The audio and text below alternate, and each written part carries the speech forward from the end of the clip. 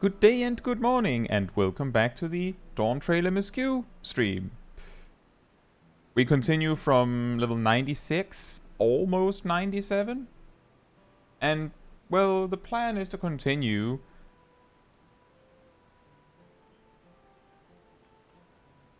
Not a big fan of the random spoiler stuff there, Fungus Power. I don't even know who that character is.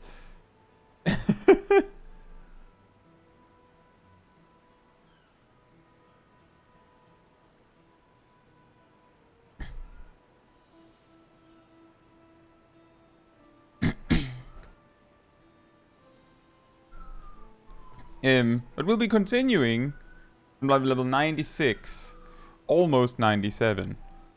And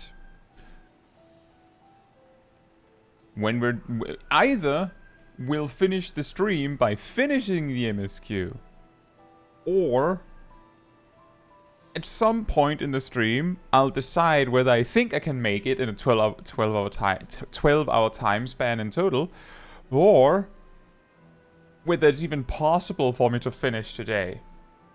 If I think it is possible to finish today, within 12 hours, we'll do it today in this stream. If I think it is possible to finish today, or, you know, throughout the night, then I'll probably split the stream in two, so that we don't go over the 12-hour mark.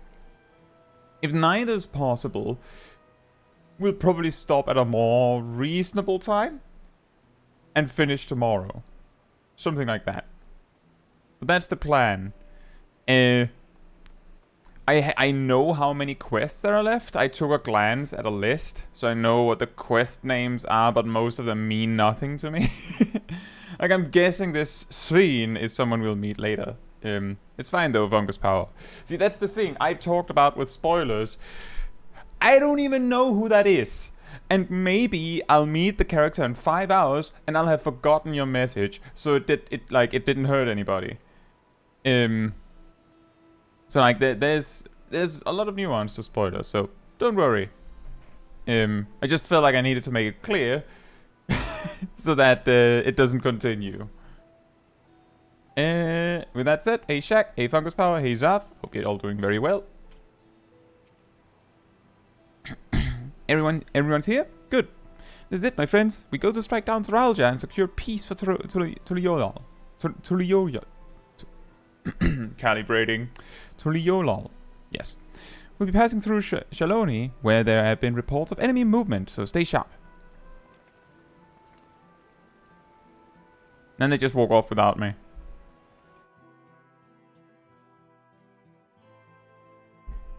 Hey Matthew, hope you're doing well.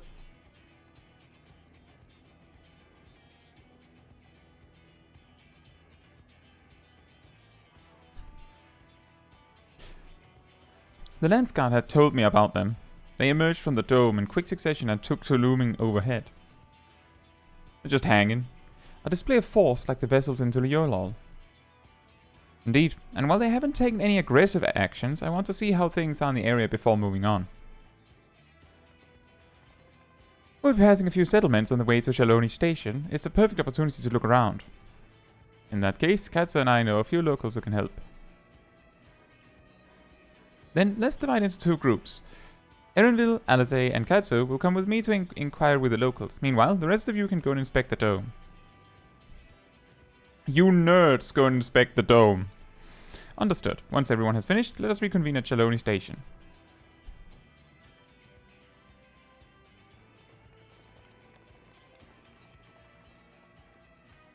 We can start with these names. We'll start with Zatavi. That's where the Dust Watch is based, if I remember correctly. You too. The Sheriff Kembaka should be able to tell us a few things.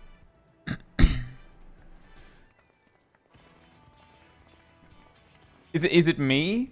Or, like, these area names are crazy. Zatavi. That's it, right? Husatavi. Husatavi. Shishinevesi. Shishinevesi. Shishinevesi. Shishinevesi. Shishinevesi. Shishinavesi. Shishinavesi Springs.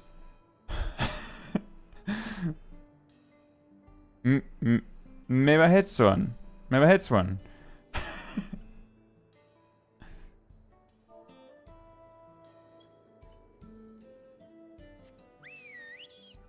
I haven't had a zone in Final Fantasy XIV before where the name was so insane that I had to practice saying it like that.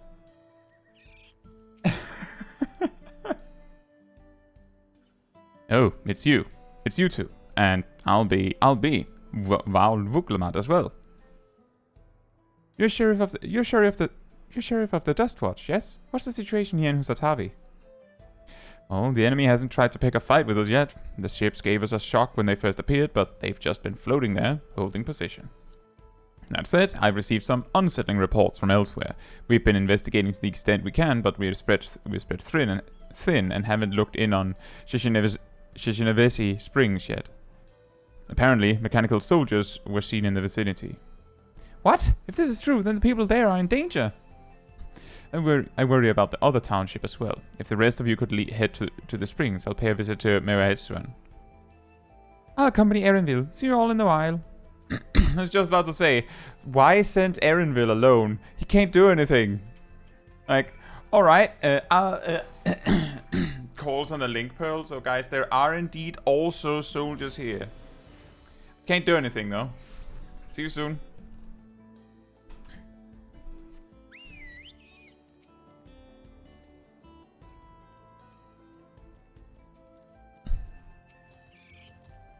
And all clear this way.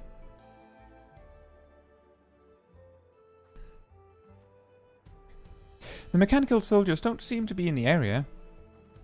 Still, we should talk to the locals. Let's each make rounds and see what we can learn.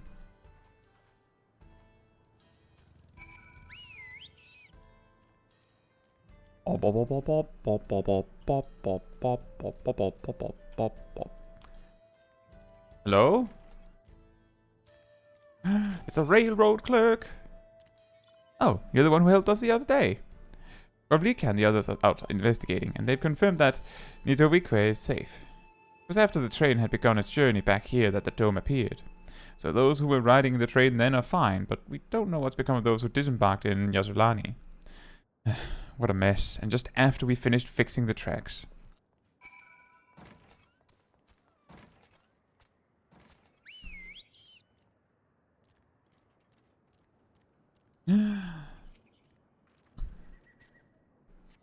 Mechanical soldier shows no signs of life. Appears to have been run through with a polearm. Really? Okay. Well, you know the classics always work well. A good old polearm. Hey, Yate. Caetsu, you came. As you can see, we're doing alright. After those ships appeared in the sky, soldiers clad in white showed up and surrounded the town. But to our surprise and relief, a traveler came along and dealt with them all in a flash. I'll never forget the way he soared through the air, spear in hand. Shame I never had the chance to ask his name. We're all safe thanks to him, but I can't say the same for those in Yasulani. We haven't heard from anyone there. I hope Namikka as well. Estinian just coming in like a hero. Destruction! Hello.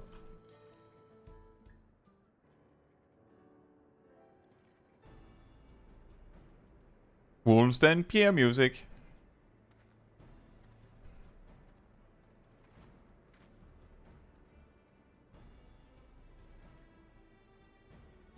You heard about the spearman as well.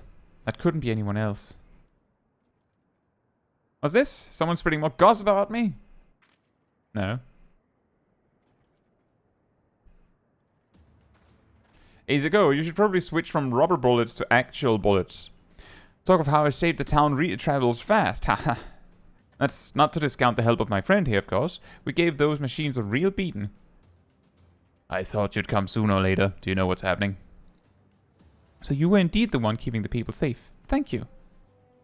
Think nothing of it. The automata aren't particularly strong. Really? But are the rumors true? Gulja Ja is slain. I'm afraid so. Zoraal Ja used some dirty trick to get the better of him. We'll make him pay for what he's done. Mark my words. You're going to help her, I assume. Great, then I'll leave.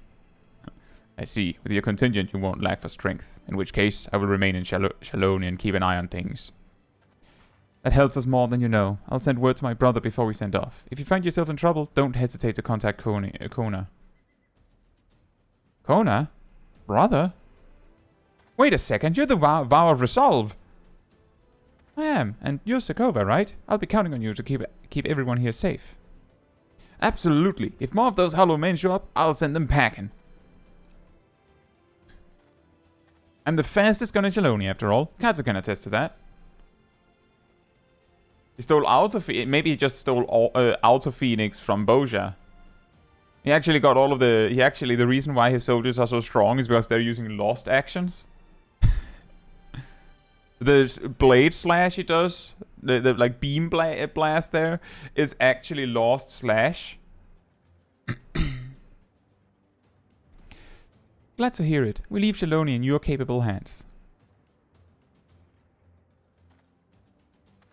Let's get patrolling right away then.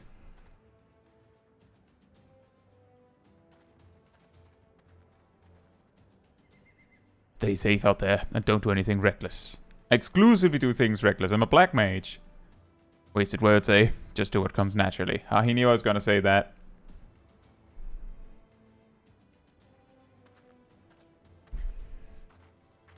Right then, it's time we headed to the station and joined the others.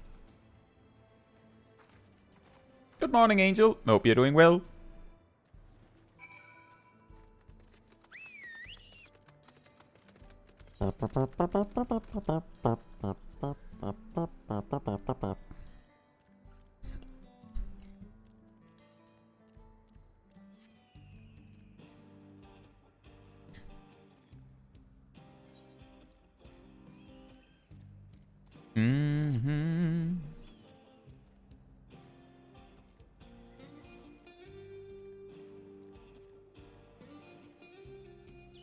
Hello.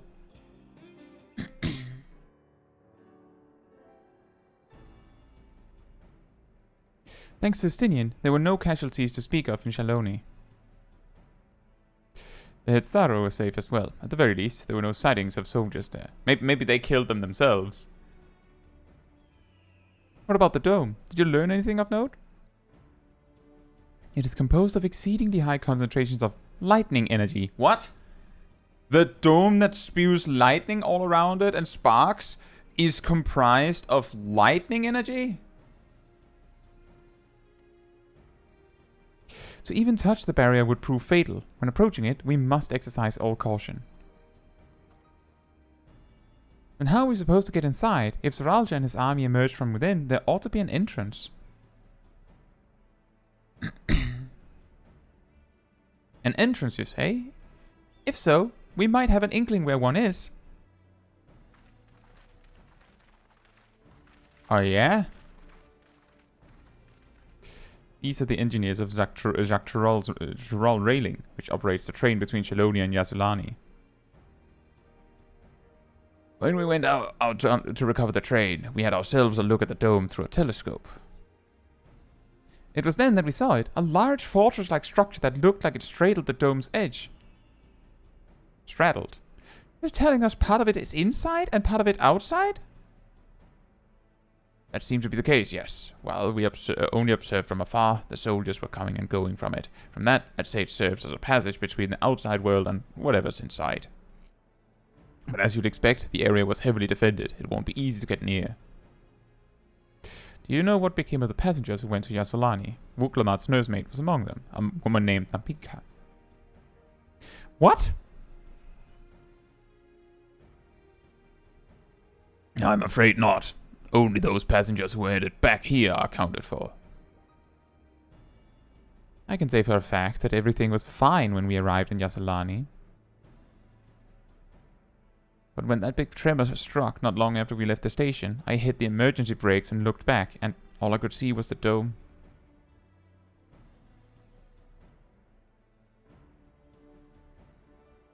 What's more, the fortress sits right on the tracks of all places. What are the odds of that, eh? That is weirdly convenient. Assuming this fortress serves as a means to pass through the dome, we should first determine how we are to reach it undetected. I don't care if we're detected. I say we smash our way inside. You probably care a little bit if we're detected. Despite how it sounds, I actually gave this some thought. Zoraal Ja wants me to prove that I'm Father's worthy successor. If I fail, he'll destroy Tuliyollal. By charging in head-on, I make my intentions plain as day, and in so doing, keep his eyes on me. A bold strategy. I like it. Of course, your plan will be no good if you're cut down before reaching their base. What you need is something that'll get you there quick and break through their defenses with a single decisive blow. And we have just that. A train? Since the tracks go straight to the fortress, we can reinforce our train with armor, load her with all the fuel she'll carry, and send her hurtling at it to explode on impact. Wow. You're not that attached to the train after all, huh? Chief, have you gone insane? You were just saying how relieved you were the train's in one piece, and now you want to turn it into a bomb? The train's not important. Our dream was to have railroads running from coast to coast, remember? If these invaders have their way, there may not be any more railroads, let alone trains to run on them. Is that what you want?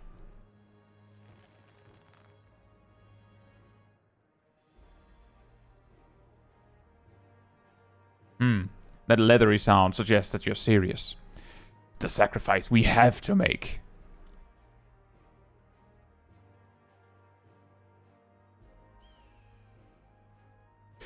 These good folks are willing to put their lives on the line to get inside that dome and put a stop to all this. The least we can do is help them. But Chief... What? Listen, no matter how hard things may get, no matter how many times we fail, we can always get back up. As long as we're alive, we can always build another train. So have faith and quit your complaining. But what if we fall really, really hard? There's no getting back up if we're dead. Yeah, that's what we're trying to prevent here, idiot. No one's dying on this train. I'll see to it myself. Needless to say, this will be a one-way trip, and we'll need to jump off at the last moment if we don't want to go out in a blaze of glory. You alright with that? Are you alright with a walk back?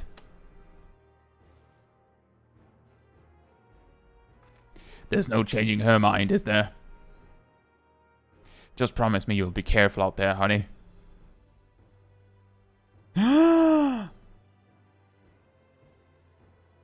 We won't leave you with any sorrows to drown. Never fear.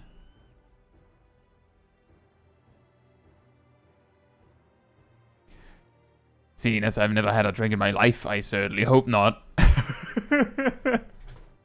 Hope I don't start on it. It'd be a lie to say the loss of the train doesn't concern me. But with good friends and my loving wife beside me, that's all I really need in the end. Big smiles. Well, at least it'll go down as a legendary train that saved Zoraal. That it will, but first, we've got work to do so she'll look the part.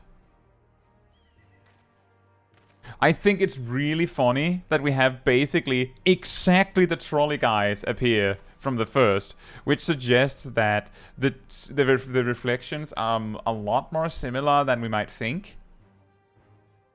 And we already thought they were very similar. I don't know much about Magitech, but if there's anything I can do to help, you need but say the word. We'll keep that in mind.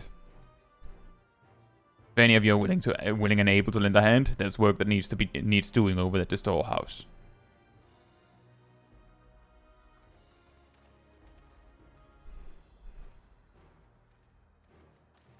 But yeah, I had the same experience, Shaq. Like, I was like, I think these people look familiar. And then there was the flashback. Like, oh.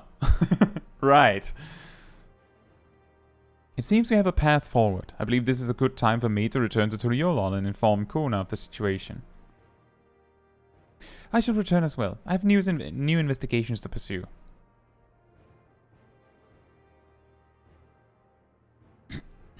The dome's elemental aspect is similar to that of the gate in the Golden City. If we can identify a connection, we may learn something of use in our fight. It's one mystery after the next, but at least we're not without clues. It may not be easy, but I know we can get through this together.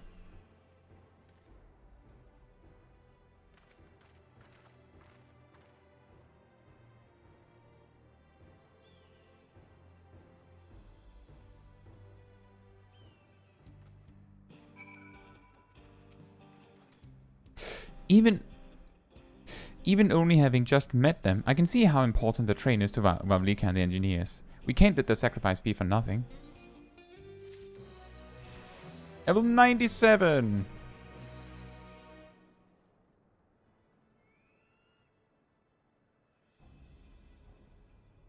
While I have no objections to the plan itself, I have one concern. How can we be certain Zoraal Ja will not strike Zoraal in retaliation? I considered the possibility. But when my brother told me to come and prove myself, he meant it. He wants to show that his kingdom is superior to Zoraal, and it'll give him no satisfaction to attack when he knows I'm not there. No, he'll be waiting inside the dome, waiting for us to challenge him, so he can crush us and prove his strength. Indeed, if anything, we're more likely to put Zoraal in danger by not taking the fight to him. So we indulge Zoraal Ja, at least until Zoraal has shored up its defenses. Right. We'll charge in from the front and keep his eyes on us, during which time Kona will find a way to fortify Zoraal. If you believe this is the best course, then we shall trust in your judgment. I expect there will be no small amount of enemy resistance, but we will do all in our power to assist you. Thank you. Well, time is of the essence. Let's go and see what's left to be done for the train. How will they shore up their defenses against that? Just 5... sci-fi warships in the air? They just use laser beams and just decimate the entire city? Yeah, good job. You got guns or something. Looks like work is getting underway. We'll finish in no time at all. So, what can we do to help? No need to hold back. As I understand it, the two of you made your fair share of craftsmen during the Rite of Succession. Would you happen to know a few who'd be willing to come and help us complete modifications to the train? Of course. What sort of craftsmen do you have in mind? Let's see now.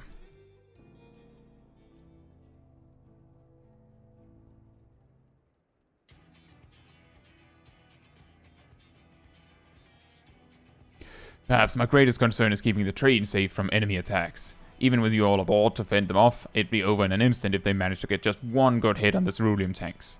According to eyewitnesses, the soldiers used lightning-based weapons, so I have a mind to install grounding rods. Would you happen to know a carpenter who could handle that? Wow. Would you like to name him, or would you like to be mean? We could ask Vukivu. A master carpenter from Okano, eh? If they'd be willing, we'd be glad to have them. No objections from me. Just be sure not to forget their traditional greeting. But we'll need more than just a carpenter if we want this done in a timely fashion. We've got a lot of equipment that needs moving. Heavy equipment. I don't suppose you know anyone up to the task. Gulja Ja? Perhaps Suburba can help.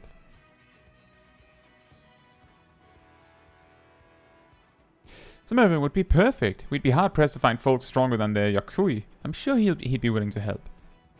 You're friends with the Yokui? I'll be damned. We'll not want for strength with help like that. Next, I'd like to outfit the train with some powerful weaponry of its own.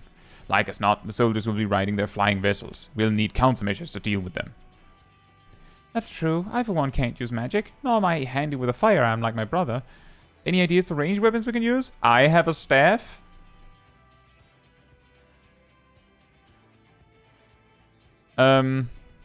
Let's install ballistas on the train. Big ones. Ballistas, eh? Well, they'd be powerful. It seems to me like it'd take too long to reload between shots. If there were some sort of ballista that could reload quickly, then that might work, but weapons aren't exactly my field of expertise. Perhaps I can be of assistance?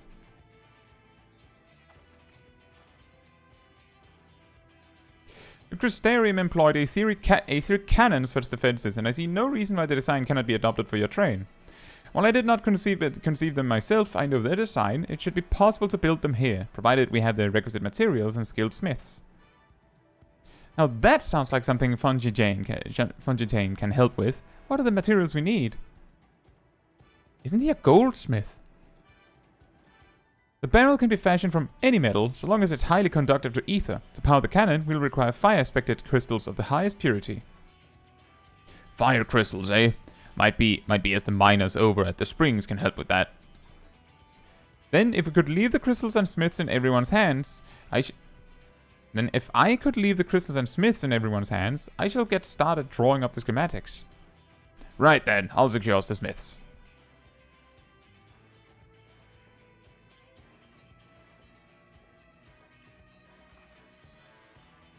In the meantime, could you deal with the materials? Shensa is in charge of our supply, so it might be good to talk to him about it first.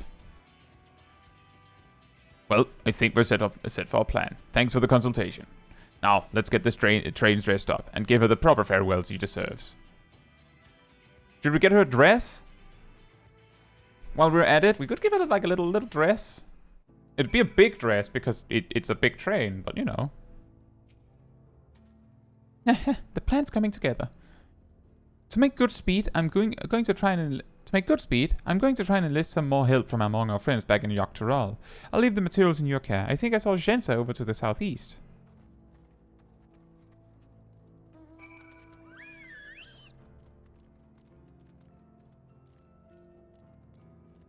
Yeah, exactly. That's actually a good idea, Matthew.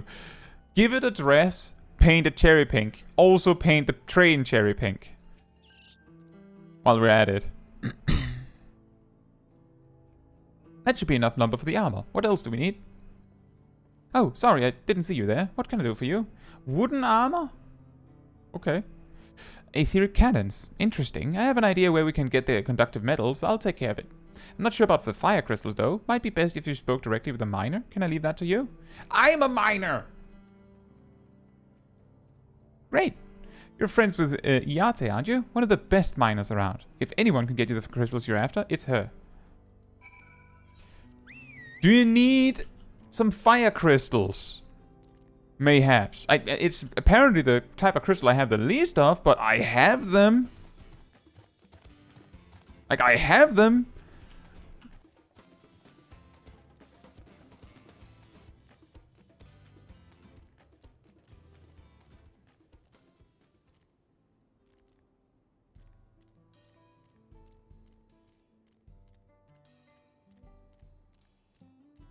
They're not blue fire crystals, though. Did they say they had to be blue? Oh, Caetsu, what brings you around these parts? I need you, specifically. Oh. The purest fire crystals, you say? I think I heard tell about them before, but what was that about? Wait, what did you say? What was that about?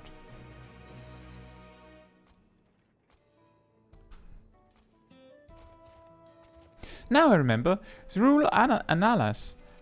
Not to be confused with Zoraal Ananas. You can find them to the south of town. They actually ingest fire crystals and keep them in their gut, if you can believe it. If you want the purest crystals, though, you'll have to go after the oldest, toughest Analas. Nothing you can't handle, right? I'll show you where you can find some to hunt. Looking forward to seeing why Erinville thinks so highly of you. Hey, Ardell. Hope you're doing well.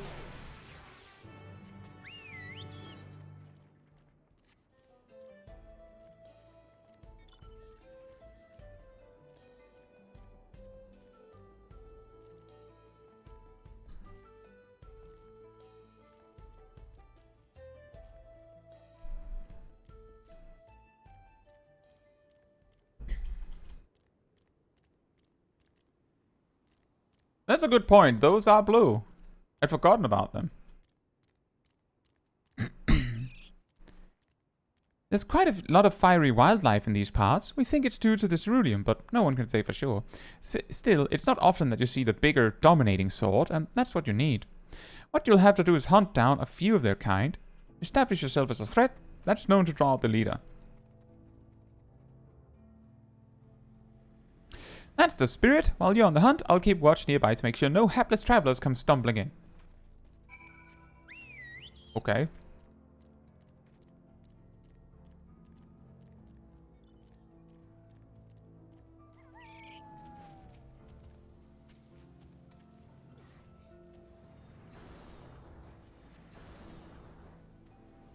See no signs of your prey.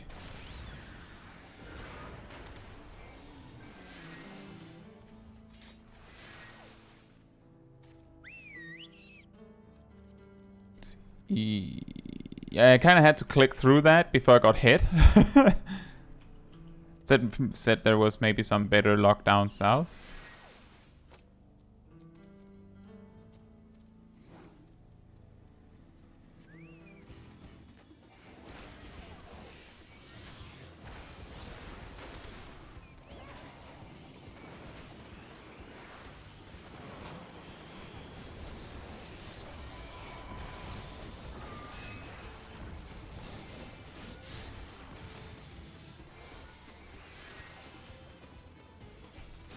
Oh boy, this is getting a little out of hand.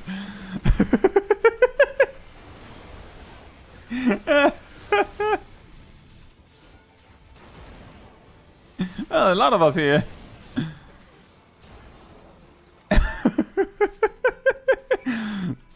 That's what you call teamwork.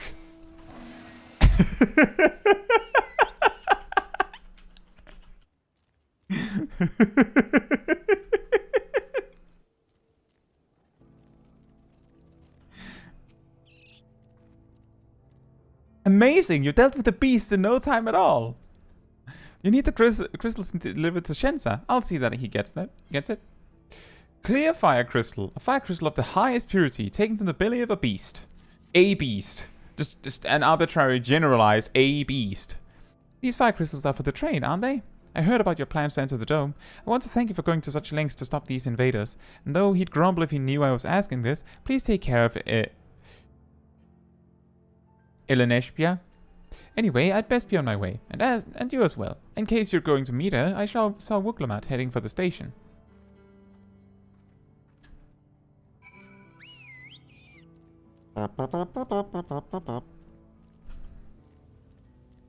It's just like I saw one other player. Like I expected 2 sets of mobs, and suddenly we were 3. So each time, like both times there were mobs, there were like 50% more mobs than I anticipated.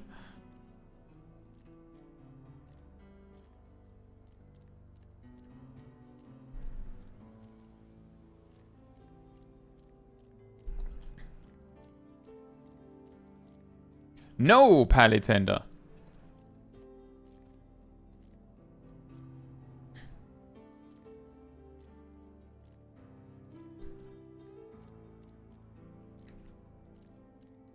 Hello, Wuglamat. Shinza told me you got the crystals for him. Good work. I've just returned from looking for extra help. We'll see in a moment who answers the call. All will be in readiness for them when they arrive. Damn it, I'm idle for a moment and all I can think about is my home. Keep your chin up, Erinville. We'll be on our way soon, and we'll find your mother. It'll be good to see her after all these years. There's so much I'd like to ask her about her time together with Papa. Oh, she'll talk your ears off. Once my mother starts, there's no stopping her. I wouldn't want it any other way. Right, let's return to helping where we can. The real work begins when the extra hands arrive.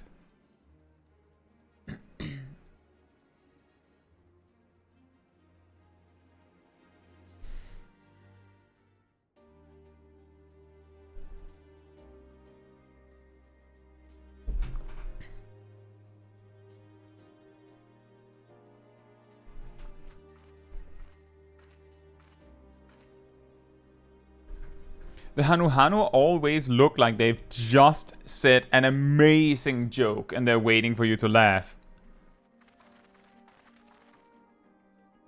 Huh? Huh? Huh? Thanks for making the trek here. To be honest, I wasn't expecting so many of you. Since the attack on Tuliolol, I had been wondering if there was aught I could do to help. So when I heard about the upcoming operation from Maokuna, I leapt at the chance to do my part. Peace will be restored, and then we can all enjoy a nice cup of mezcal. Which I will sell you. This is our home, and we'll do whatever it takes to keep it safe. While I assist with the efforts here, High Luminary Gefurler does the same at the capital. I'm truly grateful. With all of us working together, there's nothing we can't accomplish. Let's get to it, my friends.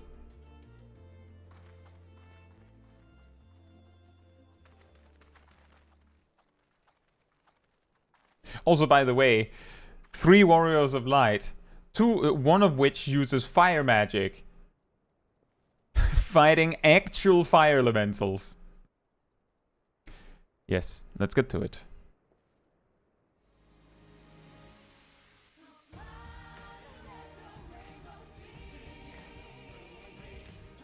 Again, movie vibes, am I right?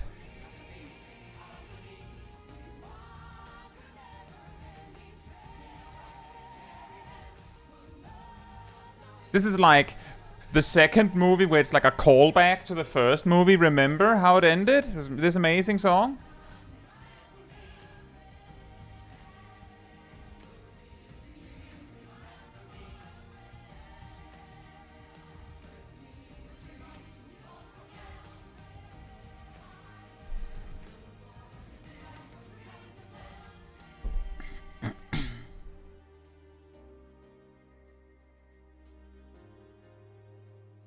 Clearly you should have to play Ice Mage against Fire Mobs. Yeah, if only the game made sense.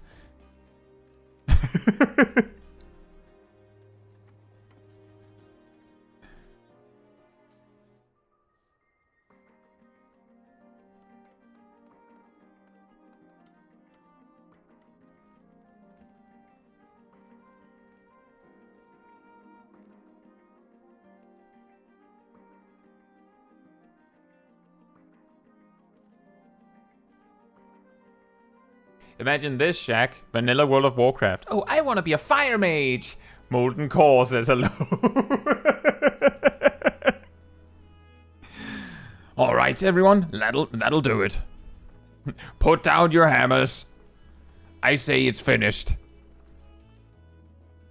You've done your part. Leave it to us to finish mounting the armor and cannons, and have yourselves a hard-earned rest. Thank you all again for answering the call. No need for thanks now. Whenever you need help, just give us a holler. Indeed, we must all do our part when our nation is imperiled. Hear, hear. We love Troll, and we love you, Vuklamat. Aww. I love you all too. Your kindness and goodwill will not be in vain. This I promise. Who'll win? Power of love versus power of technology.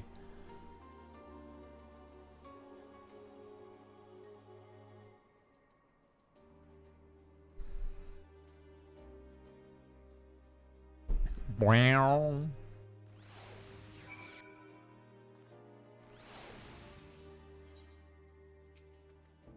Thanks again for all your help. Wouldn't have been able to finish so quickly without you. Go and rest up, friend. Won't be long before the train's ready.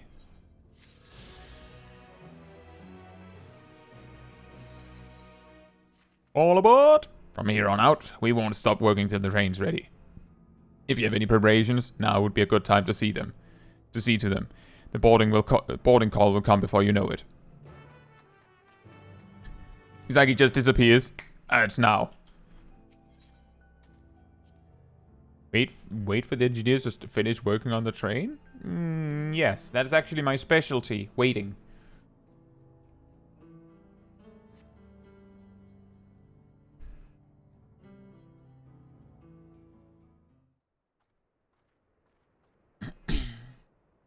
Right, we're just about done with the modifications, but I have to stress that we cannot afford a test run. What? Why not? It's fine. We understand and accept the risks. We have faith in you and your craft. I'm sure everything will go to plan. With all the hard work everyone's put in, it couldn't be otherwise. The way you said "I'm sure" didn't inspire confidence, Vuklamat. I'm sure. Sure, it'll be fine.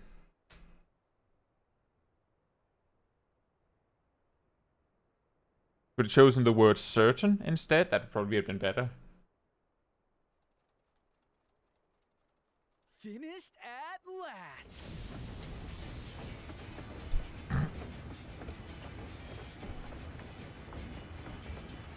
The fact that we know that we're attacking basically a science fiction fortress with this is hilarious. Behold, the pinnacle of locomotive engineering, the Dawn Blazer.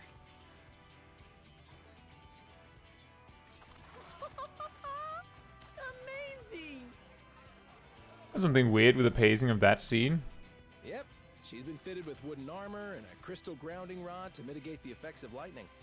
Naturally, we had to overhaul the engine so it could handle the extra weight. I also had her outfitted with the ferric cannons, the better to contend with enemy forces. And as they're modeled upon those used at the Crystarium, I can attest to their potency. So, what do you reckon? Given the tight turnaround, I'd say we did a damn good job. Exactly, Obama. Wooden armor with laser cannons and magic grounding rods. This is peak Final Fantasy.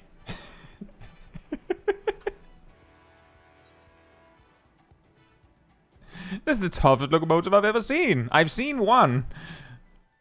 This is the only locomotive I've ever seen in this game. Glad she's to your liking. I hate to let go of such a beautiful piece of machinery, but I know you'll give her a proper send-off for us. Well, technically there was the one in the garden in a Tower of Babel, but I don't think we actually saw the front of it, so I didn't see that one. At the risk of spoiling the mood, we should probably get moving. Yep, you won't get far if you let them pummel you from the air, but you'll be safe enough once you reach the tunnel.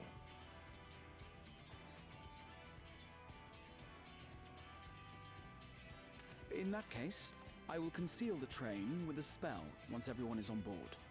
It should last long enough for us to reach the tunnel unnoticed. That's genius.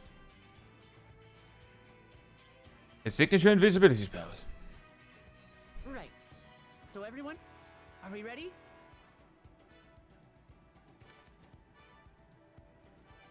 Ear wiggles. We've done all we can.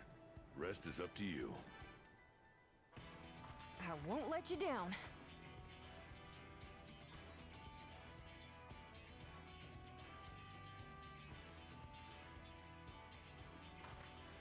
All aboard!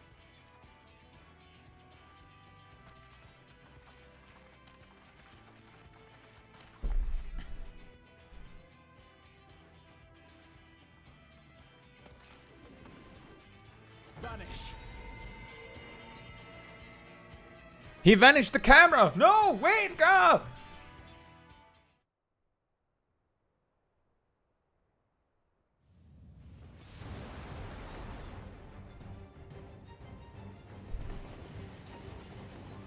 Why are we on top? Speed.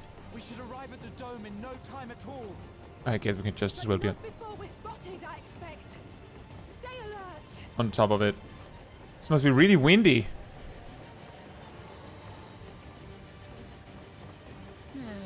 Here we go. Stand fast, everyone.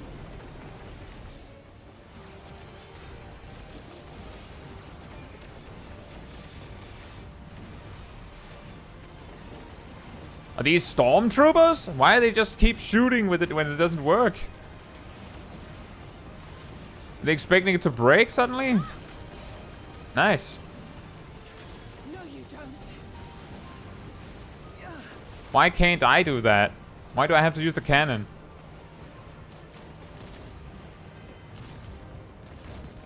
Oh, they figured out to use a different weapon. Uh-oh. They switched to firearms.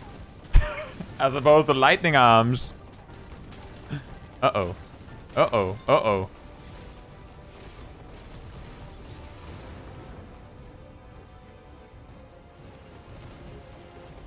Oh dear. Raha, jump.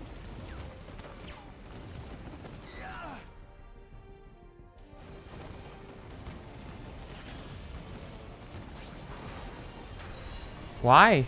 Oh, because it'll explode?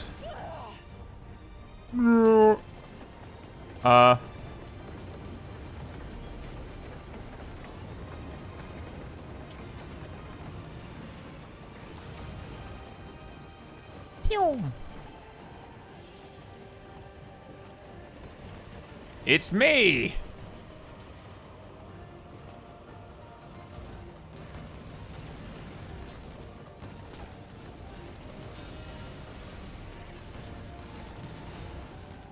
Erinville, I need you to take over for me.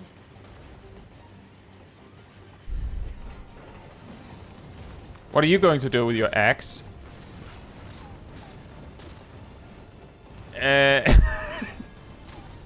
That's absurd. That is absurd. It's really funny. They shoot at me, I'll smack their bullets back at them.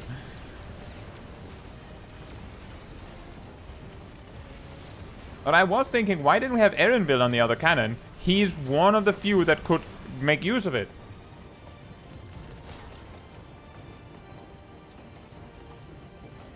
End of the line, everyone! Wee! Wee! Wee! Wee!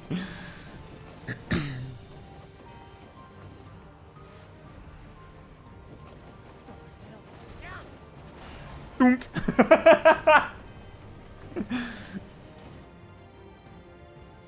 The spite stick throw.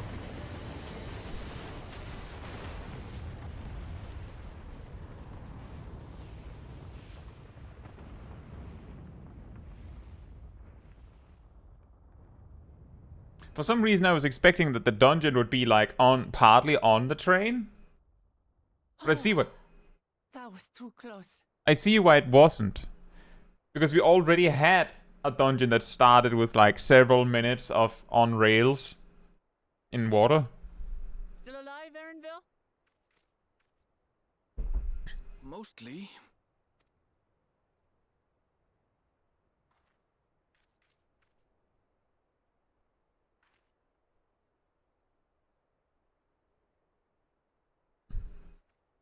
We look at each other like, do you have all your limbs? Yes. Do I have all of mine? Good. Let's go.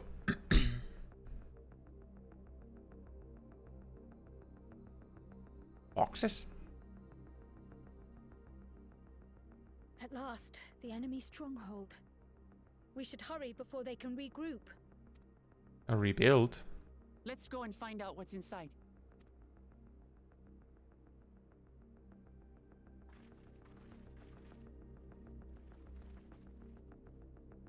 It's insanely convenient that the gate was on the rails. Dungeon time. Are you in long cutscenes, Shagged Angel?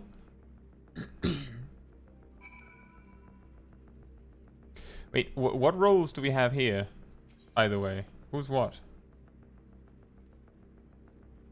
Oh, that makes sense.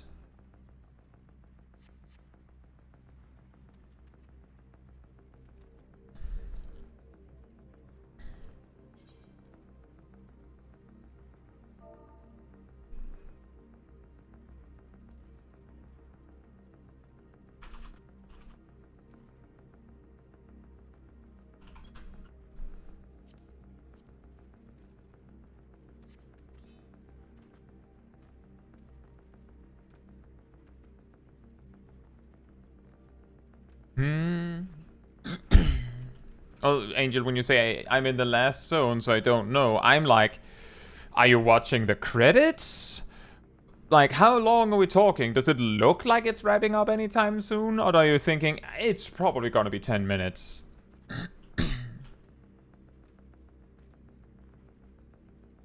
2 minutes. I can wait for that. By the way, it took 50 minutes to reach the dungeon. For me. I don't feel like I was dilly-dallying very much.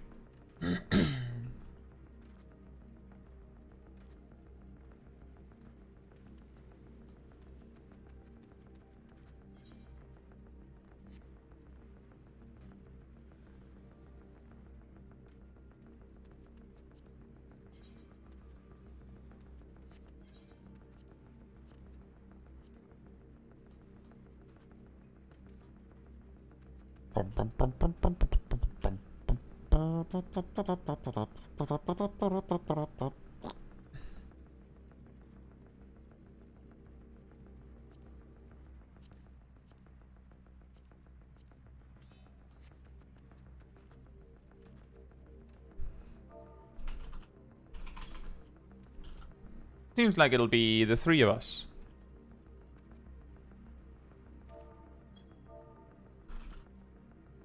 I saw that Shaq said they'll be right back, but I'll do a ready check just the same.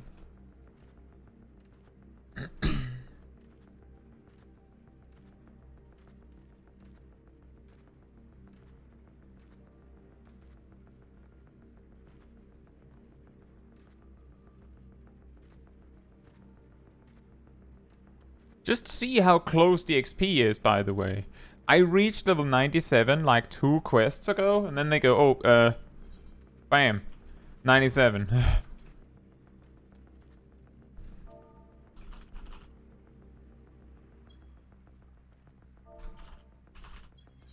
So if you were doing this thing where you're like, I'll do the dungeon with a different job so they can get the XP, the MSQ will surely give me enough. It won't. It won't.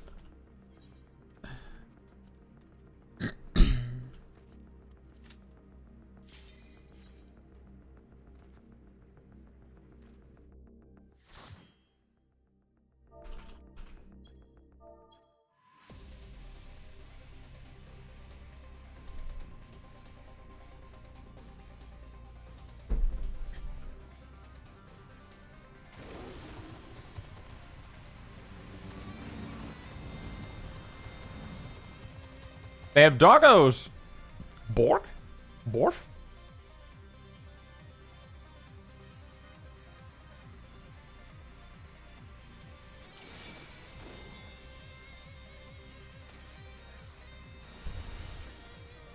Now this is great.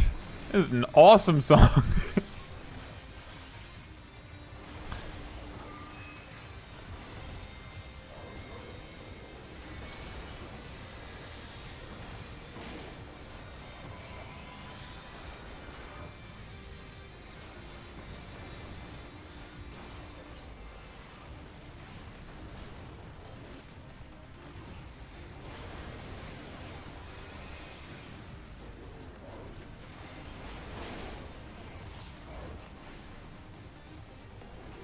Very fitting for this tech situation.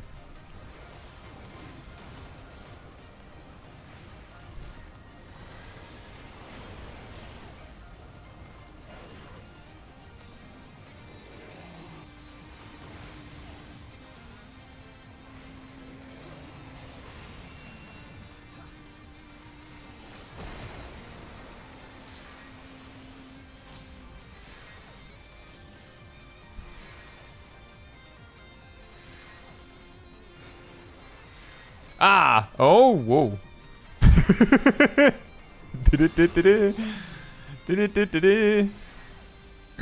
Clearly all these mobs should be immune to your dodge. Yeah, you have a point. Fair.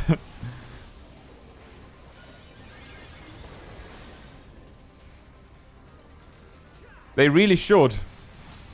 But they're not.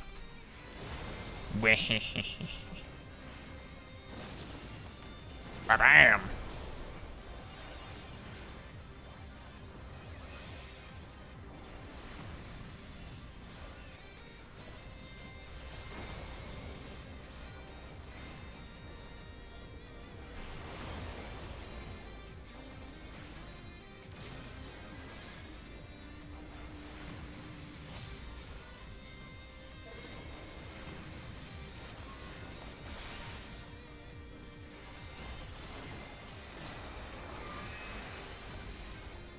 It's a bigger guy on a motorbike.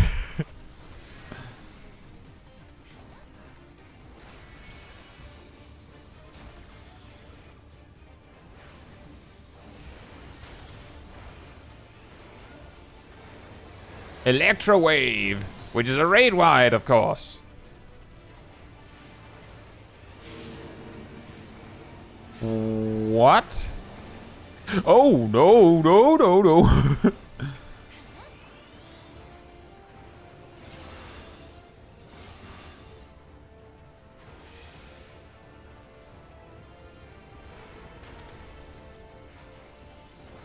That's a cool mechanic.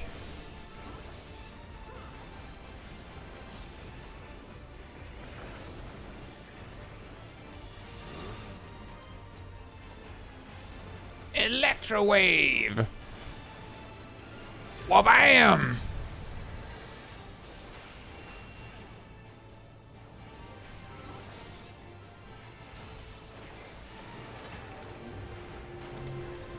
Yeah! Hey guys, are you good?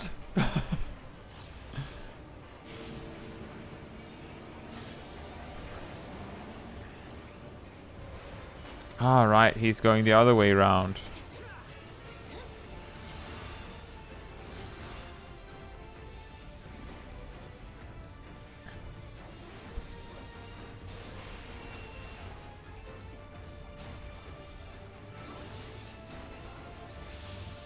Yeah.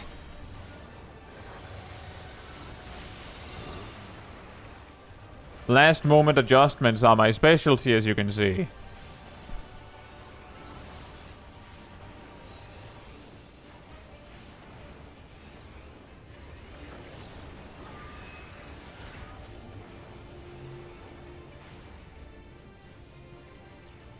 Oh.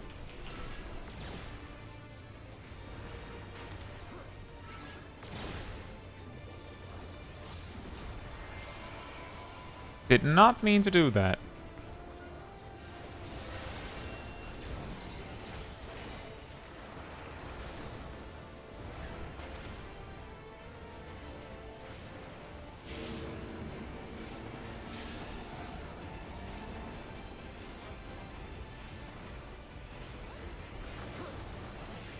This is going to hurt. Never mind. He did a third configuration. As you can probably surmise, I had decided that we might be able to kill the boss first. I was not looking at the boss mechanic.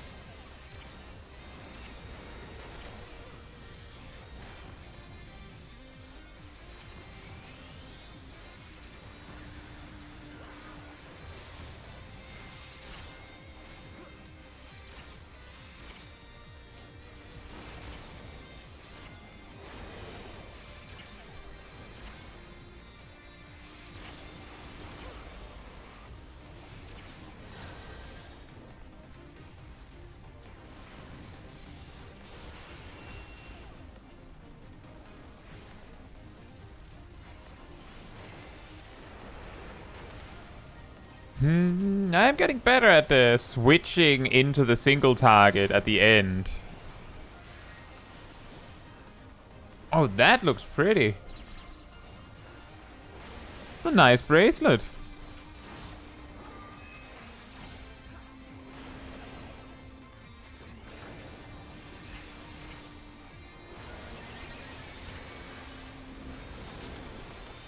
Didn't mean to do that. I wanted to retrace. Instead I jumped to the dangerous spot I already left. I'm working on it. It's getting better.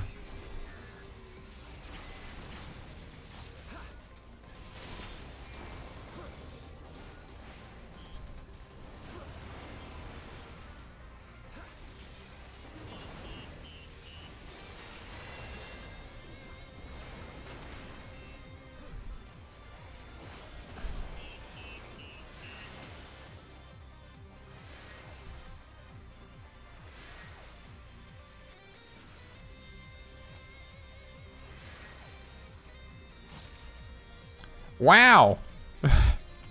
Looks a little bit like the Phoenix Riser helmet. From summer. Last summer? I think it was last summer.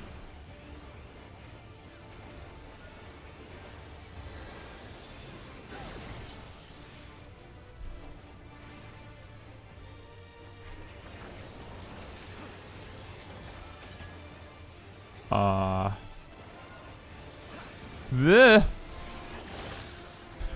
I thought we were done with the Magitech bits. Ah! Yeah!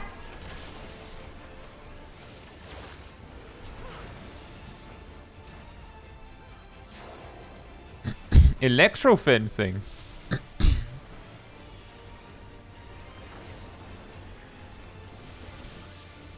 That is an interesting addition.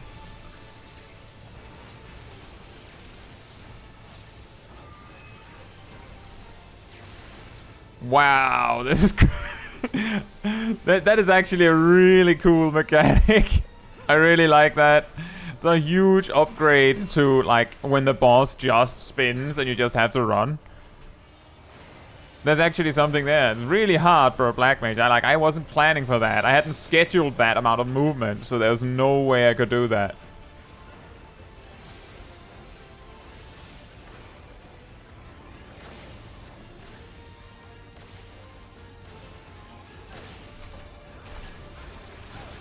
Ow. I thought I stopped in time, but I guess I didn't. Is it the same mechanic again? It's not. Can't see what counts and what doesn't count. Or what order they come out in. It's really hard.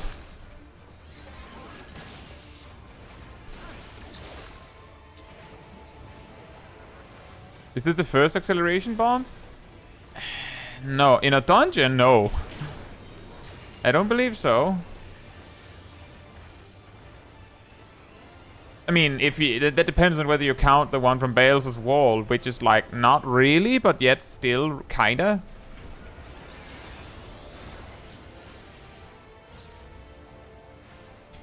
Not doing super well on the health thing.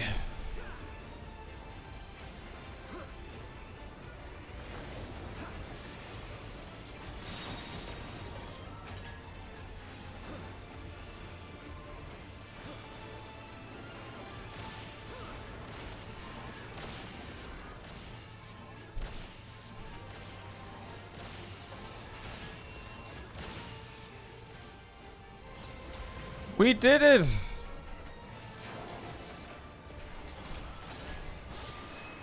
Is the Sphene mechanic that I praised earlier only one? Oops. I fiddled too much with my, with what spell I wanted to cast next, and then I didn't cast anything. Good job, Kai. What? That's a little late. You just barely managed to book that one, Protector. Had you waited a second longer, you wouldn't have made it.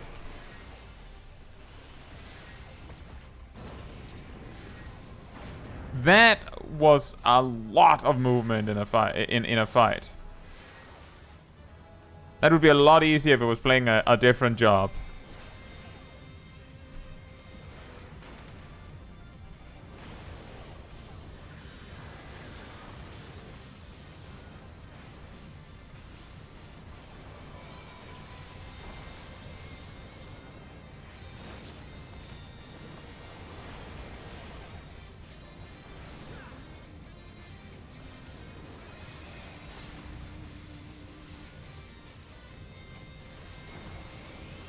Yeah, I'm sure there's been acceleration bomb in previous dungeons. Has there not, Matthew? Are you sure it's the first time?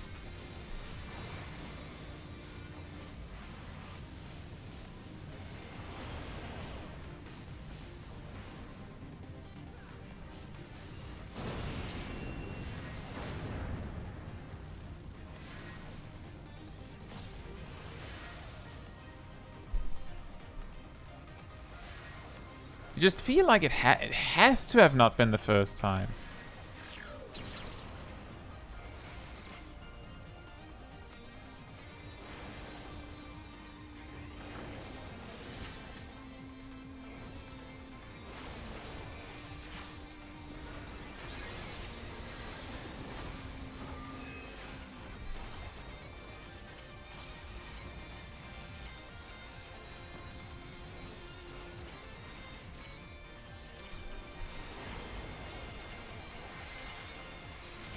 Oh, final boss is coming up.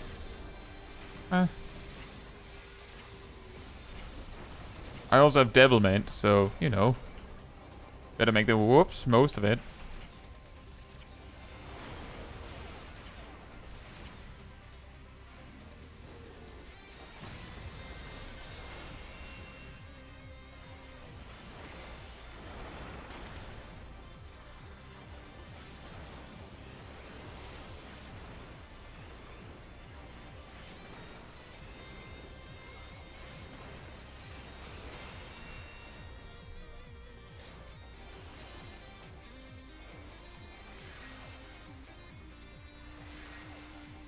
Hey, damage upgrade. New staff. Who this? Do they not have a helmet? That's such a serious breach should be allowed, but it ends now. Is that Galuf?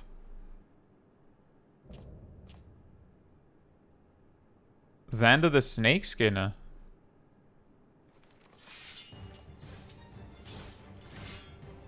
We redeem our honor with your lives. He looked like Galuf, didn't he? Or was it someone else?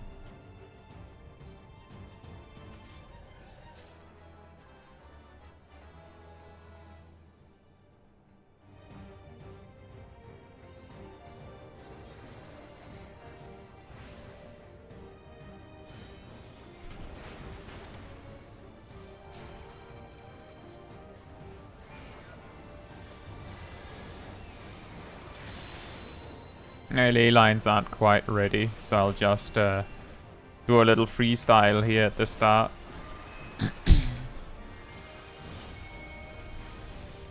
Right in my ley lines? Okay, I'll put them here then. Whatever. I don't care, I'll just move them. I have that power.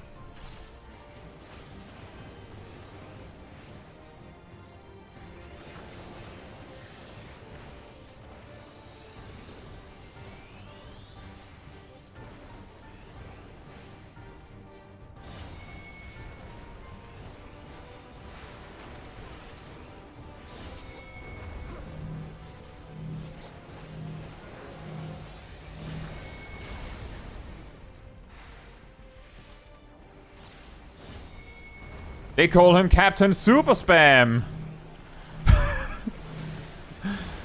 I'll cleave half the room, and then I'll cleave half the room again. And then I'll cleave half the room. Good job. Did you come up with that yourself?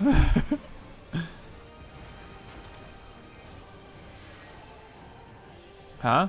Oh, does he revive and go rage mode then? Envelop in the gentle light. The pulse of life surges through Xander. Do you go rage mode? Do you also have a rage mode? The soul of the serpent. The great devourer. What the? That's a different kind of rage mode?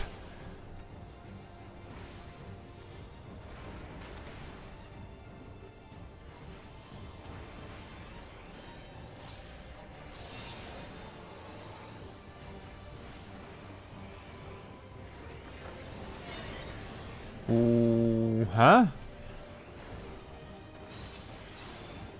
Oh, that's how it works. Okay, that's a little hard to see, I feel.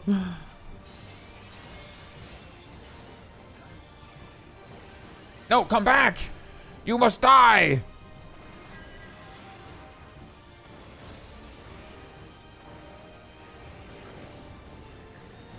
Yeah, exactly, Matthew. I saw he was dying extremely quickly, so I was also like, that's not the end.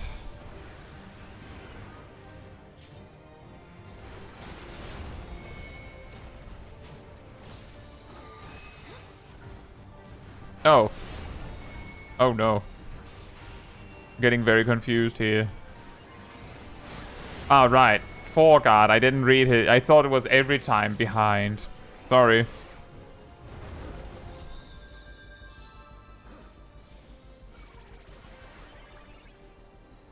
Thank you.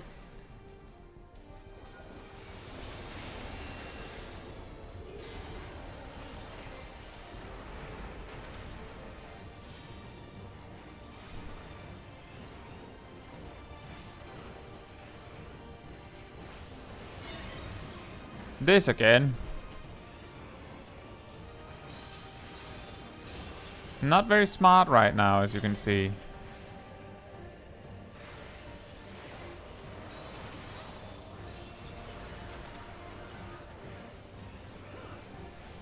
Shade shot.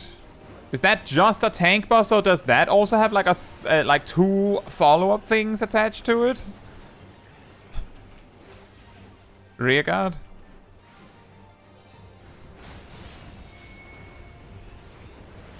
Foreguard.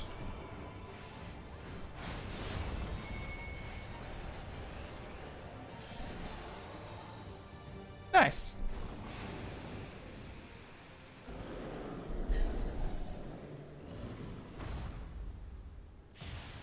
That was an interesting way to build up, where the first part is like a mini tutorial on one of the mechanics, and then for the second part of the fight, it doesn't hold back on that one.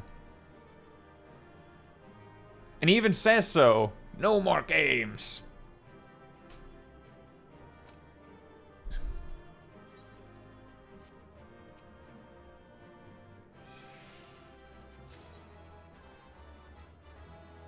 Wow.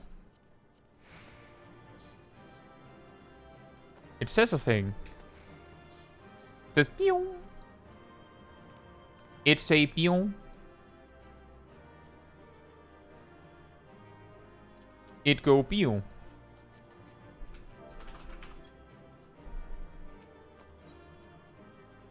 Thank you for joining me, Shag and Angel.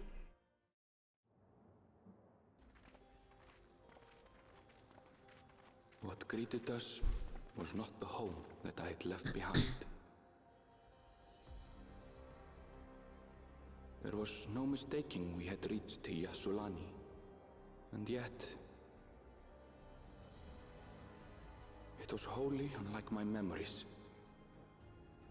The lands of my childhood had changed beyond imagining.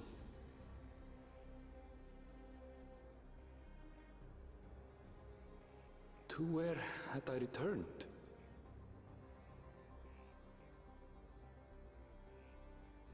We tread on, the darkened skies above a mirror to my heart, clouded with fear and uncertainty.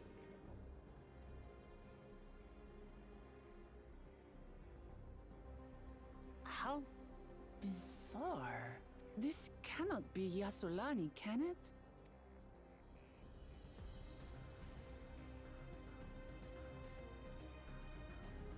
This is more like a yes, no, maybe.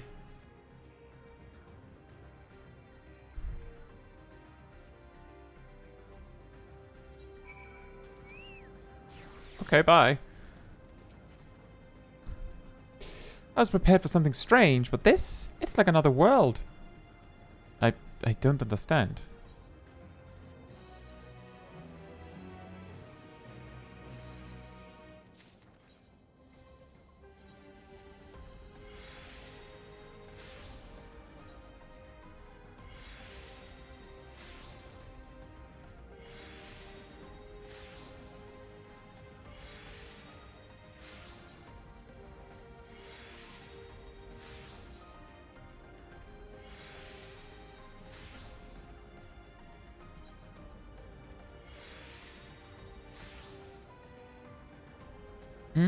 Wait. There.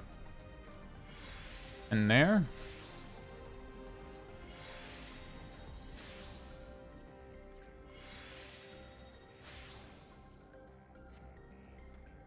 Almost 98.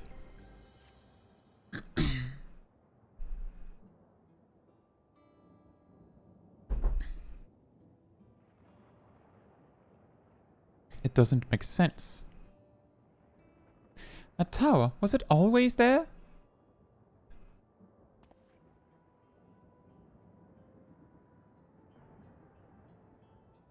No, definitely not. Nor the wall over there.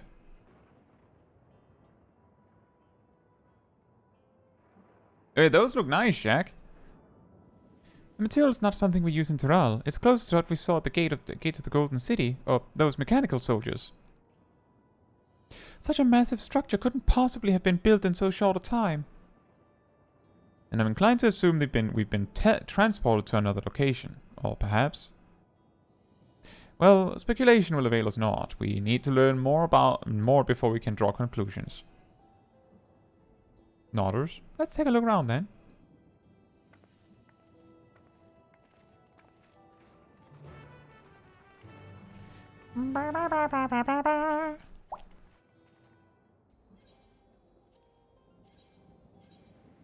I like my relic weapon better. It also matches the theme of the area anyway. It's also like a little technology style.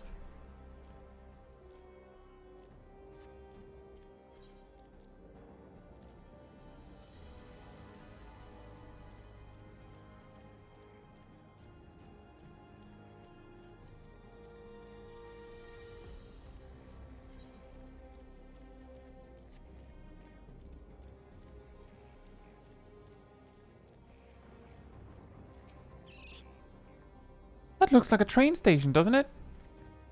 Congratulations, Shaq. That must be Yashalani Station, where the passengers disembarked. And perhaps we'll find someone to talk to there. Let's go and investigate.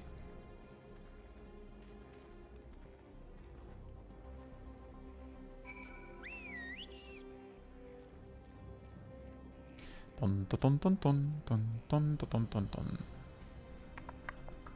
It's an axe beak!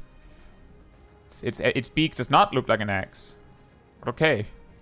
If you insist, we'll call you Axe Beak. It's the name my parents gave me. They didn't know I wouldn't grow up to have an axe beak after all. They just saw me as a baby and was like, wow, he has like an axe beak. That's a good name. And here I am.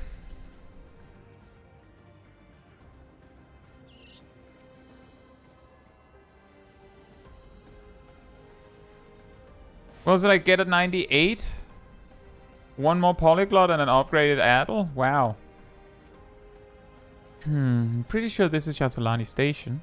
But from the state of it, I'd swear it was abandoned years ago. Not sure what to make of this. We should look around a bit more.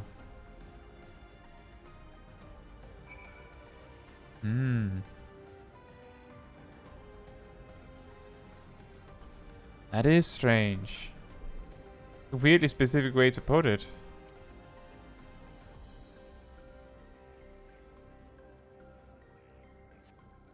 The building is a rotting husk. It has clearly been many years since anyone lived here. Is a current.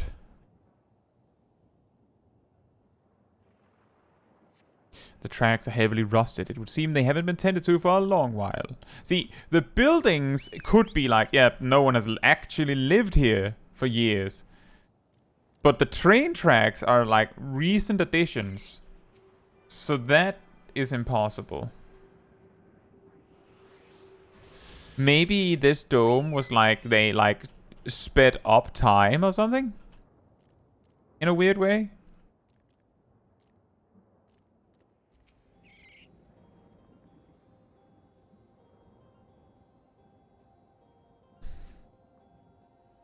They push it to the max. Oh, more xenoglossy.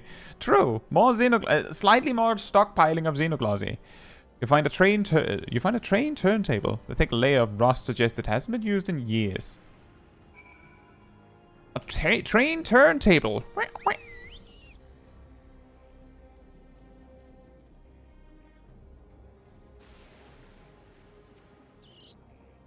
Finished poking around, have you? Let's gather everyone then. I want you all to take a look at this.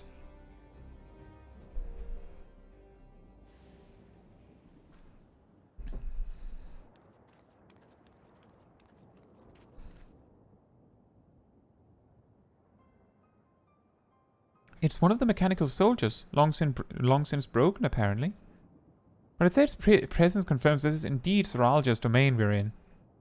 This one has eyes. Looks kind of cute. What about the rest of you? Did you learn anything?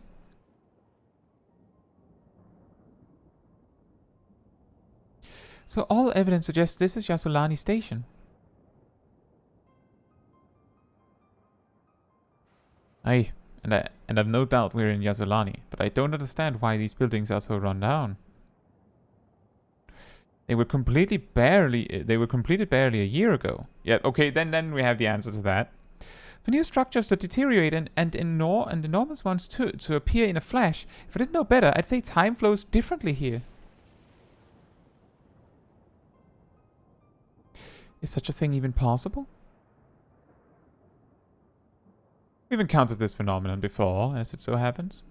Though it may be difficult to believe, our world is but one of several. In some respects they are similar to one another, but in others wholly different. We call them reflections.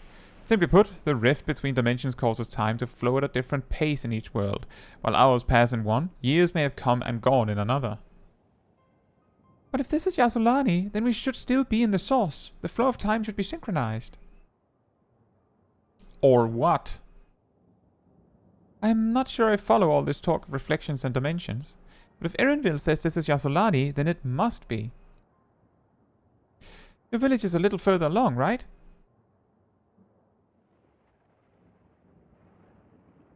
Erinville? Oh, yes, it's a short distance to the northwest.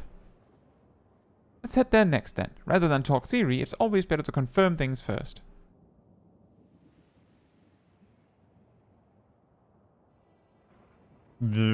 May I be of assistance? What? It's still functioning?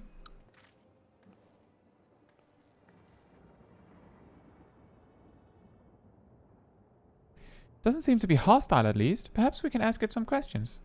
Can you tell us where we are?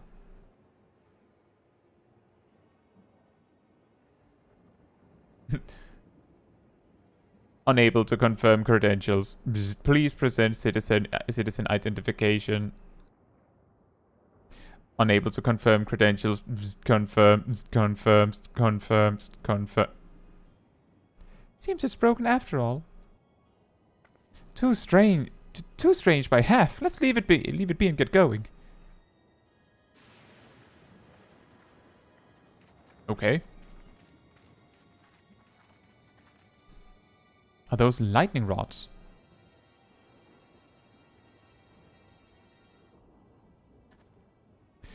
Would you accompany me for a moment? There's something I wish to investigate.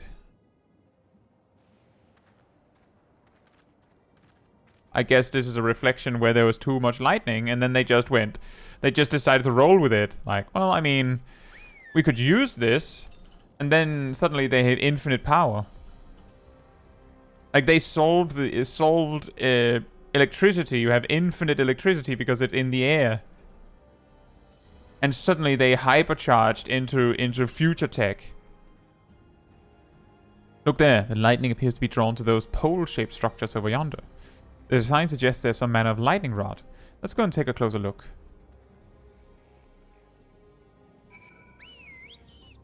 Welcome to the land of Levin. I liked Speak better. What is that name? The Quahelia.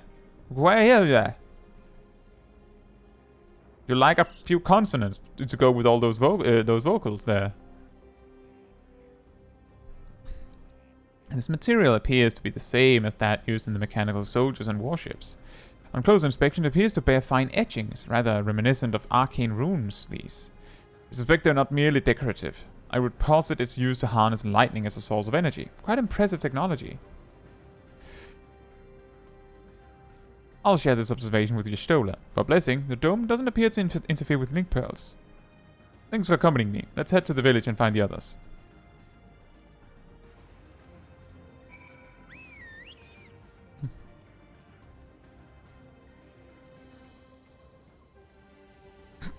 Yes! The well-known city of the outskirts. No, it's not the outskirts. It's Te Outskirts. It's a name. What in the world?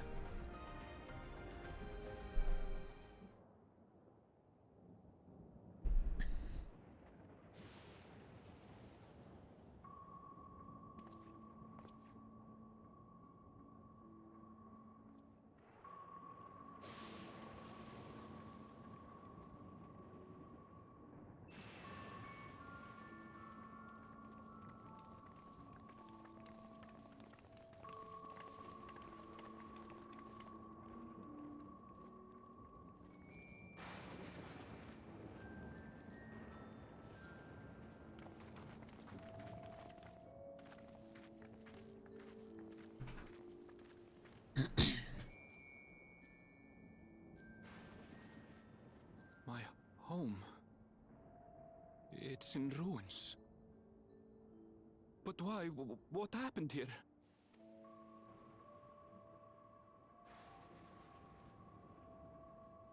And where is everyone? I had a look in a few of the other houses, but they had clearly been abandoned. Damn it all.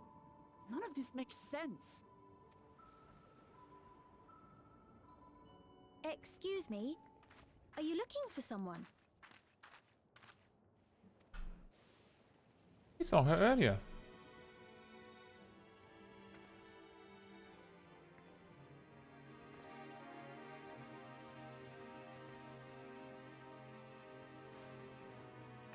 Nice dress. Nice tiara. I apologize for giving you a fright. However, I did have reason to keep to the shadows. Zoraal Ja has told me a great deal about you. Zoraal Ja? Greetings, and welcome to the realm of Alexandria. I am Sphene, the Queen of Reason. Alexandria. Well, that sounds like time magic time. I think Alexander was kinda in touch with his lightning aspected stuff as well. Queen of Reason? If you are the Queen of Reason, is there perhaps a... Yes, if you mean to ask if there is a King of Resolve. Zoraal Ja holds that title, and together do we reign. Hmm. Then you are both behind the attack on Tulishola. And I doubt you're here to offer us a warm reception. No, you have it all wrong. I am not come to fight. Zoraal Ja rules alongside me, but that is a matter of expedience. In truth, we are at odds, he and I. It is at considerable risk to myself and my people that I come before you to beg your aid.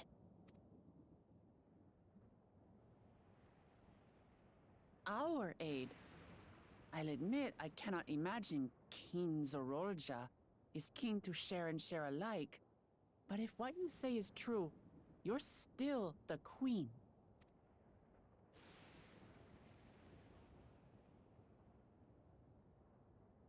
Indeed. But I was once the sole ruler of Alexandria. Until one day, he appeared, bent on conquest. In my weakness, I feared his power. So I persuaded him to forego violence and strike a bargain. I would remain queen, and he would receive technology that would empower him to achieve even loftier ambitions, along with the knowledge to use it.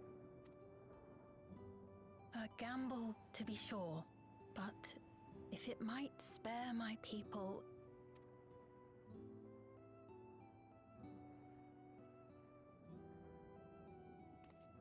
If I may, the dome surrounding these lands was erected but recently.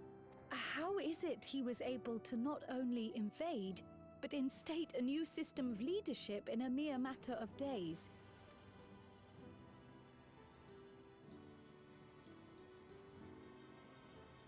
I've never heard of your realm. And this place is, or at least was, Yasolani. The house I grew up in is still here. But 3 years ago, that tower and these strange contrivances weren't. Nor was our village in ruins. Where did you come from? And what happened to the people who lived here? You must know.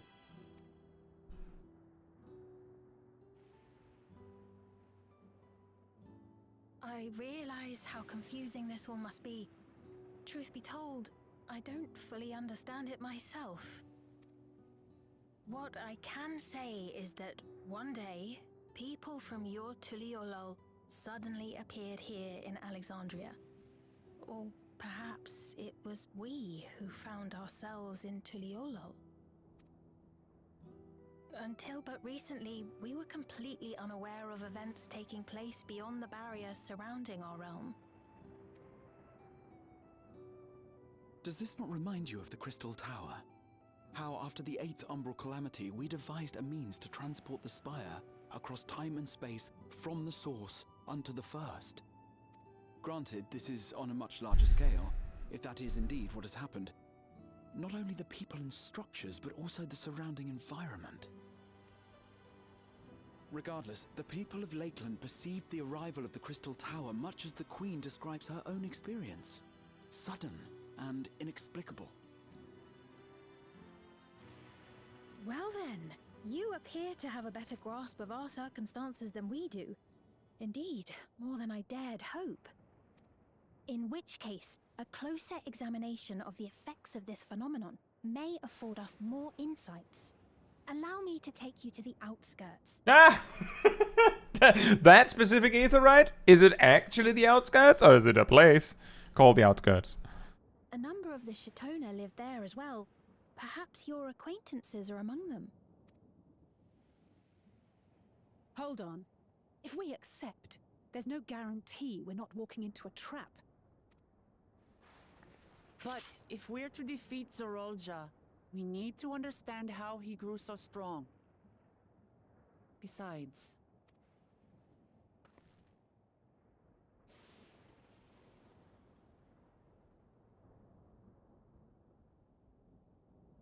You're right. Queen Sphene, before we go, Your Majesty, I have to ask, did you really have nothing to do with the attack on Tuliolol? Noble Wook Lamart, shall we dispense with the formalities? I'll not deny the soldiers and airships that attacked your people are products of Alexandria. But it was Zoraal Ja, not we, who fashioned them into weapons of war and laid siege to Tuliolol. So he alone is to blame.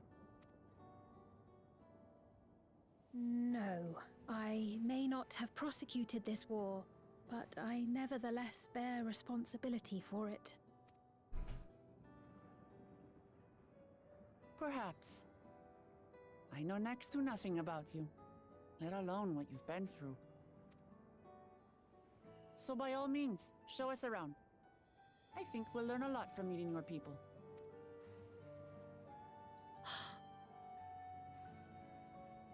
Wonderful. If you would follow me. I had put the trap right around this corner.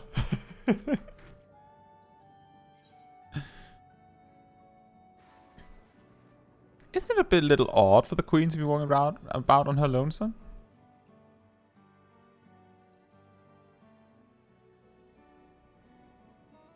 Is that concern or suspicion? Both. If things should take a turn for the worse, might I call upon your aid?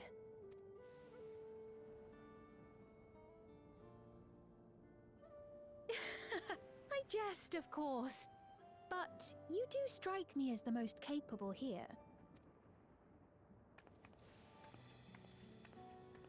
Anyway, bye.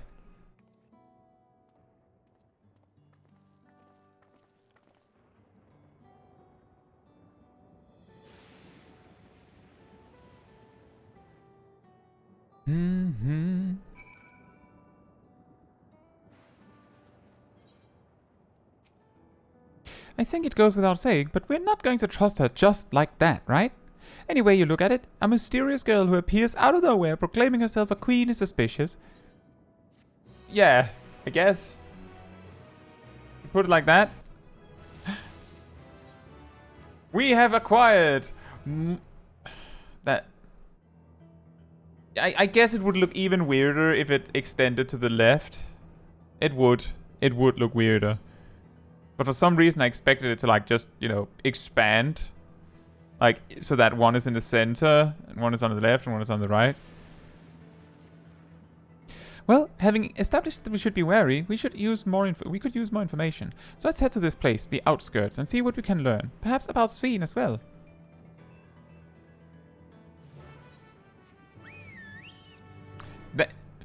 I've been tricked! This isn't the outskirts. What's happening? I demand an explanation. And why did Alice give me creamy hot chocolate?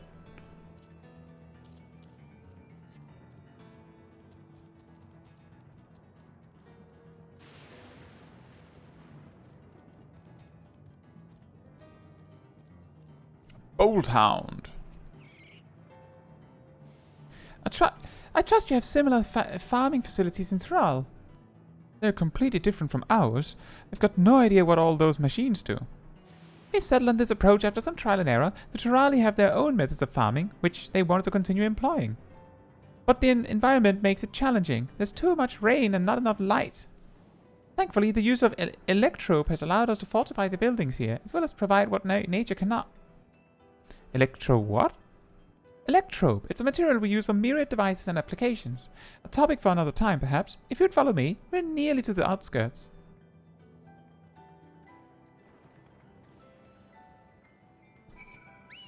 How strange.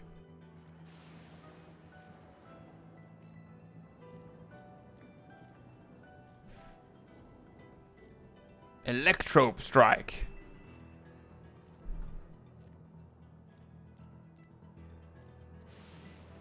Boink. Pepsi Cola. It's not even a sage.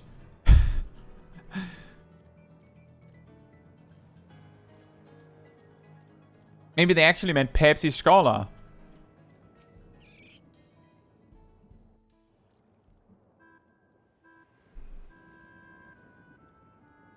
Here we are. Though you'll doubtless find much of what you see in Alexandria strange, the traditional agriculture practiced in this village at least should be familiar.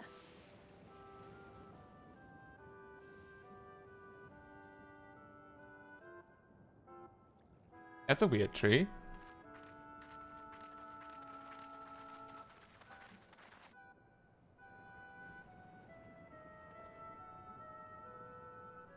Queen Sphene? What business brings her here, I wonder? They all have a... The queen has come! You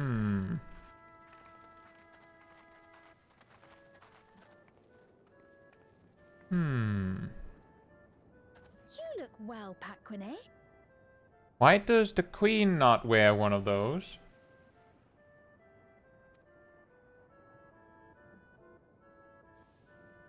And Catonye, I see you've already taken to your new position.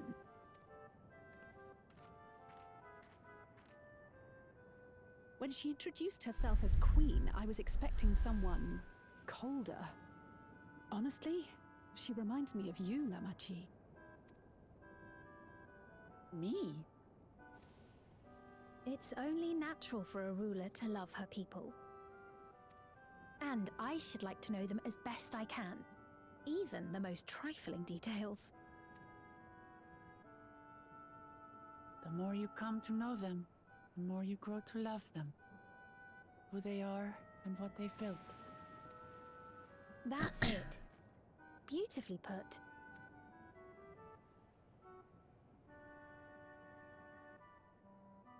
And it would appear that she is well loved in turn. Is no one going to ask about the weird devices on their heads?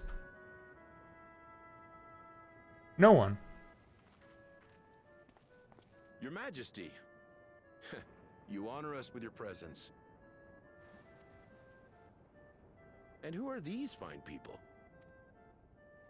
Tuliolol's vow of resolve Wuk-Lamat and her companions.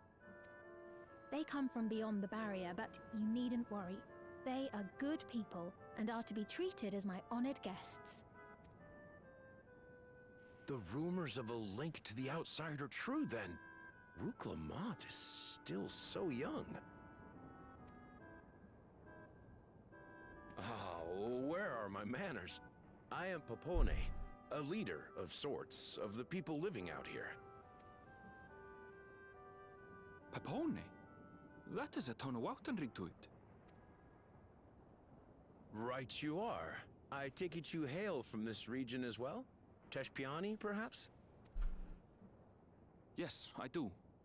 I don't suppose you know a woman by the name of Kafkiwa? Kafkiwa? I'm afraid I'm not sure if I've ever met someone with that name. Oh.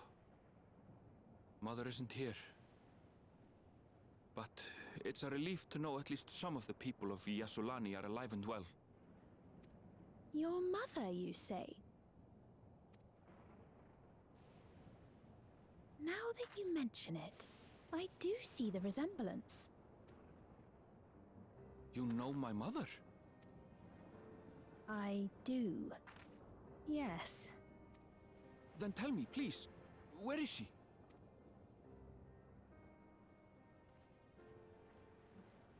I cannot say. Not here, but I promise I will in due time.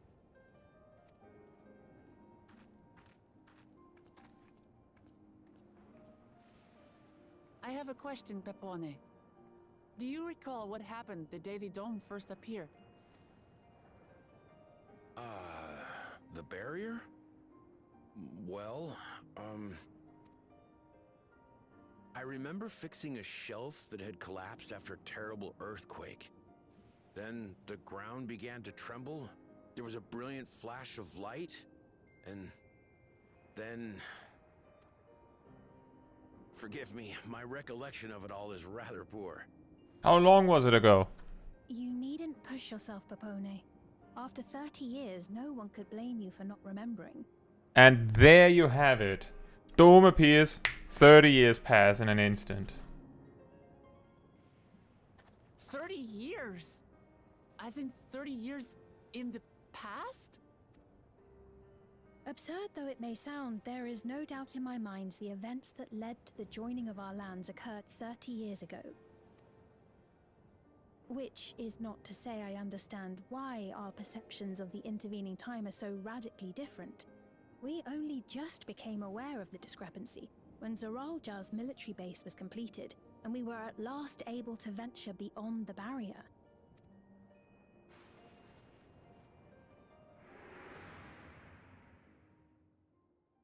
I believed you long dead. To have the chance to kill you myself is an unforeseen blessing. Yeah, that makes sense if you thought that 30 years had passed.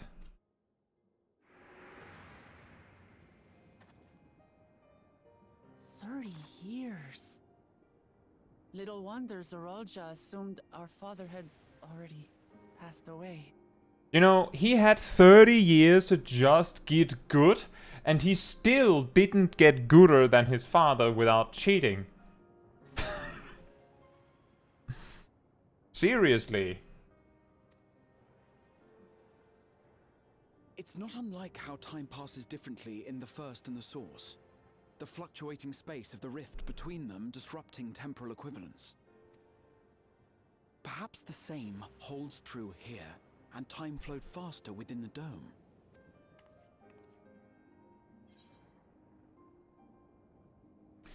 Do you suppose time is still passing faster in here? That's actually something I was wondering about. I was able to make contact with Y'shtola not long ago via link pearl, so that shouldn't be cause for concern.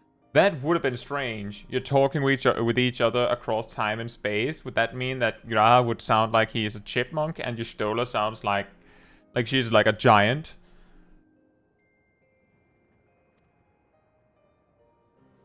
And based on the Queen's account, this encampment may have come to serve as a physical bridge between the two planes, after which the dome was forced into the Source's temporal flow.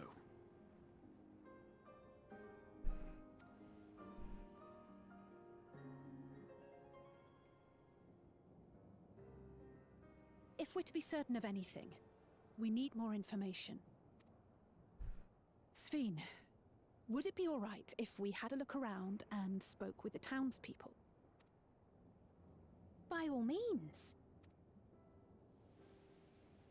Time to see what we can see of Alexandria, then.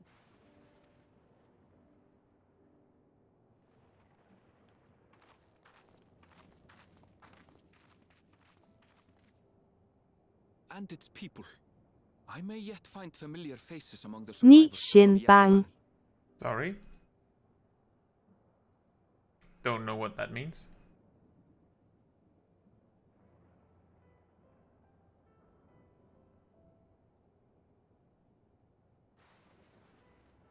I think I translated it wrong. Hope you're doing well, Skull. Can't read what you said.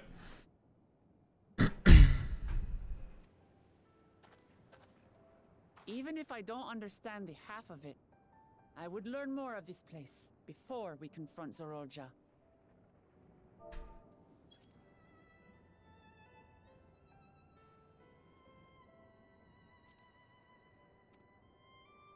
Perhaps you'd care to see how we make our living. Oh, nice.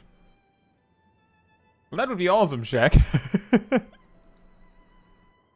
Thank you. Though we have always prided ourselves on the use of traditional Tonawatan farming methods, the use of electro-fueled technologies has led to countless agricultural innovations. I would join you as well. Ma'am, please, you needn't trouble yourself. It's no trouble at all. And I promise not to cause any manner of distraction. Reassuring words, or they would be had I not heard them countless times before. Very well, but do be careful. Of course. I shall proceed with the utmost care. Now then, if you two would follow me, we can begin the tour.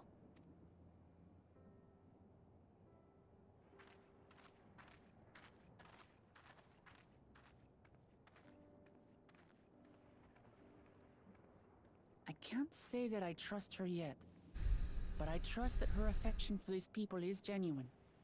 And that's enough for me.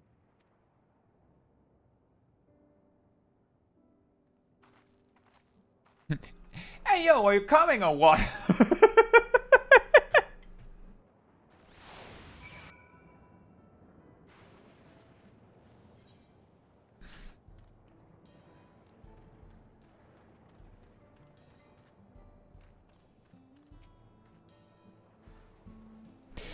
Electrope has done much to improve the efficiency of their farming, but hasn't replaced everything. The people wanted to preserve their old way of life, and we did not want to force ours upon them. We went to such lengths so that our cultures could coexist, even going so far as to learn our tongue. I'm sure everyone appreciated that. Communication was thankfully not an issue, for the Turali tongue is surprisingly similar to Alexandrian. How convenient! Of course, there are words and phrases for which there is no equivalent, but those can be taught with minimal effort. Through mutual respect, understanding, and patience, we Alexandrians and Turali have learned a great deal from one another. And I'm sure there's much you wish to learn as well. So please, if you have questions, do not hesitate to ask.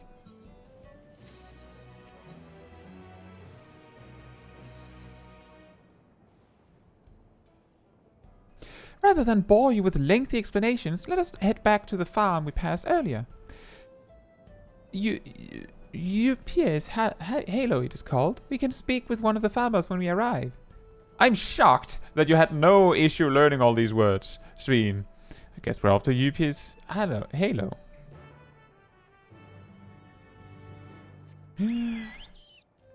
Either right, either right, either right.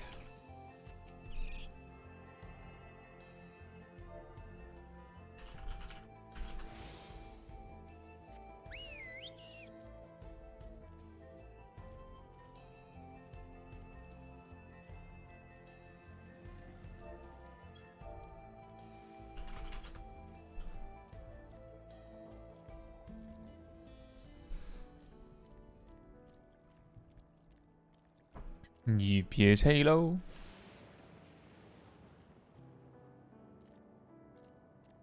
Whee!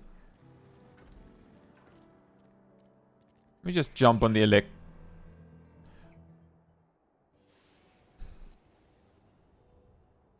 Allow me to introduce you to Mahusa, one of the most experienced farmhands in all of Alexandria. She's well versed in myriad farming techniques. Indeed, the wealth of knowledge she has shared with the other farmers is what has allowed this place to flourish. Queen Sphene, to what do I owe this sudden shower of praise? My apologies for the interruption. I'm come with guests from beyond the barrier. They wish to learn more of Alexandria, and so I invited them to see how our crops are grown. I do hope that's all right. So the rumors of visitors from the outside were true. What manner of hosts would we be to deny them a look around? And I gather your majesty also intended to check on things here?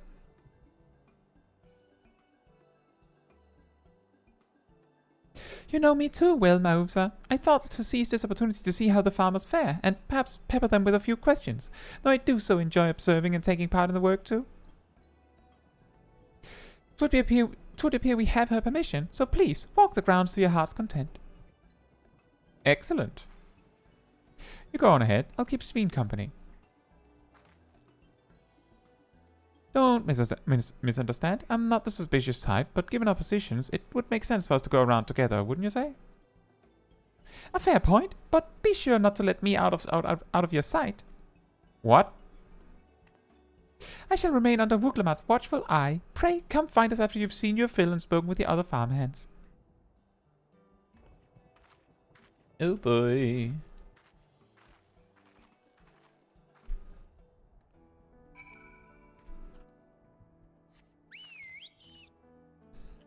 Dot dot dot dot dot dot. Whee!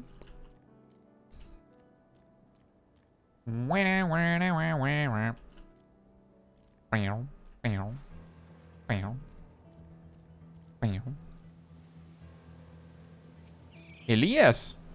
Sounds Danish. Huh? It's a guy. Pretty sure that's a Danish name. My doubles appear to be fine. As for the power source. Hey man. You wish to know about my job? I tend to the fields mostly, watering the crops, keeping the soil fertile, and so on. It admittedly took some time until I fully understood how best to carry out my duties. I also manage the lamps we use in the fields. We do our best to keep everything up to code, but should they ever start to malfunction, it's up to me to fix them. The land and sky being what they are, ensuring a rich harvest makes for constant work. But honestly, I enjoy how involved the process is. With my parents being Alexandrian, I didn't grow up knowing much of anything about farming. Every day is an opportunity to learn and grow. What's this? What's that thing on your head? Is that never going to get addressed?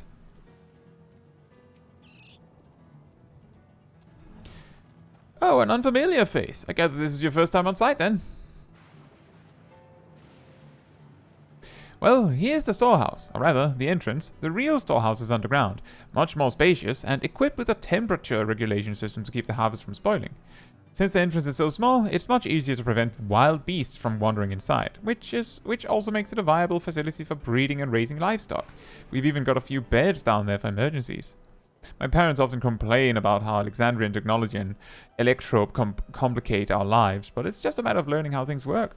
Take my job, for instance. I'm presently overseeing the storage of harvested crops. They'll be taken up to the tower for processing, and from there find their way to every dining table in Alexandria. The work is hard, I'll not deny, but I take great satisfaction in what we do.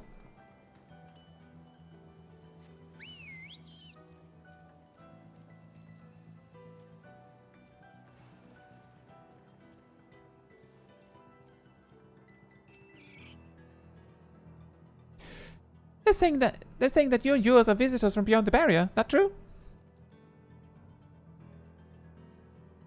Hey. So it is, which means you're connected to the outside world again. Note that I haven't decided to leave, mind you. I'm quite content with life here in Alexandria. But setting that aside, you're here to observe our work, right? As you can see, I'm in charge of livestock. Here at UPA's Halo, we produce not only fruits and vegetables, but also meat, poultry, and eggs. Tending the animals is an absolute joy, but I have to be careful not to grow attached. It's always a little sad when they're shipped off, but a job is a job. Well, I need to get back to it, but it was nice talking to you. Please give my regards to the Queen. Whee! Whee!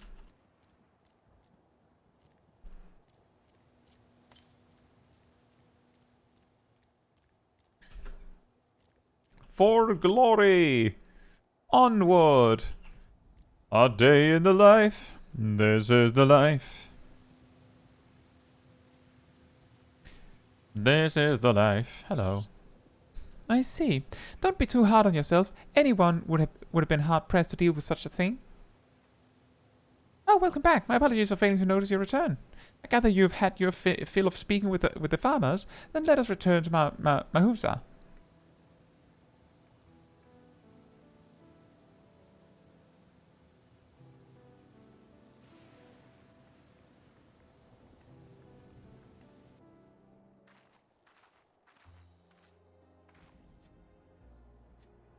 Well, what are your impressions of the farm? Everything was surprisingly normal.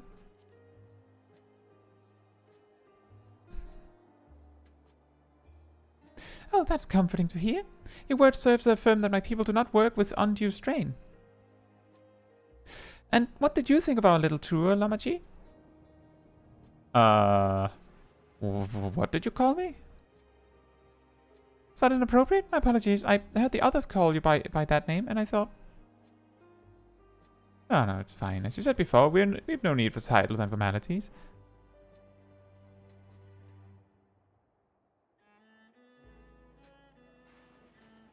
As for my thoughts, I was very impressed. That machines could be used to overcome so harsh an environment is amazing. I've never seen anything like it. The feeling is understandable, indeed. Many still find the machinery behind me baffling.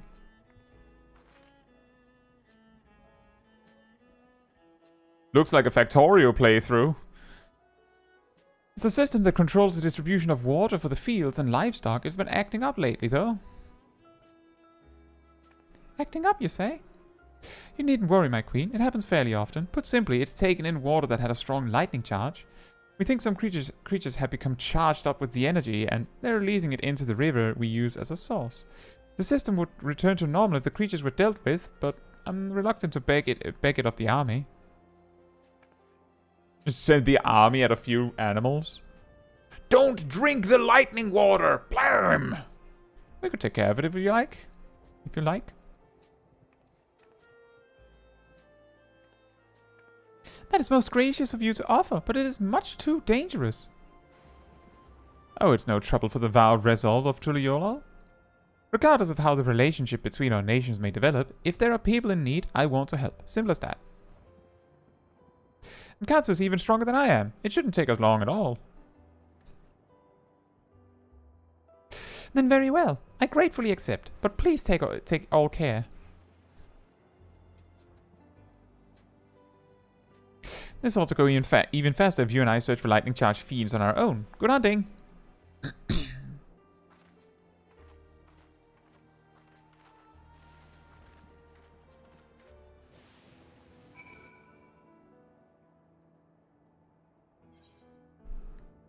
I'll be right back.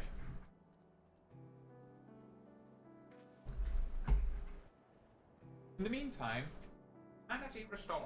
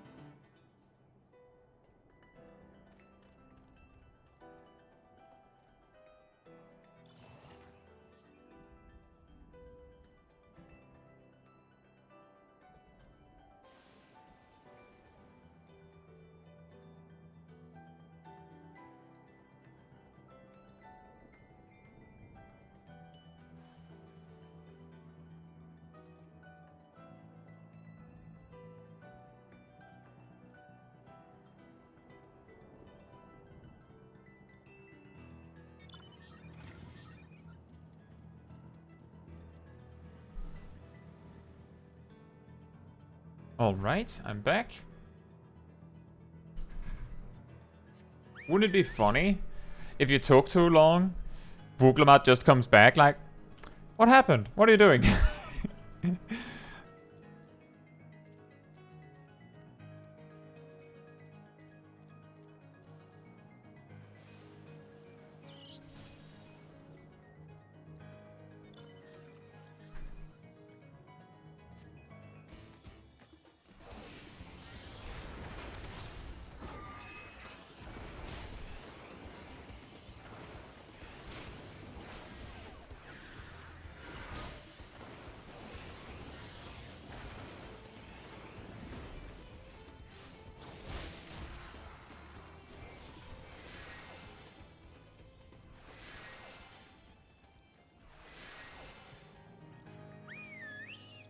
And over to the other side.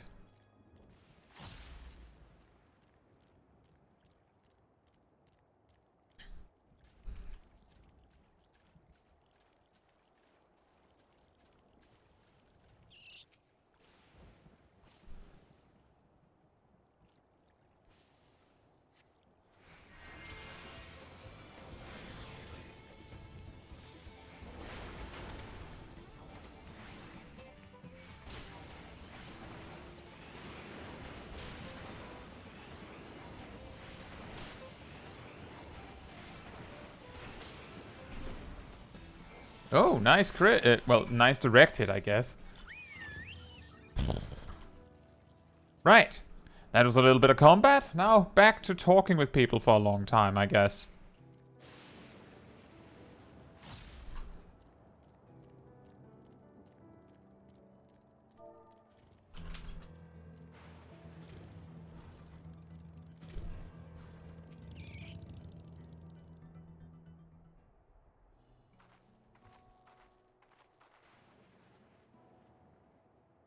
Ah, you're both alright. Thank goodness. You really needn't have worried so much. We barely broke a sweat dealing with the fiends. They're all gone now. Of course I was worried. You're my dear guests. But thank you. We truly appreciate this. Indeed, with this, we won't have to ask Zoraal Ja's machines for help. He's been making a concerted effort to bolster his forces, sparing but a fraction for the people's protection. He thinks nothing of our safety, unlike Queen Sphene.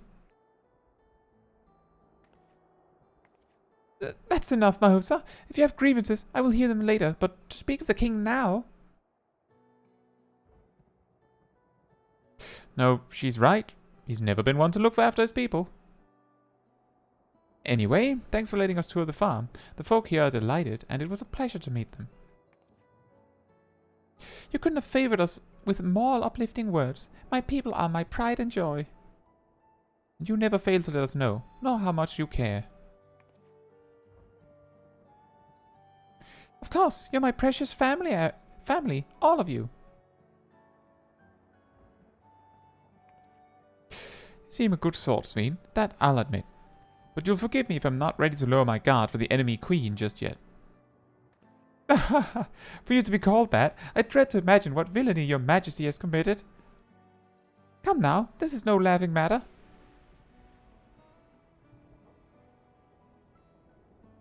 A ruler's responsible for the welfare of countless lives, and one wrong decision can lead to untold suffering. Failure is unconscionable. Okay. Now, I believe we are done with the farm. Let's move on, shall we? A day in the life. Whoa, oh, this is the life.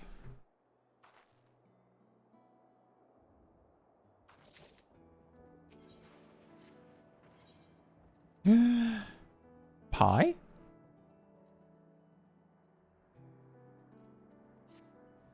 Perhaps we should head back to the outskirts. I dare say your friends will also have returned by now. My thanks again for dealing with the fiends. Come and visit us anytime.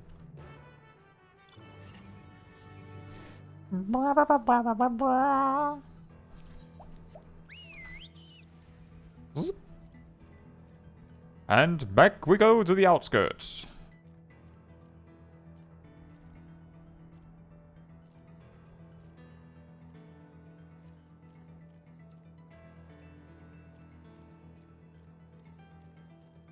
Hello. Do you hear that? Ruff!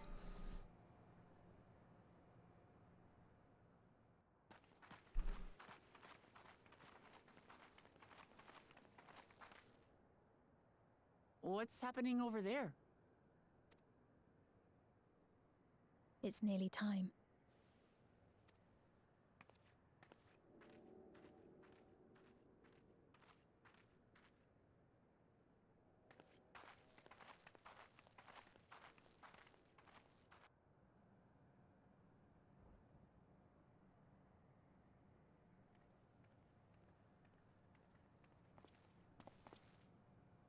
I'm glad you could make it.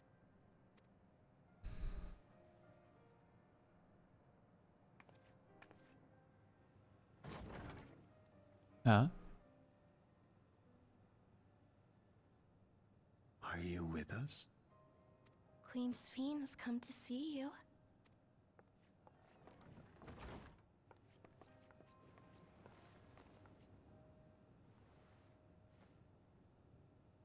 We're here, Namikka. Everything is going to be all right. Oh, man.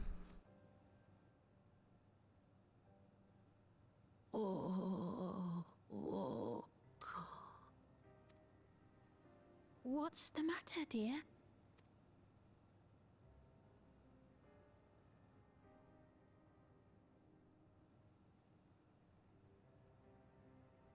Yep. It can't be. That's the bangle I gave to Namikka. You know her?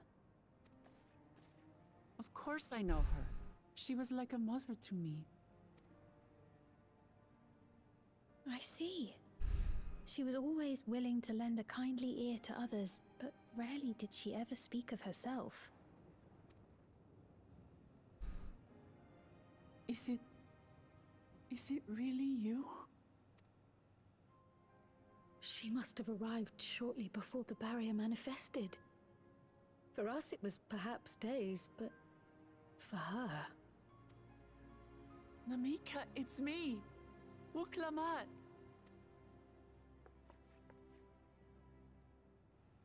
I'm afraid her time with us is nearly at an end.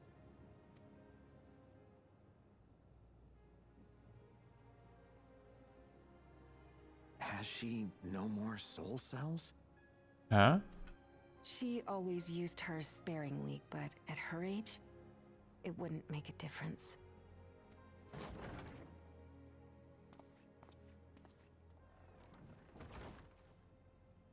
Ma'am, the ushers have arrived.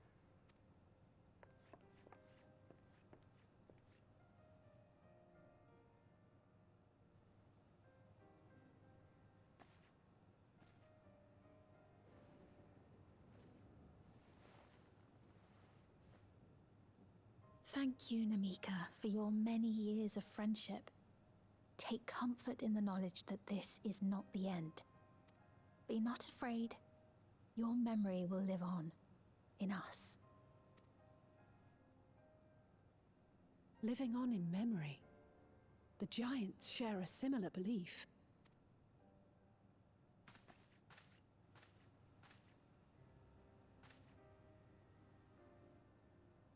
Wait! Where are you taking her? Worry not. She is being escorted to a medical facility in the tower. There we will ease her burden. I had hoped to make arrangements for her sooner, but she wished to remain here for as long as possible. I could not bring myself to refuse her.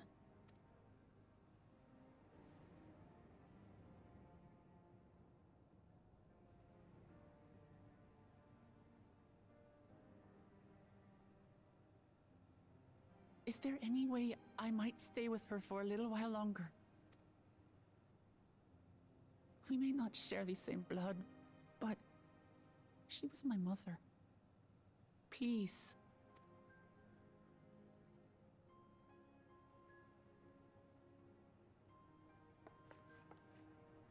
Let us give them some time alone.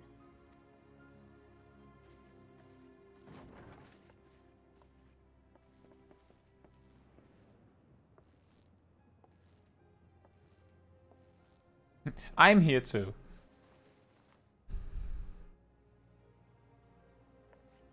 Never mind.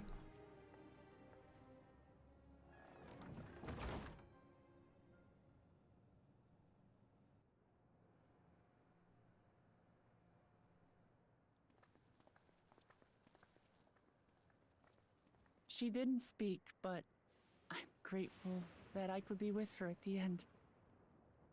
Thank you. It's not the end. Hmm? Oh, nothing. I was just thinking that we have much to discuss. Where shall we begin? With what we can be reasonably certain of, perhaps.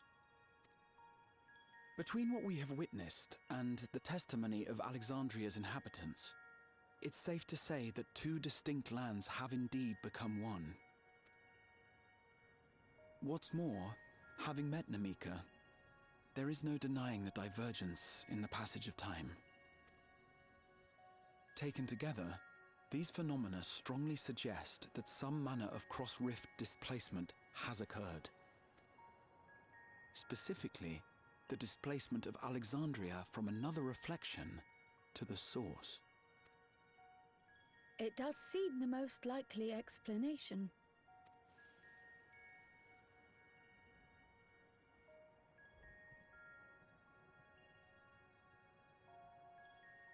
What perplexes me, however, is the scale of said displacement. It far exceeds what could conceivably be achieved with a Void Gate, or even with the Crystal Tower. In essence, we are dealing with a localized instance of dimensional compression. The Ascians would no doubt liken it to a rejoining. Which invites the question, how was such a feat accomplished? I wish that I had an answer for you, but this talk of reflections and dimensions is well beyond my understanding.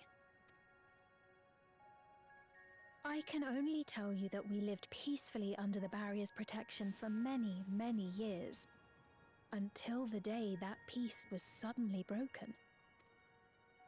If I may clarify, the barrier predates Alexandria's displacement.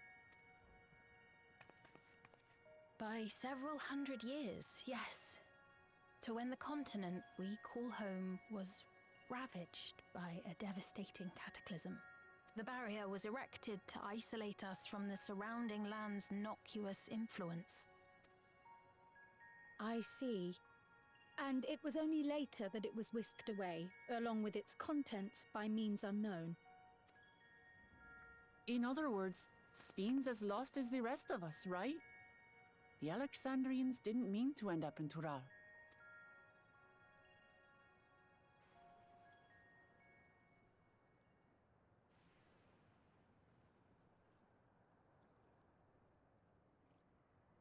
But of course, our next stop ought to be Everkeep, that tower over yonder. Once you have been registered as my guests, you will have access to Solution 9 and its residential district, where you will doubtless gain invaluable insight into Alexandria's state of affairs. Unfortunately, I cannot take you directly to where Zoraal Ja resides. That you'd let us in it all goes a long way toward proving you're not content to let Zoraal Ja do as he pleases. But we're not talking about a simple difference of opinion here. I've come to avenge my father. And to do so, I intend to take Zoraal Ja's life. Are you willing to stand by and allow Alexandria's king to be slain? A fair question. Permit me to answer it thus. My people come first. Their welfare is paramount. I will do everything in my power to keep them from harm. It is a ruler's duty.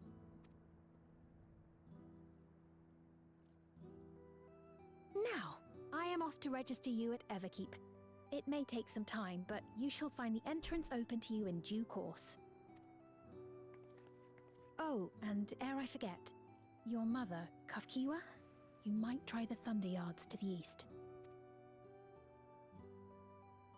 The Thunder Yards? Is that where she is?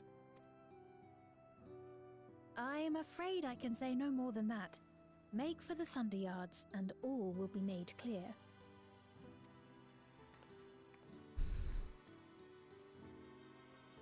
That's concerning.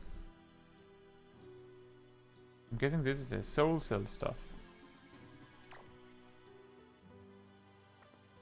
It's not as if we have other pressing business. Not until we can get into this Everkeep anyway.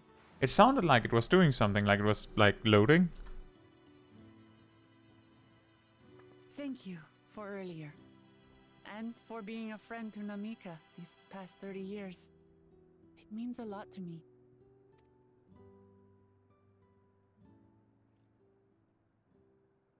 Namikka? I'm sorry, but I don't know who you mean. Oh boy.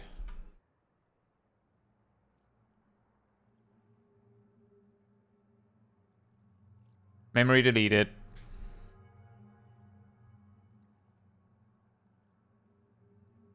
What?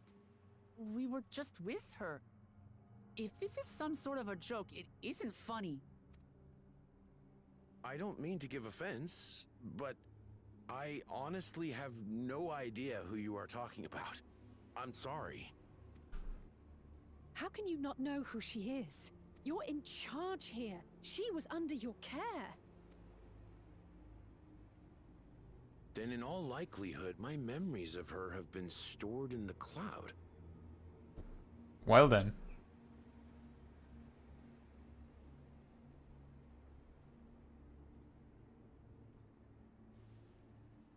Any person seemingly forgotten without reason is probably there, in the cloud.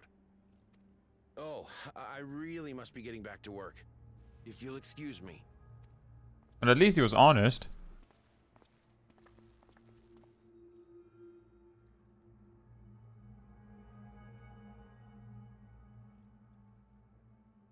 And before it's a literal cloud. Kind of. It's like a big, solid cloud over the land.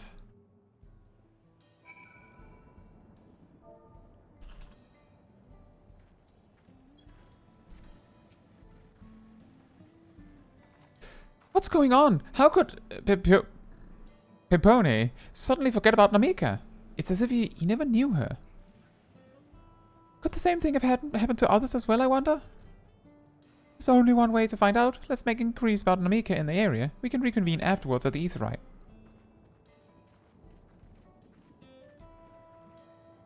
What was the... They mentioned something about soul cells. I'm guessing that's what makes it so that when someone dies, they just go whoop, and then they just stand back up again because there's more soul cells left in them or something. Some way to use the life force you have to like go, nope, you're not dead at all. An old woman named Namikka? I'm afraid I don't know that person. I'm sorry I couldn't be of help. Random Lalafell. Feel like we haven't seen that many Lalafells recently in the story. Is that just me? When by recently, I mean actually recently in the story, not in the flashbacks. That? Do I know a Namikka? Never met anyone by that name. And I've worked the outskirts for a good while now. If she'd spent time here, I would remember.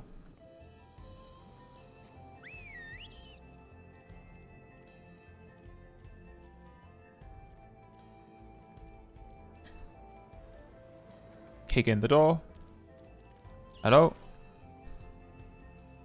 I do recall caring for someone until recently. You say that it was a woman named Namikka. Well, I can't say for certain if it was her. I wouldn't worry. I'm sure she's just been taken up to the cloud. That is worrying.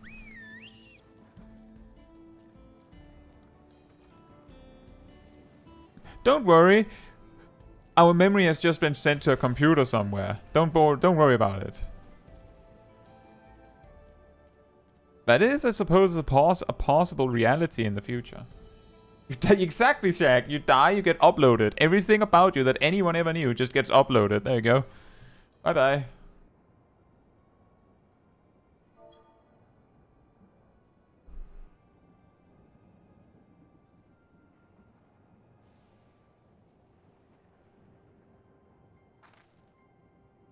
So it was the same for everyone. Not a single person remembers Namikka. It's as if the memory of her has been purged from their minds. While such a thing might be done with magic, to alter the memories of so many at once would be a tremendous undertaking. We would have felt a surge of ether corresponding to the act too, and I sensed none in that moment. Neither did I, but I did notice something else. Right before Pepone seemingly forgot, a light in the device on his head began to blink. Could there be a connection? Someone also said something about soul cells. But who might we ask about this? If we continued making such inquiries, I expect we would only cause confusion. Indeed, if we can't readily solve the mystery about Namikka, perhaps we could search for Kafkisha instead? Sphene said to try the thunder yards. It should be in this direction. I was very curious about the soul cells, though. Could we do that? I'd prefer if we did that.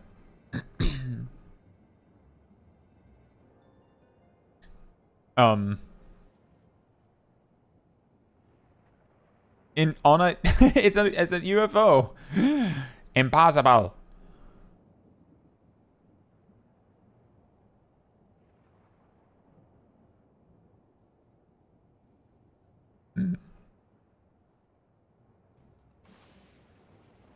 Another kind of mechanical soldier? It looks dangerous. We'd better destroy it. It doesn't look dangerous. Ah! Whee! It doesn't look dangerous. Should have cartoon character gloves. Did we give chase?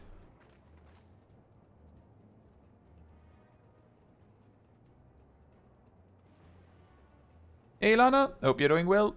Enjoy your journey with your friends then. Or with your friend.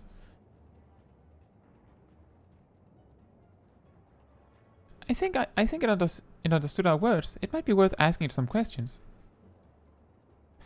Erenville, are you alright? You look like you've seen a ghost. It's nothing. I'm fine. Well, it went off in the direction we were headed anyway, so let's try track it down. Slowly, apparently. Let's track it down. I'm very much enjoying the new story.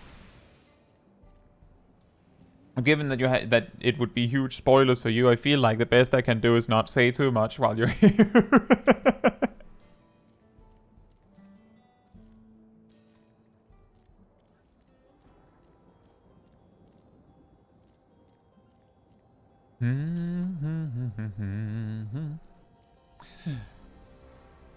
Electro fence.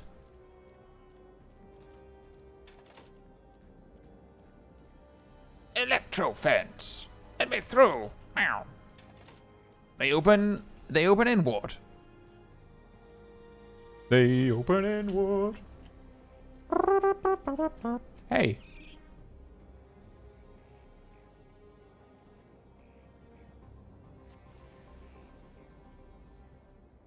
Have you paused the MSQ this close to the end, Angel? Impressive.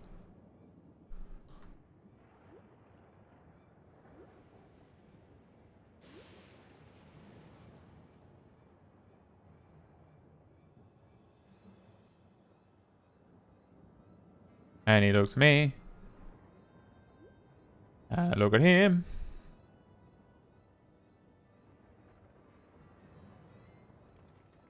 You found it? Yeah, and then I let it go.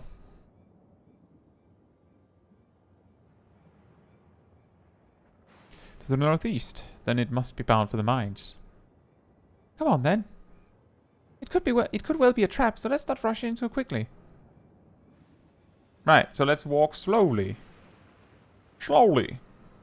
And when I mean slow, I mean really slow.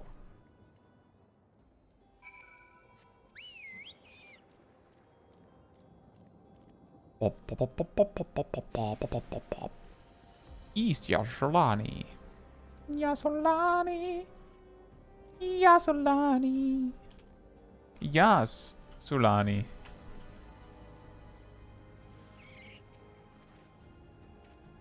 I heard faint voices coming from inside. So it's not alone, but we're still going in, of course. This may be a trap. Be ready for a fight, everyone.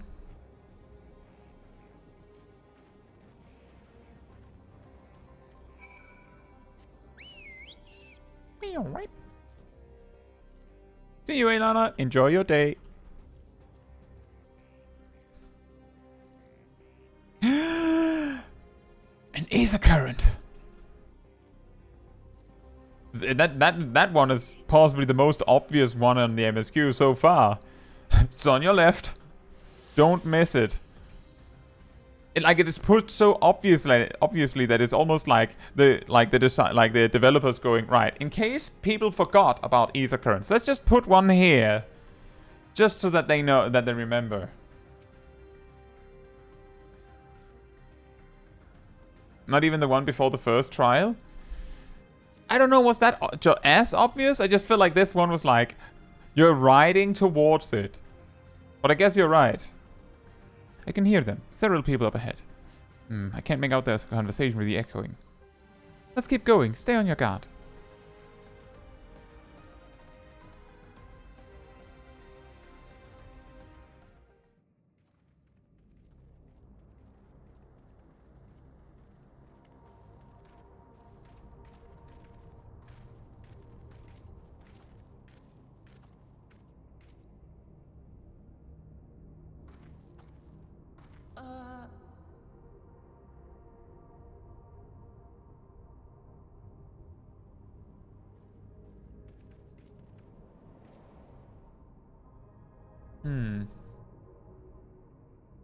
What is this? Aaronville!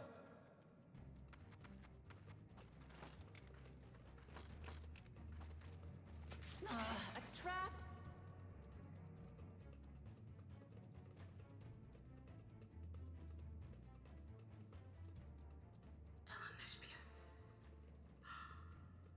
It really is you! Huh? Who? I just had to get a look at you in the light. And I can still hardly believe my eyes. But it is you, my darling Otis. Mom? My darling, what now?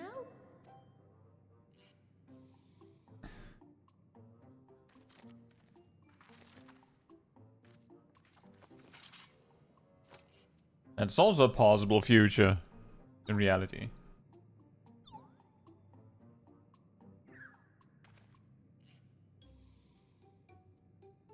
Oh, it's so good to see you, my fussy little bun bun. But what are you doing here? What brings you all this way? Fuzzy little bun bun.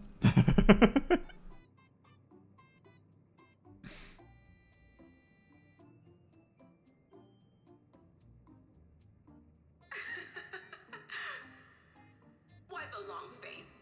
Aren't you happy to see me after all this time? I'd know that laugh anywhere. Mother? You look different. Wait. Since when was your mother a weird floating thing? And what have we here? Say, aren't you Gulja's kitten? I knew I recognized that adorable fuzzy face. Alexandria was always so excited whenever you invited him over to play. You remember me, I hope?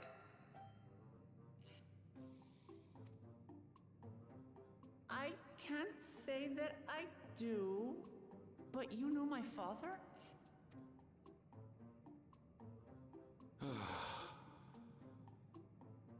Appearances notwithstanding, it would seem this is my mother, Kafkiwa. I'm sorry? Oh, this won't do. Come in! Friends of my Alexandria are always welcome. All I ask is a little forewarning, but no.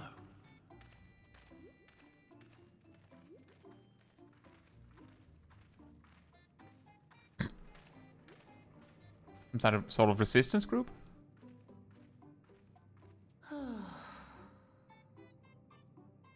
Just when I thought I was starting to get a handle on this place, How are things still getting stranger?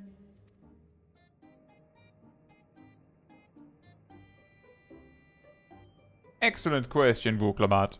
I don't know. As far as I can tell, this is indeed my mother. I can think of few people in the world quite so spirited. But as to what happened, as to what's happened, we'll need to ask her.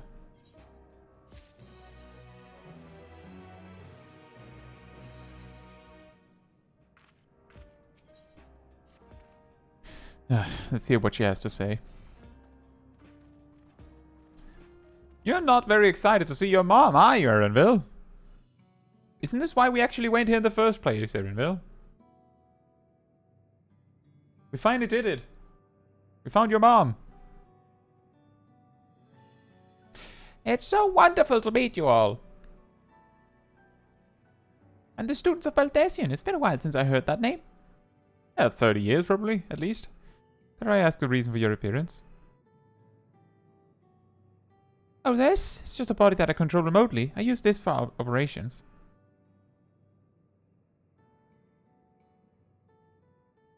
We're members of a resistance organization, Oblivion we call ourselves, and our goal is to thwart Zoraal Ja's ambitions for conquest. Oh, perfect. We've ended up the right place then. As the leader, it's prudent that I remain where I can't be easily found. Good point. I see. Whimsical appearances notwithstanding, yours is a serious cause. Right you are. Though, truth be told, Oblivion was founded by an altogether for an altogether different purpose. And that is? As I expect you've already noticed, everything you see within this dome, the two buildings, the people, the very earth beneath our feet is a fusion of two worlds. Yeah, we know. Stopping such a fusion was Oblivion's original mission. Then does that mean you know who or what is responsible for it? I'm afraid not. This was a long time ago, and our mission statement has become more of a legend that's passed down to members. By the time we joined, our sole objective was stopping Zoraal Ja.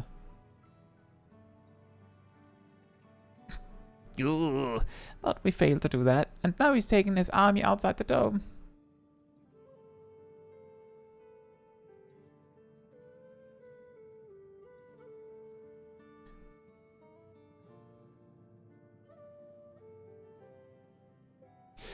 None of you wear those strange devices on your heads. Does that have something to do with your work?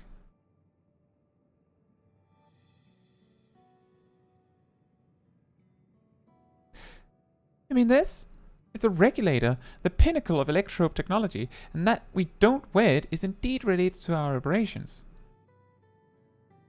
What exactly does it do? Allow me to explain. Thank you! Yes! You better not skip anything! Regulators have two primary functions. The first, as the name suggests, is the regulation of the wearer's reserve of souls. Should they die, the regulator expends the souls to bring them back to life. Reserve? You mean people walk around carrying spare souls? They do. Souls are packaged in cells, and they can be used to replenish the life force that is lost due to sudden death, such as in accidents. They do nothing for those who die of old age, though. Distribution of soul cells is based on one's work evaluation, to encourage exemplary performance when fulfilling their duties. So that they can make sure that someone particularly important doesn't just up and die. Souls is a common resource and payment for services rendered.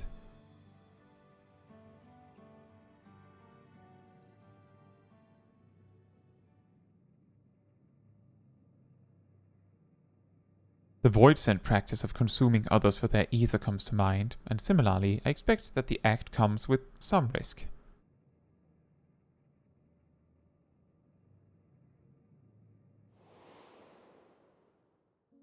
Also, is it a possibility that when you die of old age, they go, thank you, we're gonna need that soul now?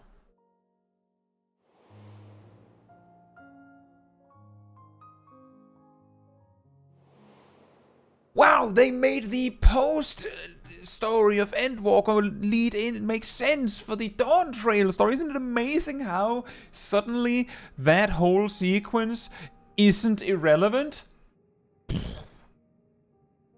I'm saying that because some people were like, that felt pointless.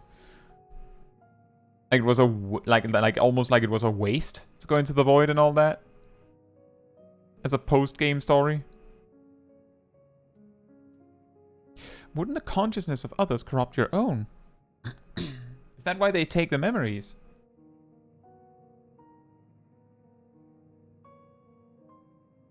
That is prevented through memory management, a process in which regulators also play a role. Memory management? Then the reason everyone has forgotten Namikka's existence.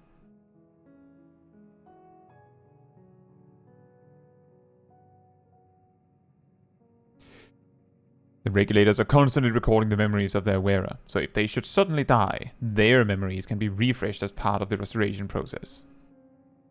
This is how they preserve one's identity and sense of self. However, the regulators are also triggered when someone else dies. Reason being is that regulators forcibly extract memories relating to the deceased from anyone wearing one. Why would they do such a thing? It's a kindness bestowed upon the people by Everkeep's core system, so that no one has to suffer the pain of loss. Oh boy. That's also not good. This is what they meant by their memories being in the cloud. Indeed, all memories of the deceased are wiped from the minds of the people and archived in the system. It's a frightening function of the regulators, and an integral step in soul cell production. Production?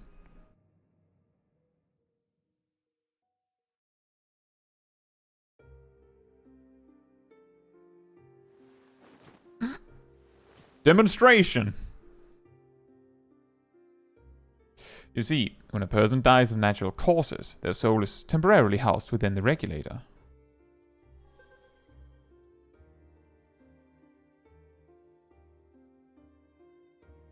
It's then delivered to a facility where memories are separated from the soul.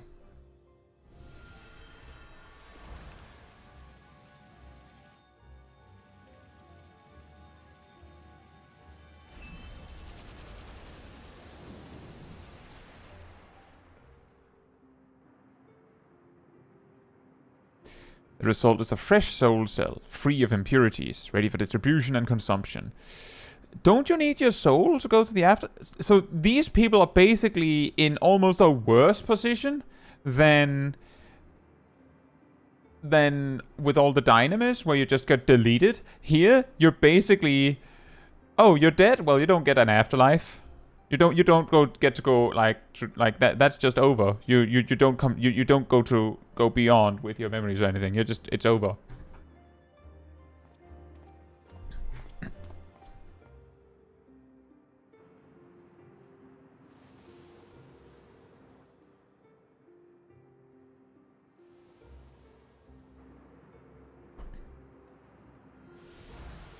Yoink.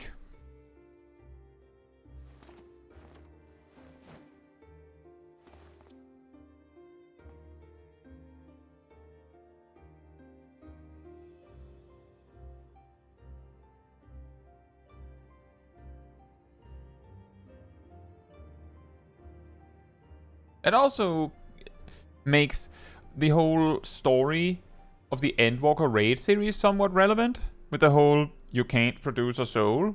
Here they've solved that problem. Oh, we just manufacture the souls there are. Meanwhile, the memories are stored in the core system to be remembered forever. And this is why people are happy here. On its surface, it's similar to the Yakuisid philosophy, but I see nothing noble or comforting in it. Yeah, the computer will remember. You don't get to remember, because it might make you sad. Well, it doesn't seem so terrible to me personally. All comes down to what you're used to, I suppose. Like the barrier encasing Alexandria, this system was created to overcome the calamity that transformed the world hundreds of years ago. Oh, I suppose a lot of people would die there. Amidst the mounting death toll, scientists used electrobe to devise a means to save what life they could so that the nation could endure.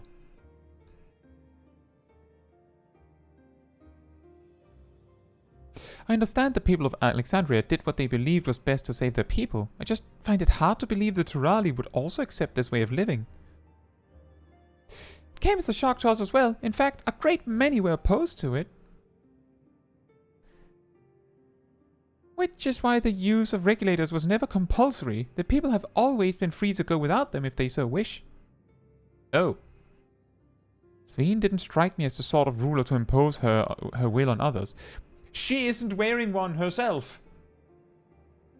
Why is she not wearing one?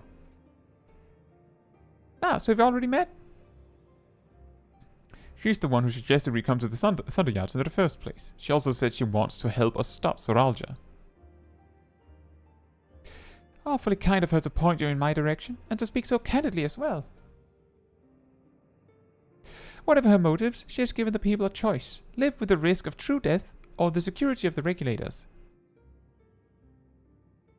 Everything that lives must someday die. That is the natural order of things.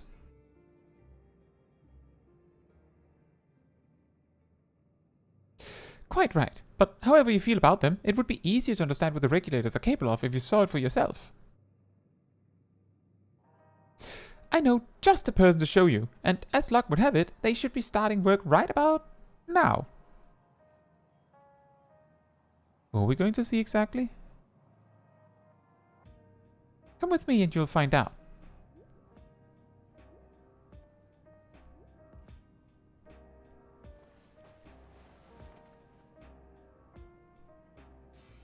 I like to imagine that Kapkisha is just like sitting like with a controller just at her home on a TV, just gaming. And this is what it appears as. Just flying around.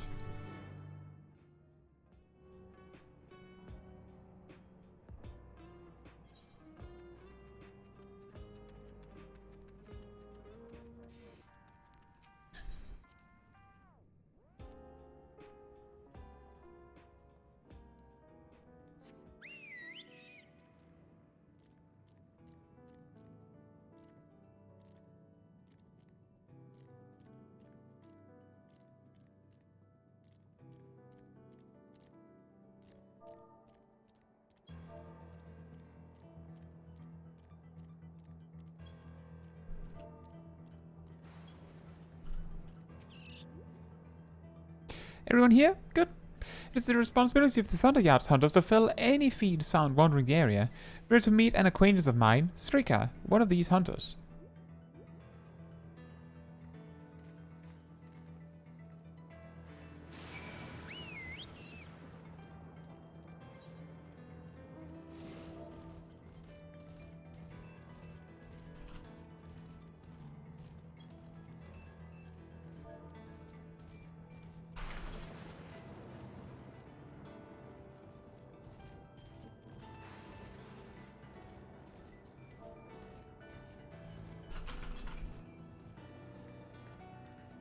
G8. Great. Or gate.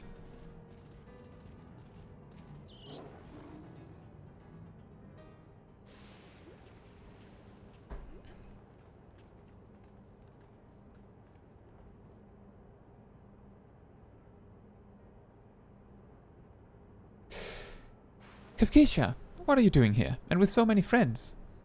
Apologies for the interruption, but I was hoping they might observe you at work. Hunting, you mean? That's fine, I guess. Hold on, I assumed they were wearing special regulators like Queen Sphene's crown. Oh. They aren't wearing anything at all. Okay, so she is wearing a regulator, it's just a fancy schmancy one.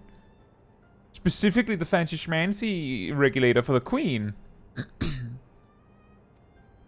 It's much too dangerous to be here without one. What if they're struck by lightning or attacked by beasts? I can assure you they're all quite capable of looking after themselves. If anything should go amiss, I will take full responsibility. Well, don't say I didn't warn you. Danger aside, there isn't really much to see. Kafkisha said you're a hunter, but wouldn't it be easier for those mechanical soldiers to guard this place? It would, if not for the fact they're weak to lightning. Oh! The Thunderyard being what it is, they've been ordered to steer clear. Some good they are, but these facilities are vital to the upkeeping of Alexandria's infrastructure, so it falls to hunters like me to deal with any fiends. Given the danger, we're well compensated for our work. It's a perfect profession for anyone looking to build up savings. The special selection of souls for hunters isn't terrible either. What? Special Francis Mancy souls? I brought this lot here to see this danger you speak of, if it's not too much trouble to ask. Of course, in which case, it'd be a shame to waste my efforts on just any old beast. You all can handle yourselves in the fight, right? If you cause a ruckus slaying what critters you see nearby, there's a chance you'll draw out something worthy of a demonstration. Do they get the souls from the beasts? I'm not sure I understand, but I suppose we should each slay what we can.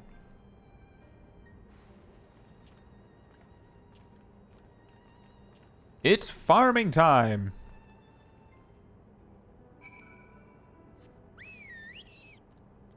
Whee! Boink!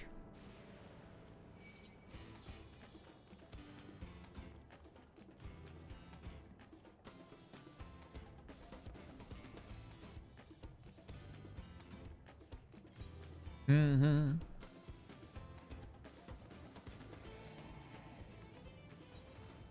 I forgot to clam my pants.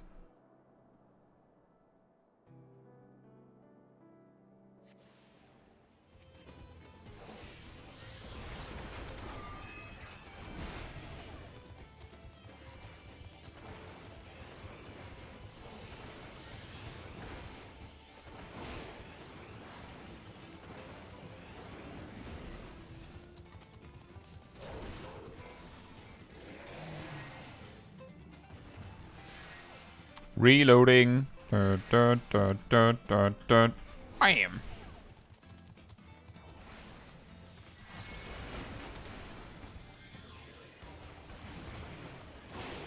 Ow. Ow.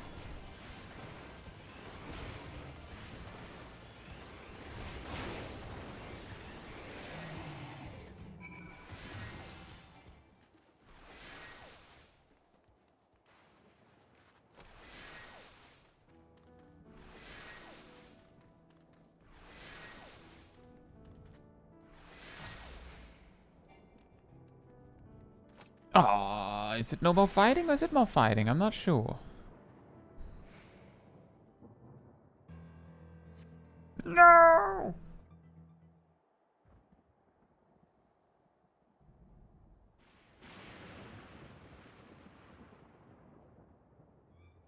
That's a big honkin' boy.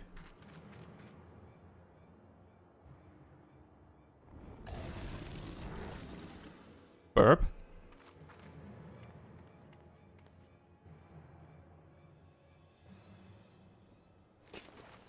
This one will do nicely. Monk style?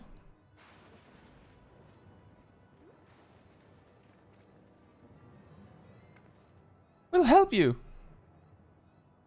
It's fine, really. I faced worse. Just watch. Burp.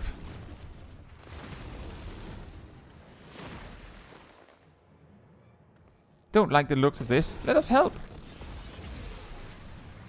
Oh no. Look out! Ah!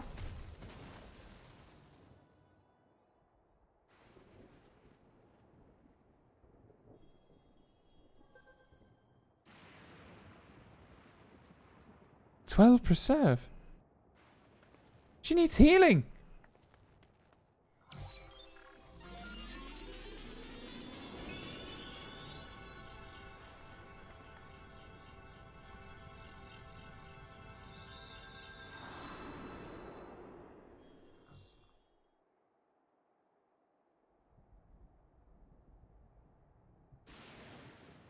Oh, he used a special fancy schmancy soul in the dungeon. I remember.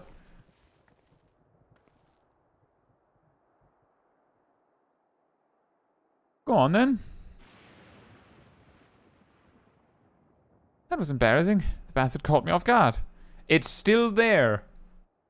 Are you mad? Seriously, let us help. I told you not to worry. How many lives do you have? This will only take a moment. It did! Do you need another moment?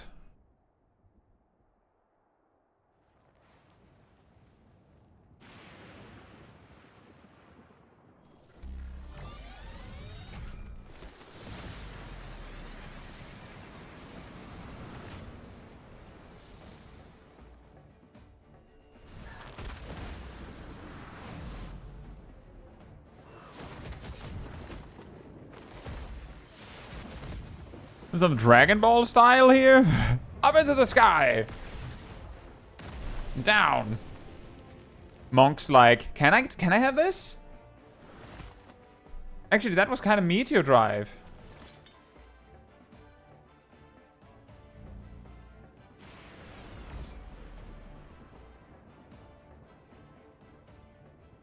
Just like Zoraal Ja.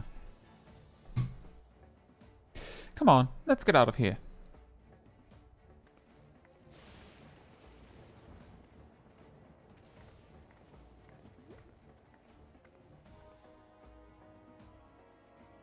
That's also a function of the regulator?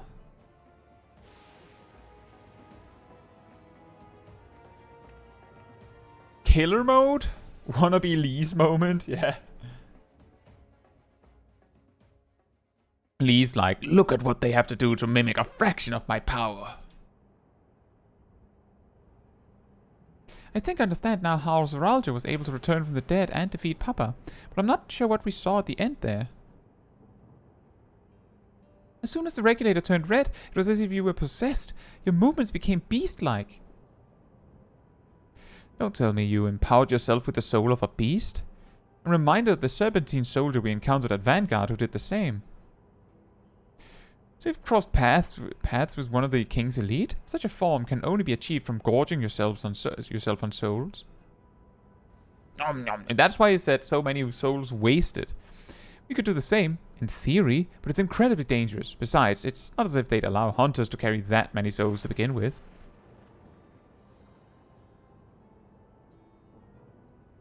Well, I should be getting back to work. Take care.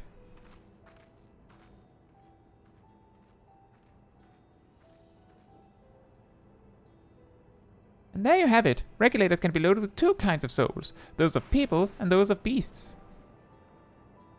The souls of people can be used to grant the user preternatural strength. Naturally, they can also be used to ensure no one suffers an untimely death.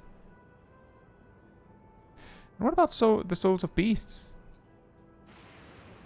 They work much in the same fashion, imbuing you with the strength of the chosen animal. If, for example, you used the soul of a wolf, you would grow more agile and feral, as you saw with Strika. Using several of the same type at once, however, would result in physical changes. Your teeth might become fangs, your nails claws. Too many and you'll become more beast than man. Changing one's form through the souls of other beings, it becomes more and more reminiscent of Void Scent. Yet, unlike the Void, wherein the cycle of death and rebirth is simply broken, souls here forcibly taken before they might reach the ethereal sea. Different means to achieve similar ends. Yeah, that was also what I said, the ethereal sea problem. They just don't go to the afterlife. A cycle to which all within the dome are bound.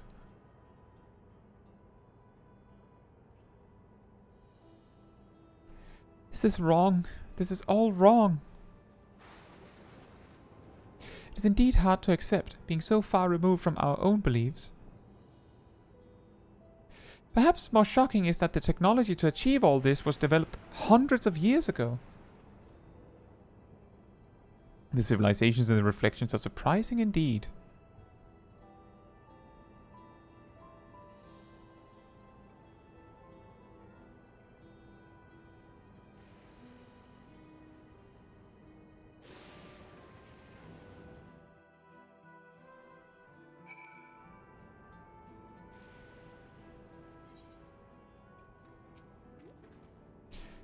Well, we all have our thoughts on souls. For now, the important thing is we know what power Zoraal Ja has at his disposal.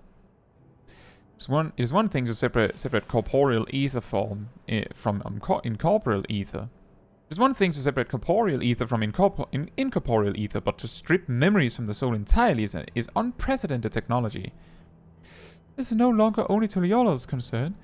With his newfound power, Zoraal Ja has become a real threat to the entire world. Indeed, he has to be stopped, no matter the cost.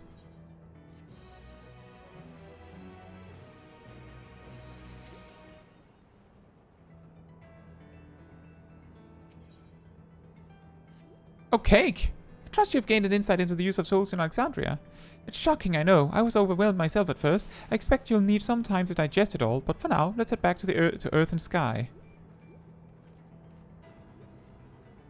At this rate... There's something I want to discuss with everyone. Let's take a moment before we head into the tunnel. You should probably run ahead and tell them that. Don't just tell me. You know I'm always last, Hooglamat. You know that.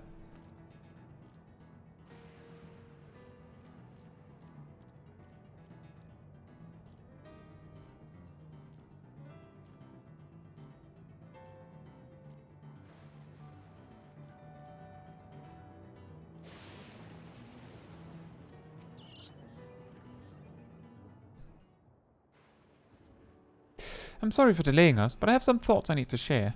In both technology and values, it's plain there's a wide gulf between Tuliolal and Alexandria. And while Zoraal Ja knows everything about us, we know hardly anything about what he's become. Indeed, we haven't even seen what lies within that enormous tower, Everkeep. So here I'd like to make a proposal. That is, we work with Kafkisha and her people. We need to learn as much as we can about the enemy. The quickest way would be to join hands with Oblivion. We've only just met them, I know, and we shouldn't be too quick to trust, but the fact remains that they share our desire to stop Zoraal Ja. Sphene too claims to be at odds with the King of Resolve. May I ask why you would cooperate with Oblivion instead? I think they're on the same side. Simple really, the leader is Erinville's mother. Meanwhile, whatever Sphene may feel, she's a ruler of this nation. There's a greater risk in working with her, and less reason to take her at her word. A fair point, and knowing Zoraal Ja, we must assume that his arrangement with Sphene was not made without some consideration. All I know is that it would be heartening to have allies in this strange realm. I think everyone would agree that any help we can get would be welcome.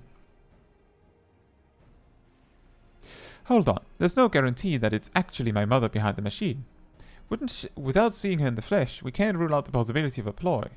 If it turns out to be a trap, we endanger not only ourselves, but everyone in Tuliolal. As you say, we have no proof that it really is Kafkisha, but I make my proposal in full awareness of this. Whether we're going to war striving for peace, we need to learn as much as we can, otherwise we can't hope to do anything meaningful. As it stands, we know too little about this realm. We need to remedy that. We need to study the enemy, and when the time comes, strike down Zoraal Ja for good and all. What's more, I trust you, Erinville. You've always had great instincts, honed from your time training under your mother. What if I'm wrong? What if sentiment is clouding my judgment? I trust you as well.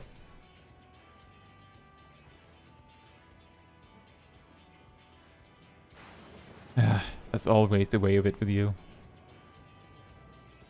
Fine, if you're set on this, then I'll say no more.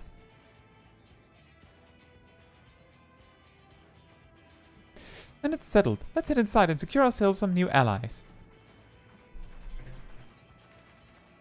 Grab a friend!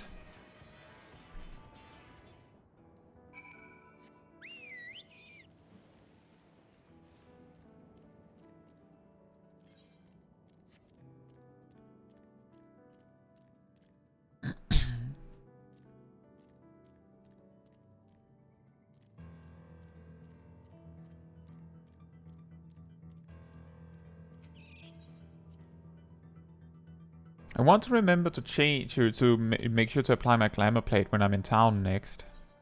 So I don't think I can do it here, can I? Oh, I can. Never mind. Easy game.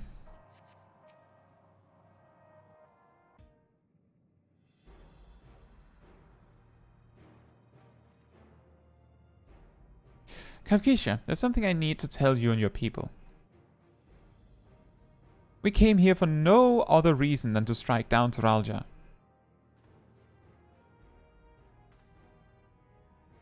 But I thought he was your brother. Do you really mean to kill your own kin? My kin invaded our nation and murdered our people. As vow of resolve, it falls to me to bring him to account. I am prepared to do what I must, and I won't hesitate when the time comes. Like us, you and you oppose Zoraal Ja. In light of this, I propose that we work together to stop him once and for all. Woo! I realize this is sudden, that it's a gamble to trust someone you've only just met. But I would trust in the conviction of anyone who shares my goal, so fight with me, I beg you.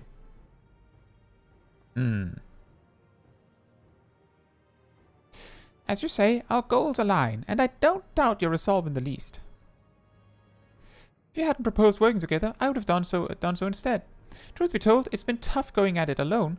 While we've gathered ample intelligence, we don't have the strength to take decisive action.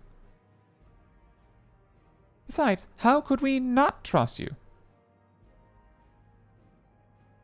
My only son is with you, my fussy little bun-bun. He's all the reason I need.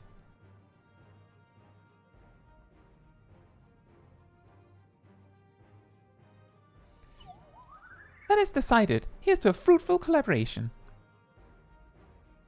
I'm sure Coco's going to enjoy that voice line. Thank you, Kaukisha, everyone. Together we'll achieve great things, I'm sure of it.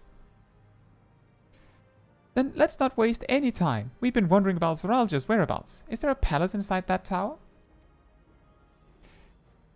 After a fashion, the king resides on the uppermost level, but while Queen Sphene has a penchant for going out in public, he seldom shows himself.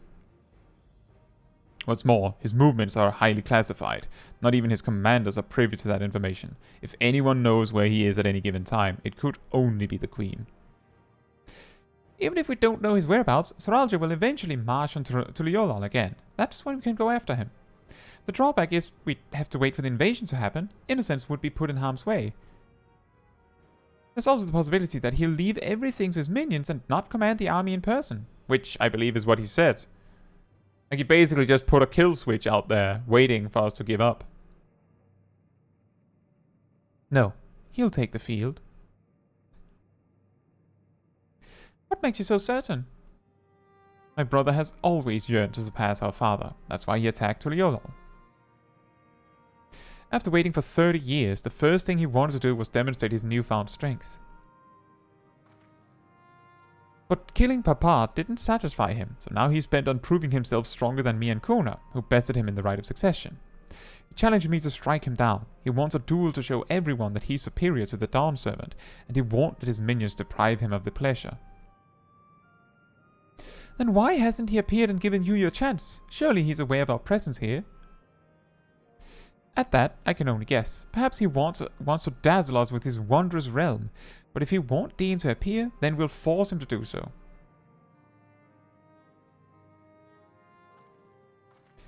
Even as we gather intelligence, we make no move to attack him, show absolutely no interest in a confrontation. Knowing him, he'll tire of waiting and turn his attention to Kuna instead. He'll attack Tuliyollal again, like he said he would. I see. If you believe this the best approach, then we have no objections. Any campaign against Tuliyollal requires that Zoraal Ja lead his forces through Vanguard. We'll have lookouts keep an eye on it day and night. Such a strategy is certainly viable. If we're proceeding with it, though, we should warn those outside. Indeed, they'll need time to prepare their defenses. They're already preparing their defenses. I should be glad to coordinate our efforts. I'm already in regular contact with Y'shtola, and we'll make sure to keep our comrades apprised of developments. You can leave Vanguard to us. We'll send word of the first sign of movement. It seems we have a plan. While we wait for Zoraal Ja to move, you do well to prepare for battle, and it begins with familiarizing yourself with the technology that empowers him. I think we already did that. To that end, I'll show you to Oblivion's main headquarters. Oh, I thought this place was it. Heh, you'll be impressed to know that we're located right inside that tower in the residential district of Solution 9. That's, bold. Hiding a tree in the forest, as it were. That's true. The only question is how to get you through the checkpoint. About that, Sphene said that she'd make it so we could enter without issue. She did? Curious. She's not supposed to have such authority over the sentries. If I recall correctly, her words were that she would register us as guests. I see. Perhaps we're in the clear then. When you're ready, come and meet me at the tower entrance.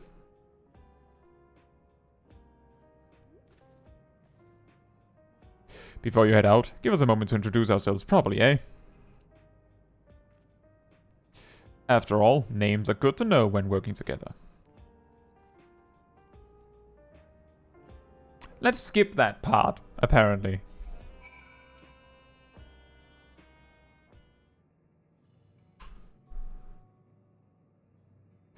While Oblivion has operatives all over, we're the main crew here. I'm Geode, the leader of this hideout.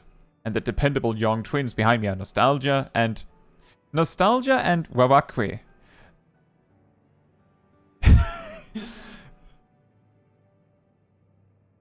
For them being twins, that's a massive leap in naming choice. We have Nostalgia and Wawakwe. I'm Nostalgia. It's a pleasure to meet you. My sister and I were born and raised inside the barrier. We've been with Oblivion for 3 years, and our main duties are surveillance and provisioning. Twins, eh? That explains the resemblance. Wawakwe is a Tonavavtan name, unless I'm mistaken. That's right. Our mother is Tulayolan and our father is Alexandrian. They wanted to honor both cultures. Okay, that makes sense. Nostalgia, though? They're beautiful names. I feel like I was hit by Nostalgia as an attack like a few weeks ago.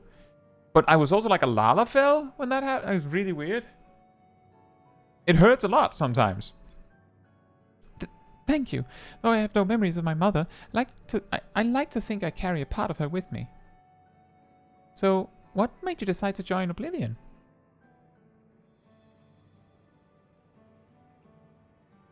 We wanted to avenge our father.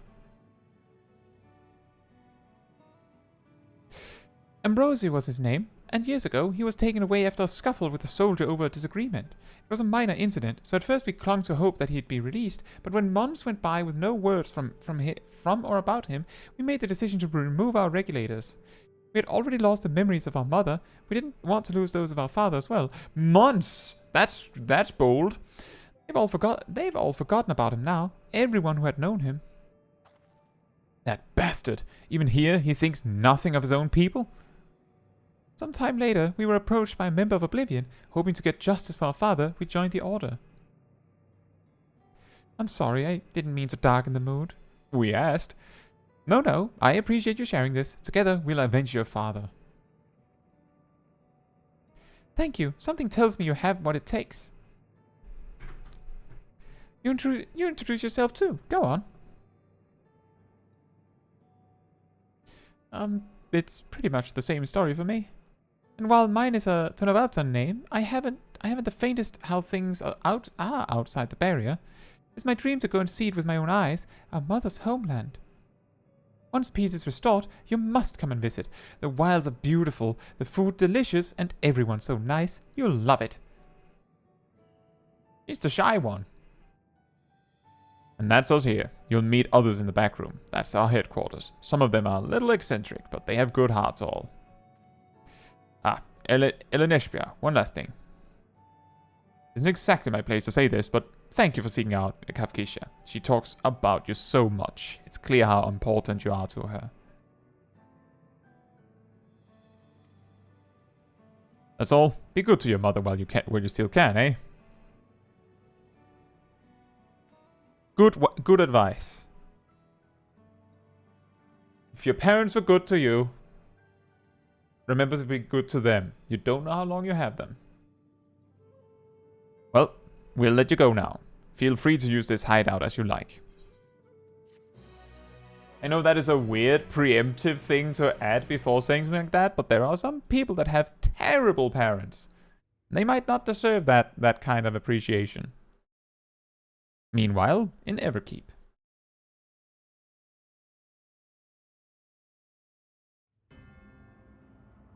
We're just on a monitor. the twins are actually robots. And Zoraal Ja is seeing everything.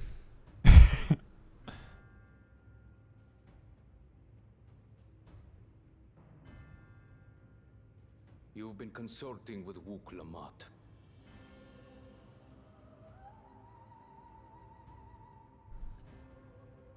No matter. I do not know what you are scheming. But when your realm lay on the brink, you were powerless. You had no choice but to turn to me. Whatever sentiment you may feel for her, it is my power you require. Is it not?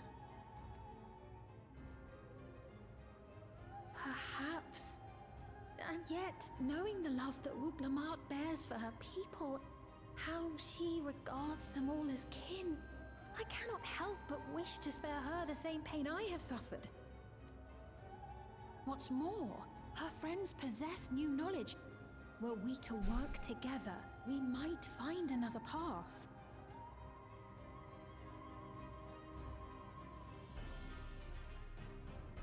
I know you're loath to consider it, but is there no hope for peace with Tuliolo? What we've already done may be unforgivable, but it needn't continue. You needn't kill your brother and sister. I slew my only flesh and blood. Yet you attempt to sway me with an appeal to family. The memory of my father's final moments still fills me with disappointment. Age came for him before I did. For long years, I sought to prove the miracle. And weak as he was, defeating him achieved nothing. To kill them is my only recourse. Wook Lamont and Kona, who bested him as he was in his prime. He's mad about losing that final feat still? Really? Is that it? They are still your siblings, even if not by blood. That such bonds should mean so little to you. I am bound to no one. Serve none save myself. I made that clear when first you spoke to me in the Golden City.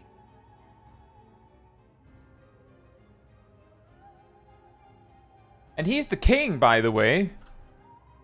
Remember, I can easily kill your beloved family. If you would protect them, cast aside any foolish notions. Your wisdom and abilities are valuable insofar as our goals align. So think well before you act, Queen of Reason.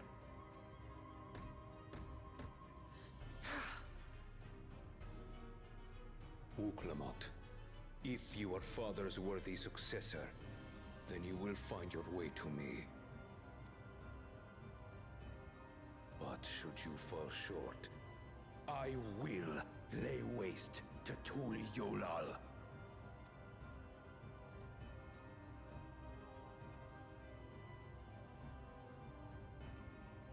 What now? He's kinda Xenos-like, isn't he? I want a rematch!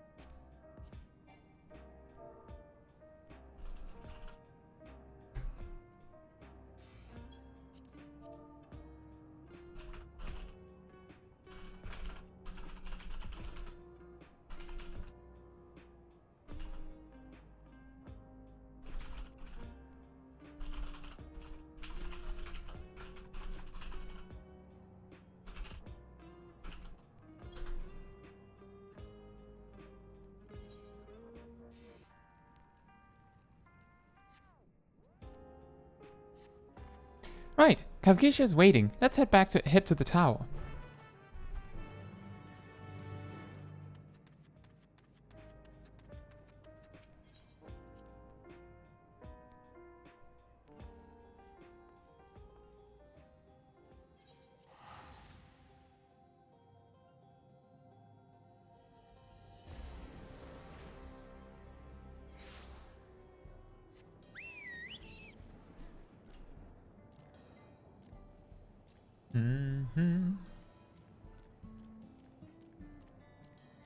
Stressed testing. Is that what it's like to be a QA?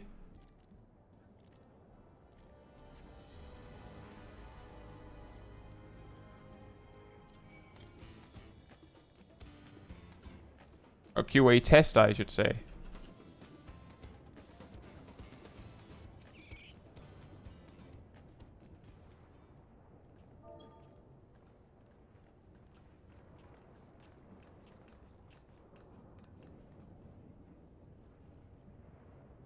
Ah, there you are. If Queen Sphene has registered you as guests, you should be able to march right in. And if she hasn't, then you may have a swarm of Zoraal Ja's minions to deal with. Awesome.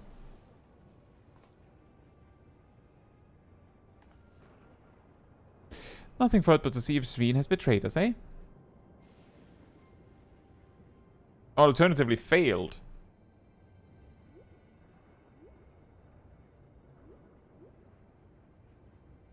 Thank you for your diligent service, friends. My companions and I would like to pass, if you'd be so kind.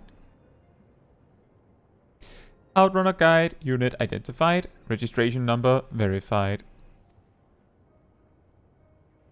6 accompanying civilians identified, verifying credentials.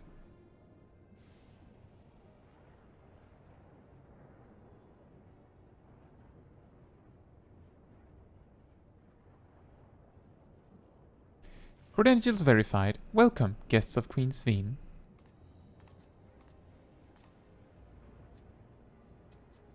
What a relief.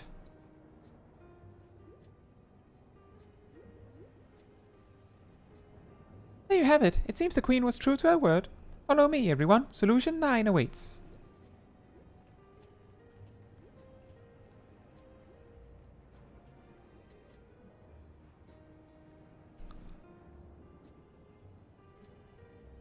A little funny that all of the soldiers use lightning aspected weapons, but they're weak to lightning. I mean, I suppose we in the real world use guns, and we're also very weak to gun. Maybe that's it.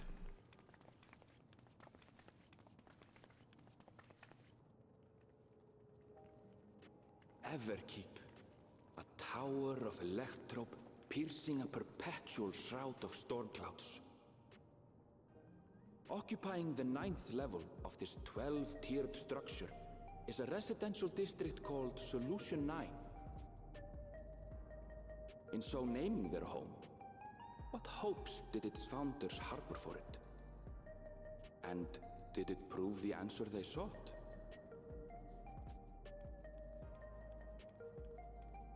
You have a point, Mary. That's a good point. I feel like the thing that reminded me of Xenos wasn't necessarily like the whole package. And thank you. Just waiting in case voice line kicks in. Spectacular, isn't it? Just to finish on that thought, it was more the thing I noticed that that it's a little bit similar in that Xenos, he kills those you like to incite rage and make you angry enough to give him a good fight. Zoraal Ja here is just like, well, you can't fight, you can't not fight me, because if you don't, then I'll kill everything. So yeah. And yeah, Cole, we did the level 97 dungeon, like 30 minutes into the stream. Very, very interesting. The last boss got me. How about that second boss? There was a moment where I had to just stop attacking. There was a moment where I had to stop attacking and just run. But I found that thing with the fences and all the stuff happening while you're dealing with a rather mundane mechanic incredibly good. Like if you watch it back, you'll see I said that. Like, I was like, this is amazing. It's very cool. And that's unfortunate, Mary. Hopefully you can enjoy some of Dawntrail despite that. Hopefully, well, we all enjoy stories differently. So if you're fine with enjoying the story like this through me enjoying it, that's perfectly fine. It's just for your own sake. Given that you're, I'm guessing you've followed along, so that you have most of the story. Because there is more to Zoraal Ja than what was in that cutscene, obviously. But he has, throughout the entire story, been kind of a prick, right? He's just been like, my solution only, and my solution is death. There are more districts throughout the tower, including industrial ones, but Solution 9 is the largest. Just being here makes my head spin. Perfectly natural reaction. Thanks. A city of shimmering electrobe, replete with strange technologies that cater to every conceivable need. We never dreamed the light back home in Tuliolo.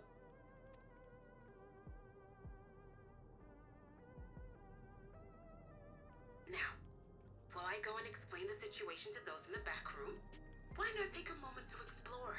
Let's go shopping. I believe lived experiences are far more educational than dry explanations. And you want to know more about Sphene and Zoraal Ja's dominion, do you not?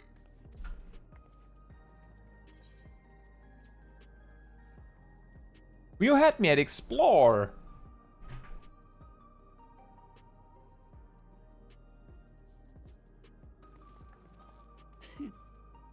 I had a feeling you'd be king. Just to confirm, while we have been allowed inside, are we also permitted to roam? Absolutely. As Sphene's registered guest, you'll find you're exempt from the sentry scrutiny. The elevator to the uppermost level. I wouldn't go near that. But other areas should be fine provided you act like you belong. All right then, we'll show ourselves around. Yes. Familiarizing ourselves with the technology here will help us prepare for the battles to come. Try not to enjoy yourselves too much, or you're liable to attract attention. Not a lot of people. Explore to your satisfaction. Come to the entrance to True View in the eastern sector. The way from there is a little complicated, so I'll send someone to guide you. Understood. We'll see you later. So many people just wandering here.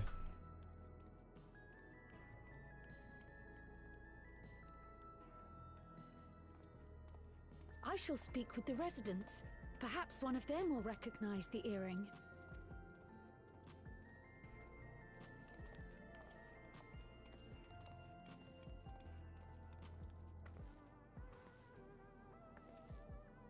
What's with this place? How can this all be the inside of a tower? So, what aren't you telling me? Where are you? That I can't reveal yet. Precautions, you understand. Just know that I'm safe. But come, tell me about your adventurer friend. You seem to have a great deal of faith in her. You must have been through a lot together. You might say that. For instance, we found the entrance to the Golden City. Wait, what? You did? Ooh. Eleanor, why didn't you mention this sooner?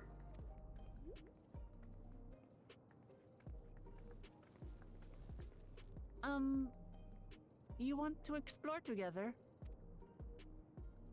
It's not that I'm scared or anything. Everything is just so different from home is all.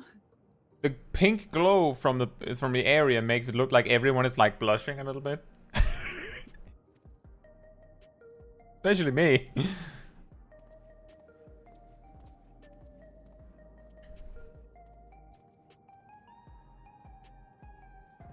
Fair enough, Mary. It's just like a thought, because I know a lot of people are not super super happy with like getting parts of the story, but as long as it works for you. I do the same. Like there are some games I've never played, but I know the story because I've just watched others play it for a similar reason. All the Lalafels in the background. What happened? While we were having the conversation, there was like 1,000,000 people just passing by. Now we're done talking. Street is empty. What?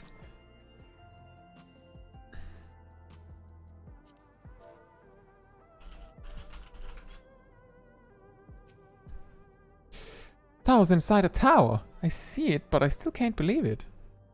For now, I say we proceed straight ahead. If we feel like we're getting lost, we can always turn around and go back the way we came. Yeah, that's what I was like. The first thing I thought was a lot bigger on the inside, huh? That's an interesting looking Ethernet shard. Guess this is our Yulmor or Ratsatan.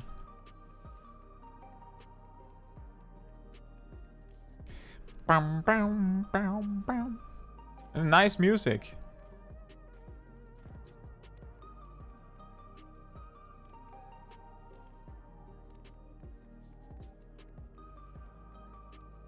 I'm grabbing some Ethernet shards. I'm perfectly aware I'm walking the wrong way. Didn't mean to do that, but I meant to do this, and this, and this, and this, and this, and this, and this. It's a long run. I'm sure Sip is going to love this. This small Lalafell legs. He complained earlier about Tuliolal being too big. So...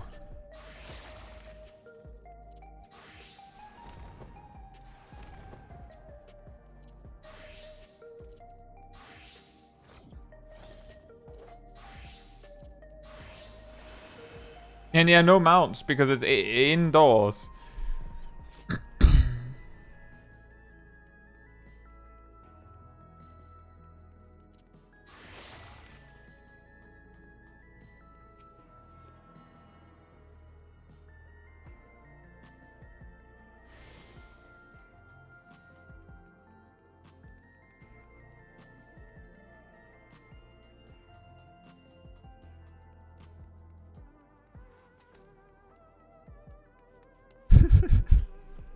It's a funny run animation. Can I have this? I can! Oh boy! On the first visit, no less.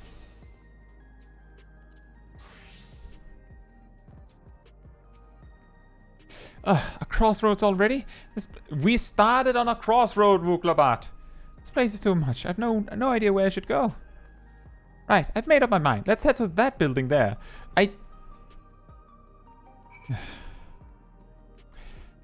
That's what I get for detouring myself, huh?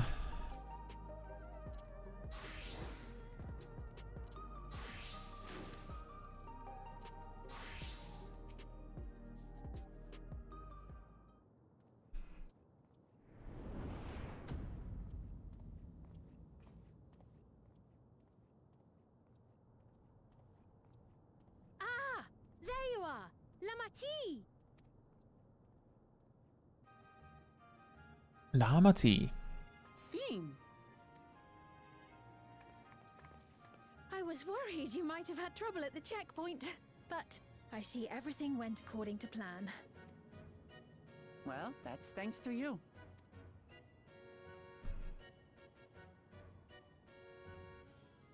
Now, I know you've scarcely arrived, but I have a request to make of you.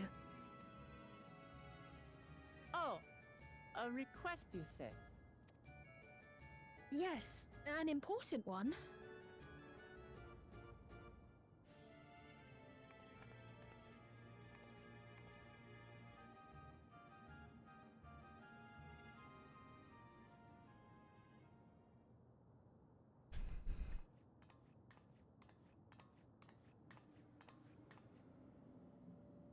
I'll say it plain. I want you to make peace with Zoraal Ja. What? I thought you said you weren't on his side.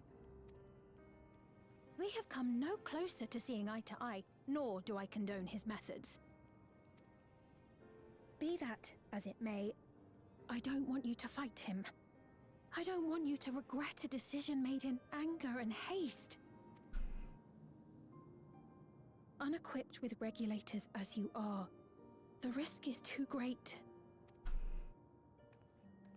I appreciate your concern, but you ask the impossible. Zoraal Ja murdered our father. His minions slaughtered our countrymen. He will never renounce his war. As vow of resolve, it falls to me to stop him. I know you love your people too, and so you must understand how I feel. Why I cannot, will not back down.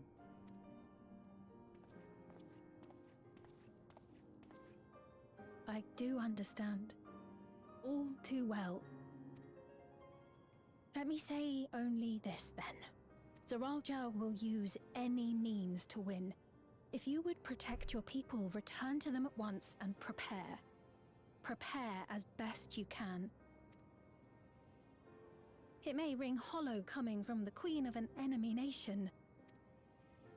But unlike me, you still have the power to determine your own fate.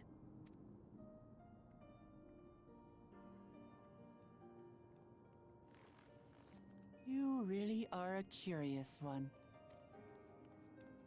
Look, you needn't worry for us.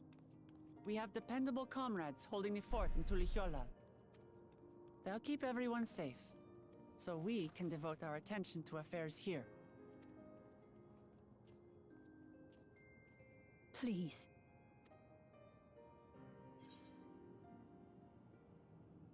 I won't yield on this either.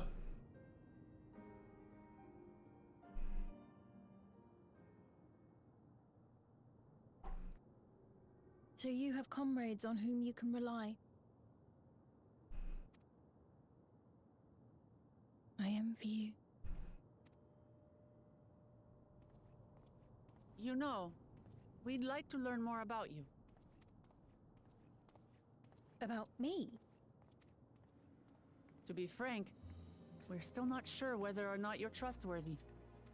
So, if you have a moment, would you show us around the district? That way, we can get to know you better. You're asking me, the Queen, to show you around? Yes. Correct. Oh, but I jest. I'm flattered that you've taken an interest in me. Very well. I shall be your guide. You're my guests, after all, and teaching you about my realm would be a pleasure in and of itself. If you like, I can introduce you to my citizens, too. I consider them family, as you do yours. By all means, we're in your capable hands. That you are. This will be an enjoyable and enlightening tour, I promise.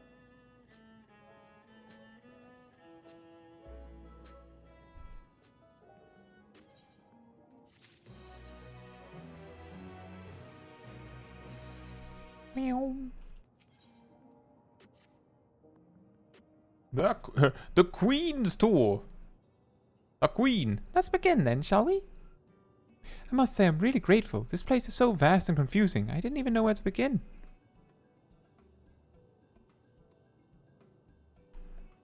While the district may seem daunting in size and structure, all the key facilities are situated near ley nodes, what you call aetherites. Remember this and you won't lose your way.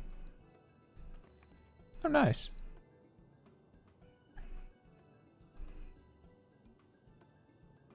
Now then, seeing as it is right here, I will show you the Nexus Arcade first. Please follow me. That sounds like the place for gamers. The Nexus Arcade.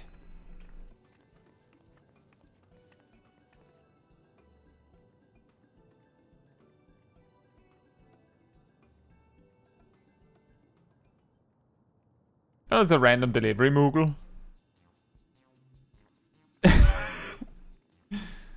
Really?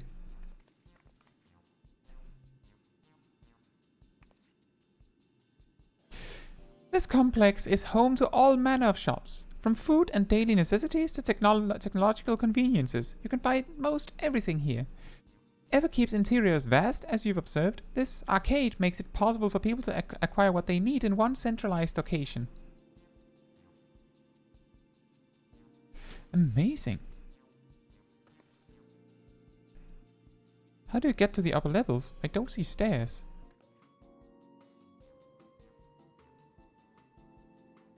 Do you see the glowing pattern over yonder? That is an automatic conveyor.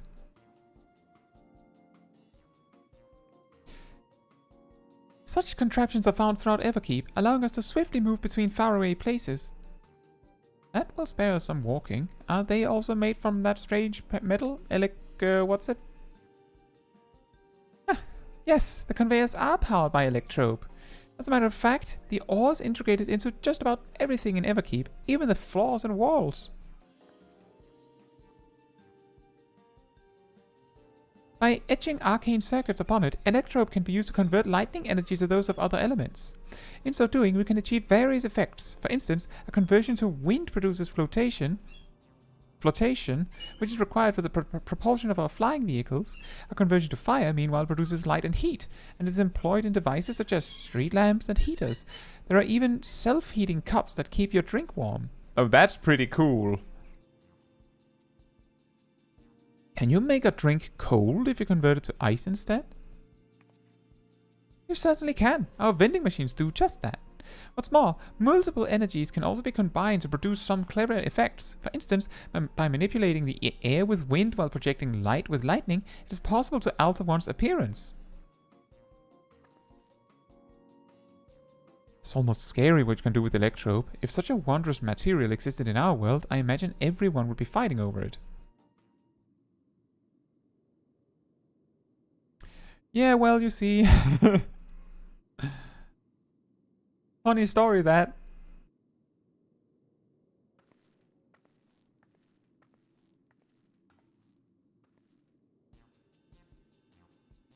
This shop over here. What does it sell? Ah, yes. Let's go and take a look.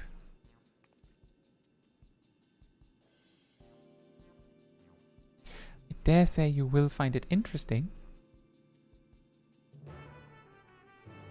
I'm guessing the real reason why she needed Zoraal Ja is because they were fighting over it. Huh? What? No way.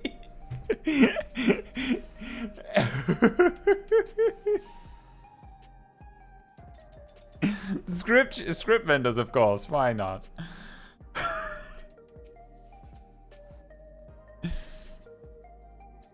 This shop sells food. Those are the items on the counter. That's food? I can't imagine what they taste like.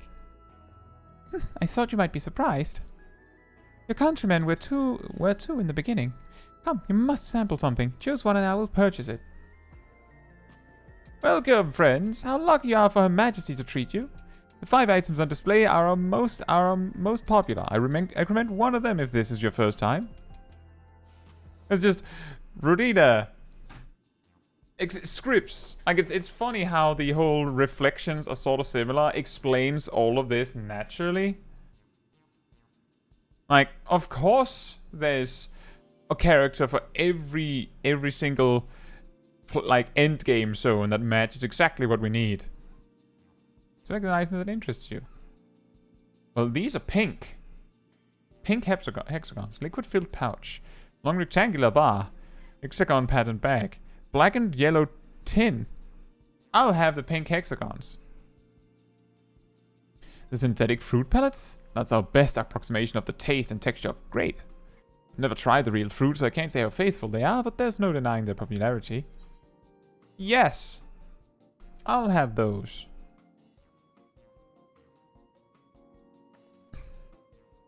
While while they're all very tempting, I'm going to have the steak. I'm absolutely Which one is the steak? I guess it's that one. Thank you for your custom. This being Her Majesty's treat, it's bound to taste all the better. Say, would you mind sampling your selections here now? It's been a long time since we've had newcomers, and I'd love to see your reactions. Hey, eat! This is a great chance to learn about Alexandrian culture, Caetsu. Let's dig in. Let's not animate that. Alright, here I go.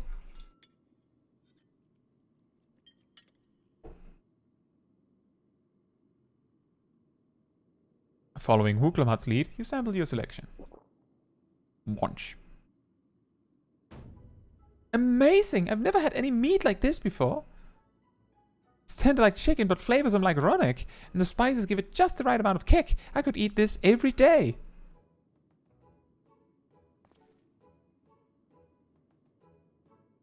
Ah, don't mind them. They're just happy to see your honest reaction. How about you?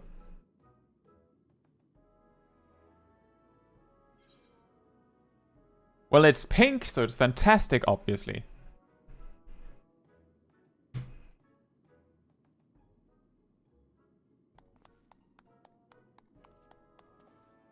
Ah, it's always such a pleasure. My thanks for humoring me. This does take me back. Though it was chaotic when the people of Tuliyola first arrived, we endeavored to learn about one another and embrace our differences. With food! Alright, what about you, Sphene? Aren't you having something to eat too? I appreciate the thought, but I'm fine for now, thank you. Alright, but what's your favorite food, if you don't mind me asking? My favorite food?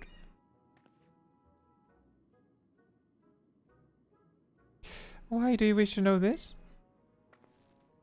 Because I want to get to know you better. Why else? The more you know someone, the more you grow fond of them. That's what my old man believed, and my experiences have led me to believe the same. My favorite food?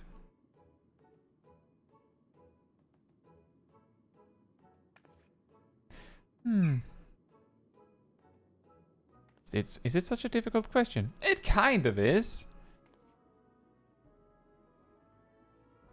I'm sorry, it's just... When I think of those who labor to bring us the food, I can't settle on one thing.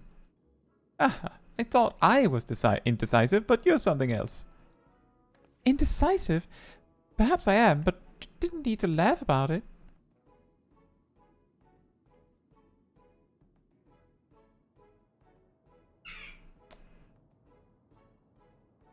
Does Zoraal Ja have a son? What's going on here?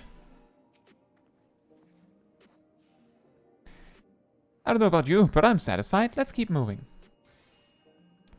Very well.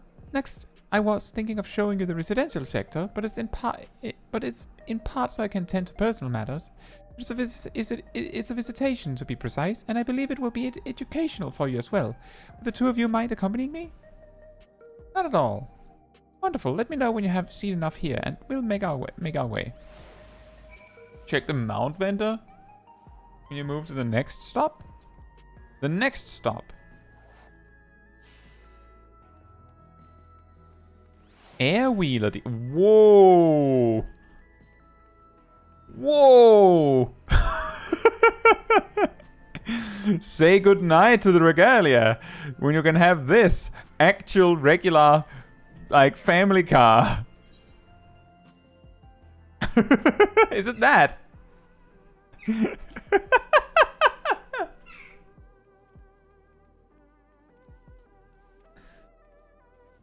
Matthew says, yes, I'm sure this is just this is just a decisiveness issue and not an indication of anything greater. No? Ready? Then let's head to the residential sector. It lies to the southwest. As we walk, I would be glad to tell you about any places of interest that we come upon. Birds?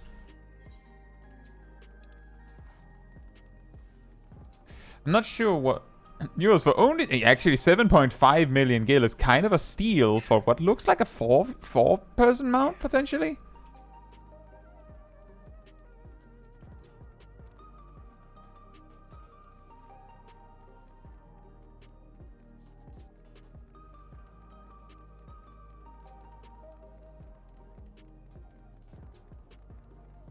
Mm.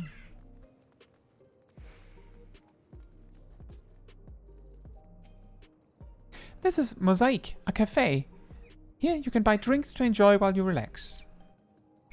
I see, in Tuliolal there's a similar establishment called Gulja. That's seashell in the local tongue. Is there a story behind the name Mosaic? There is. In our continent, the races are named for stones. There's the Huni, who resemble some Tonawauta, the tall and graceful Eldite, and the diminutive and affable Milala. Milala! When they all gather here, they appear as a mosaic of colors. Thus did the founder choose to name the cafe. Ah, that's nice. If they served tacos here, it'd be perfect. Tacos? A traditional Turali dish and one of my favorite foods. You must try it one day. Oh, yes, definitely. We'll make it happen once we restore peace to Tuliolal. Right. Let's continue on.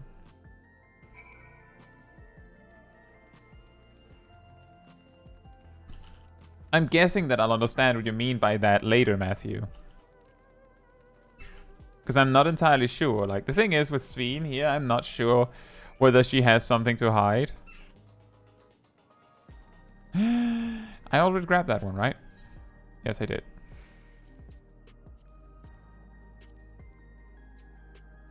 Haven't passed anyone while forgetting. And here we are. These buildings are where our citizens live. They're massive. Each one is bigger than the palace. They have to be, for just about all Alexandrians have apartments here. Lest you wonder, I'm here to visit some people. Their apartment is in the building on the left here at Residential Radius 914. Residential Radius? That's right. Come, the door opens automatically. Okay. I think the question is how much she's hiding. Fair enough. If she's hiding what her favorite dish is, then she's hiding quite a lot. That's for certain.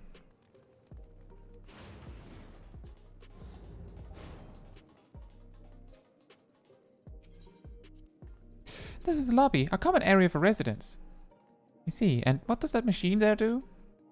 Ah, the concierge. They look after the residents. If you require assistance or have questions, they would be glad to assist. That's so. I've no shortage of questions, but I'll direct them at you for now. By all means, you may consider me your personal concierge. Hey, Sphene, can anyone live in this place? Naturally. In fact, many of your countrymen make their homes here. No matter your origin or race, occupation or regulated usage, all Alexandrian citizens are eligible for an apartment. This includes those you met who work in the outskirts. You've taken care of everyone for 30 years. I'm truly grateful.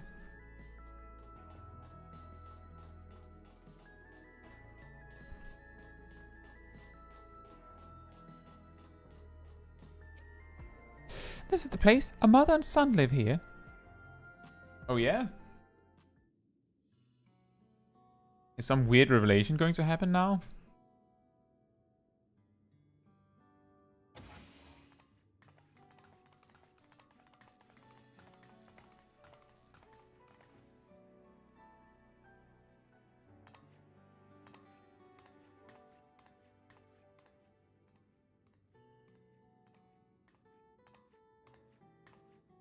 Hello, Isadora. Your Majesty, you came. I have friends with me today. Is that all right? Of course. Friends of the Queen are friends of ours. Please make yourselves at home. That's an interesting hoodie. Like the rainbowy pattern. How has Milos been? There's been no change, but the symptoms are thankfully mild today.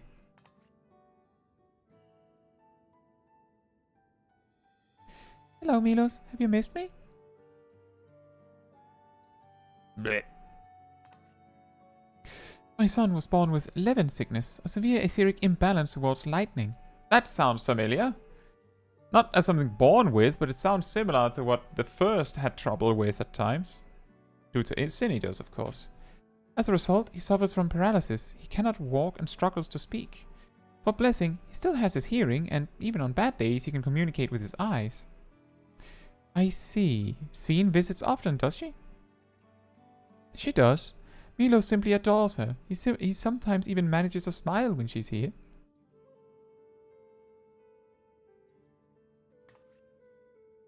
What of yourself, Isadora? How are you holding up? You needn't worry about me, Your Majesty. You always make time for us, and we have everything we need. I'm glad to hear that, but you mustn't strain yourself, understood? There's nothing you can do for him? Perhaps a treatment with souls, or...? Unfortunately, no. While souls can revive those who have met with an accident, they cannot reverse the effects of old age and illness. Truth be told, many children are born like Milos. The illness has existed for generations, but we've been unable to find a cure. The cause is quite clear, though. The excess lightning in the environment. It's no coincidence the number of cases has risen dramatically these past 30 years.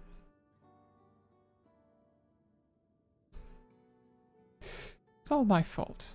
Is it? What was that? What was that?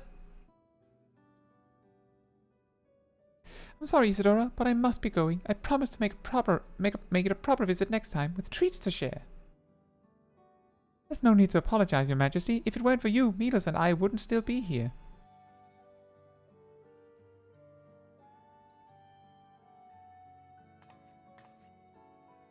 Thank you, Queen Sphene.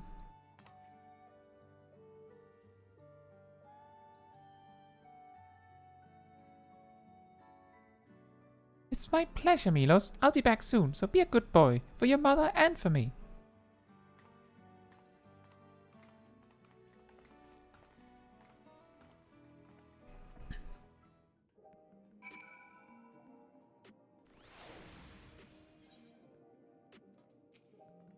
My thanks for accompanying me on the visit.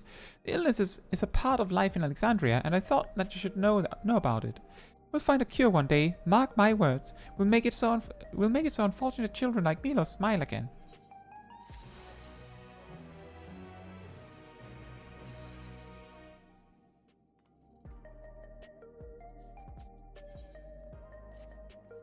Well, let's continue the tour, shall we? Look, you obviously have duties to attend to, citizens to look after. We can stop here if you like. No, I do this because I want to, so please do not worry. Next, I'll show you one of the district's most vital facilities, a place called Resolution. That's a red mage attack. To reach it, we'll need to go by way of Laynode 9, where the Aetheryte is situated. Alright, I'll be right back, and then we'll continue. In the meantime, sanity restored.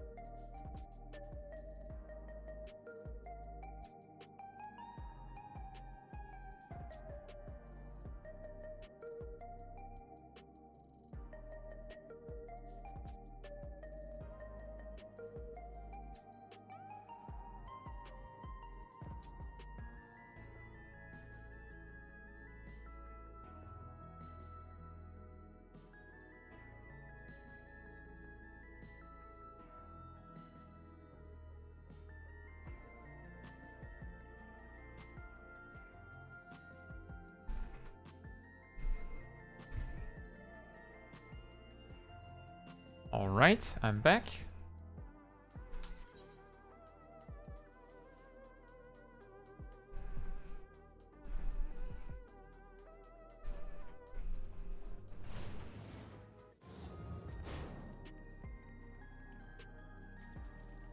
Water.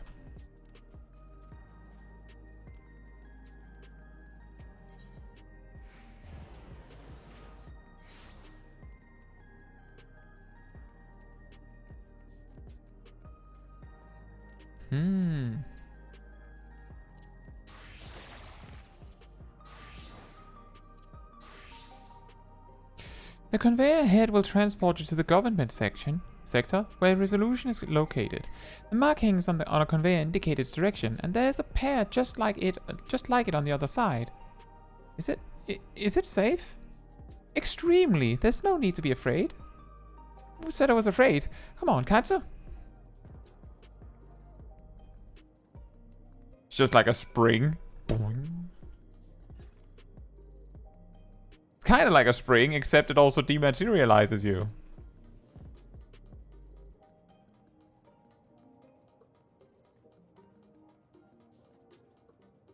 Give me the ether shard.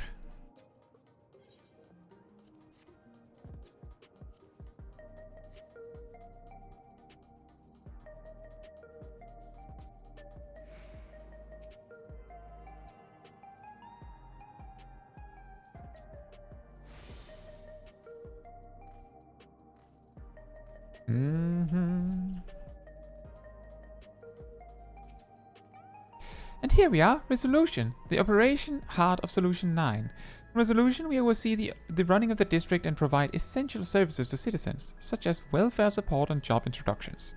It's quicker to show than tell, so let's proceed inside.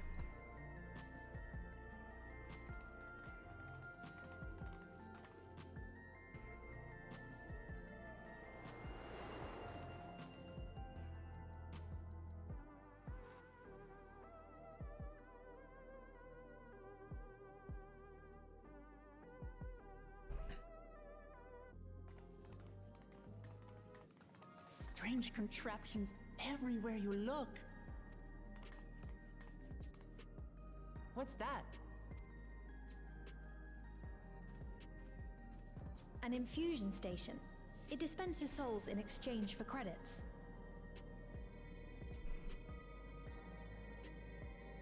Through hard work, citizens can obtain the peace of mind provided by spare souls. It's the way of life for Alexandrians, and has been for quite some time. But I imagine it must be difficult for outsiders to comprehend. That's putting it lightly. To be honest, it sounds disturbing.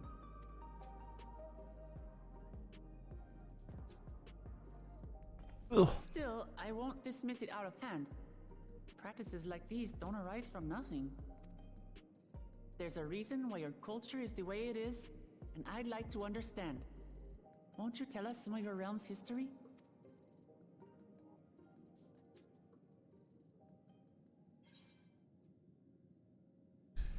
With knowledge comes appreciation.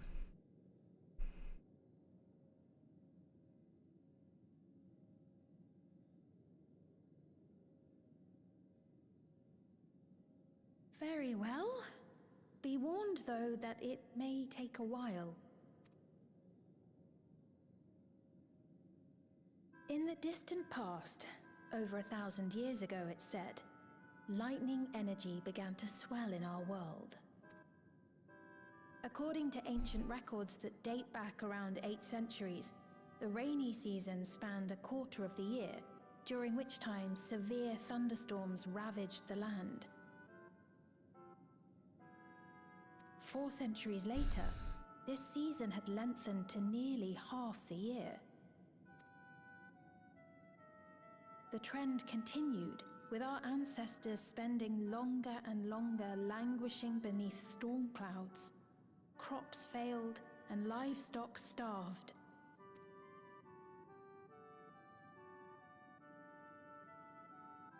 But amidst this growing desperation, a miraculous material was discovered that promised salvation.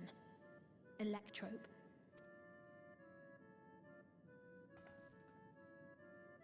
The stuff that's used everywhere here.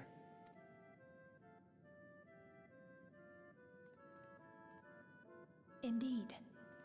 One day, when out inspecting a forest after lightning had caused a fire, a villager came upon a curious black ore none had seen before. Testing revealed that the ore possessed a singular property. It could store lightning and convert it to other energies. In that instant, the scourge of endless storms became a blessing. Yeah, that's what I said earlier. Like, if they have infinite lightning aspected ether happening all over, they could like, that means infinite energy, right? Dubbed electrope, the ore found use in myriad inventions and dramatically improved people's lives.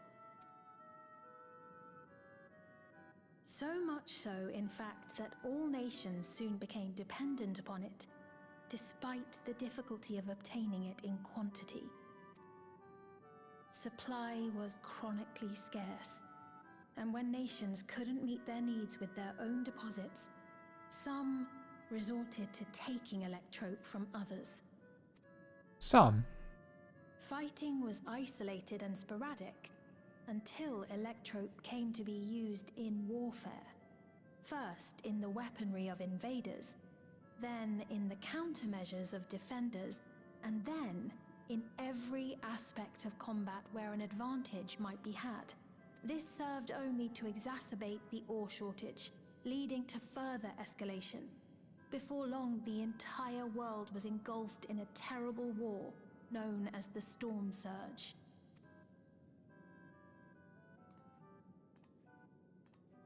As the war came to a head, Alexandria's neighbor Lindblom committed its stores of electrope to the production of a weapon of mass destruction. They deployed it on the front lines and triggered a calamity of frightful magnitude. Not even their own scientists had anticipated the force of the lightning that was unleashed. The energy inundated the entire continent, laying it to waste. So that's how your world came to be this way.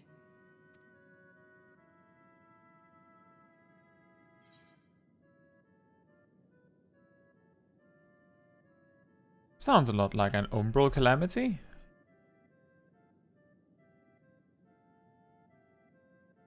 You truly know a great many things that I don't. I should like to learn about you too sometime.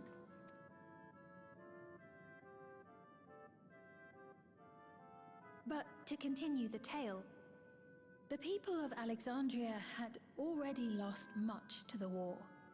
They lost almost everything else to the Levin. Those who survived bore deep scars, tormented by the memory of loved ones taken too soon.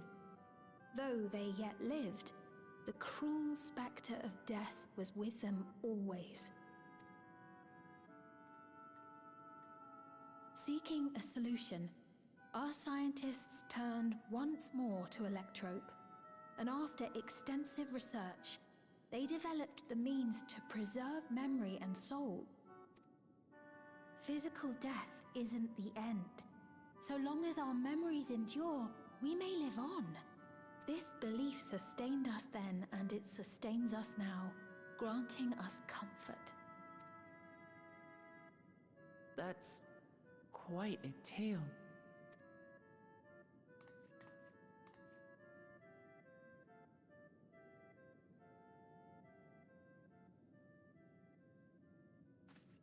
Your Majesty, help me!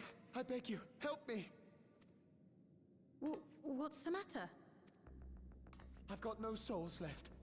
Not a single one! But the lot at Soul Supply refused to give me any! Please, you must do something!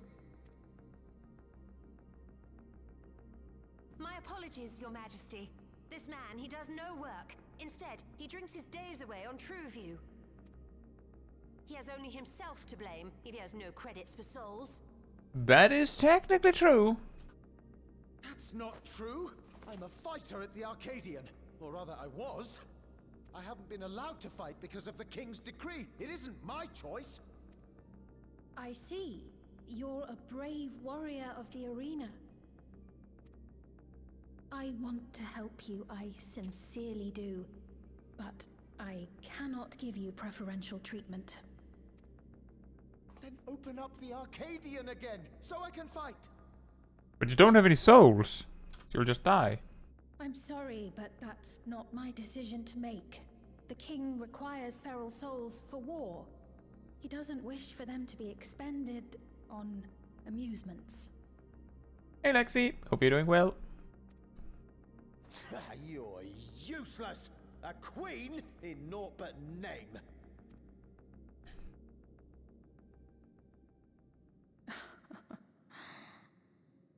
Insolent wretch! How dare you take that tone with Her Majesty? It's quite all right. Such things don't bother me, nor do I think ill of this man.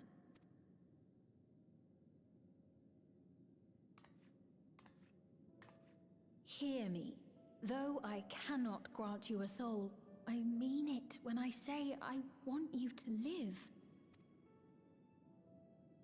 I love all of you equally, dearly. You are as family to me, and it pains me to see you deny yourself hope. I want you to find a happiness all your own, even if you must grow it from the smallest seed of joy. Out there, somewhere, is a reason for you to smile again. We all need to vent our frustrations from time to time. I will always be willing to lend an ear. Yes, Mum. Of course. Even without a spare soul, I suppose I'm fine as long as I stay in Solution 9.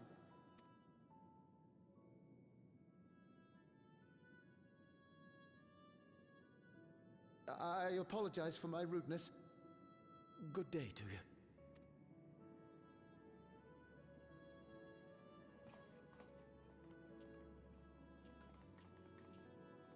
Keep your chin up, my friend.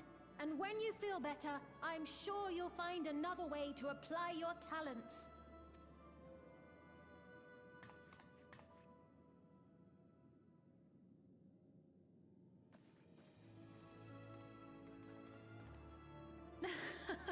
I'm sorry you had to see that. Let's keep moving, shall we? That makes sense. If you're in a world where if you just have a spare soul, you don't die, it's scary to not have one. Right. I believe we've visited all the main facilities. With that, I declare our tour concluded. That man from before, does that sort of thing happen often? Somewhat. It's unavoidable. Hardships are a fact of life. Our soul management system has sustained our realm for generations, but it isn't without flaws. For one, people have become accustomed to having spare souls. Without them, they feel vulnerable and anxious. Some claim it may also have contributed to a decline in births. Just thinking out loud, but would it be possible to do away with the system? A decline in births and an increase in Levin sickness. That doesn't sound good.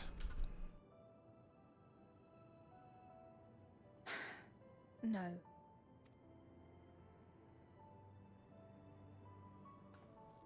I know it isn't easy to change one's beliefs and way of life.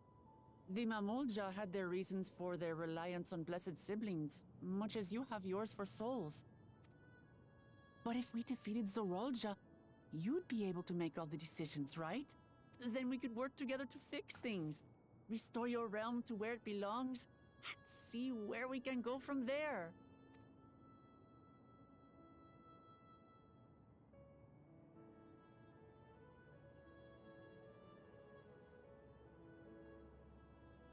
Listen to me. There's something that I need to tell you.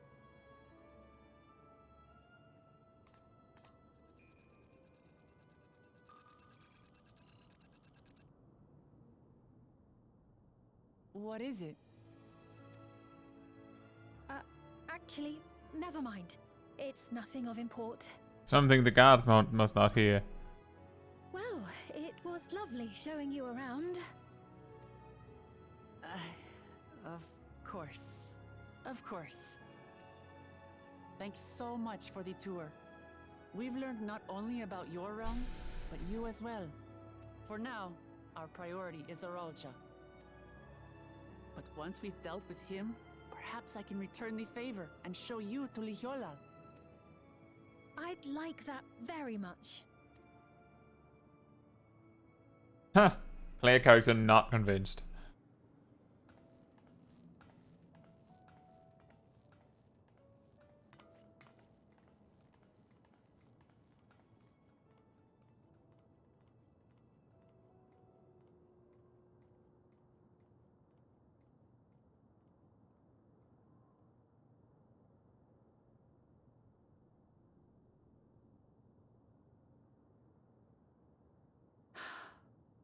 It seems I've no choice but to continue down this path.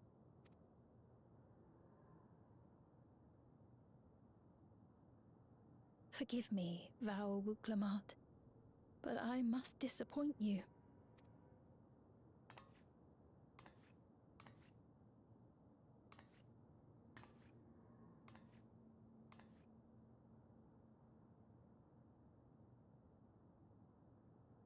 Good luck with that, Lexi. Both with leveling Sage and the Extreme. That first one is going to be crazy, I imagine. What was Sphene wanting to tell us, I wonder?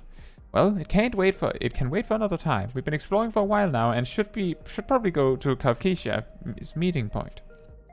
It'll be back the way we came, I think.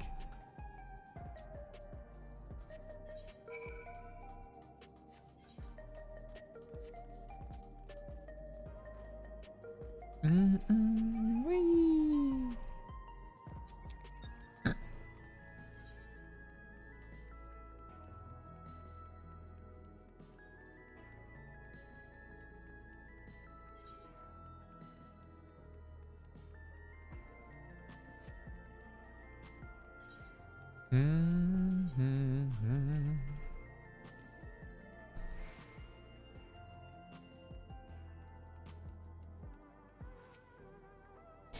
Sphene genuinely cares for her people. I can respect her for that. And thanks to her tour, I've come to better understand the lives of Alexandrians. They don't feel so strange and distant anymore.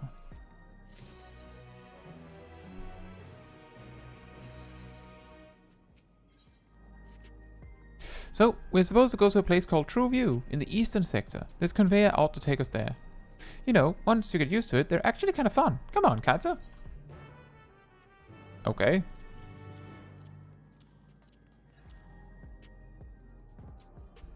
Whee! Bloop.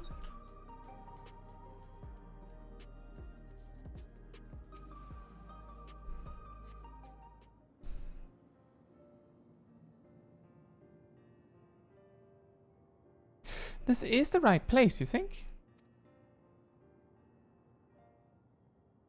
I don't see the others, though. Well, rather than sitting and waiting, we might as well explore a bit more. Huh? Caetsu, look over there. A Mamulja child. Well, wasn't there something about Zoraal Ja's color and type is unique? Which means that this is his offspring, or what? A Mamulja child. What are they doing here?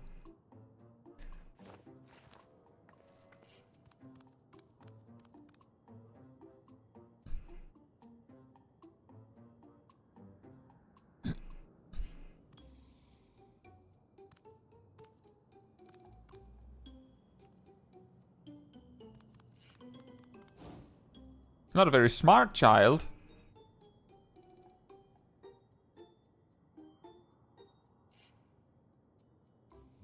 You noticed too, right? The resemblance to Zoraal Ja? The blue scales of a Bonera with the features of a Hubigo. Exactly. This can't be a coincidence. At any rate, it wouldn't do to leave such a small child on their own. Come on, let's go after them.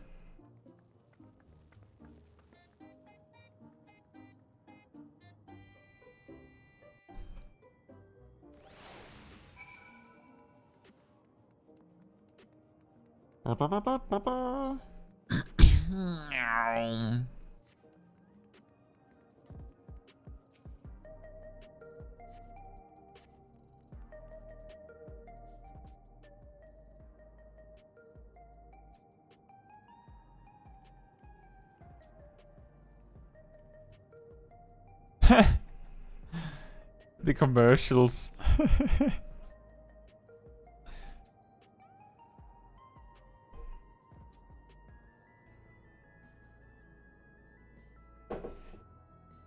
Have this bag.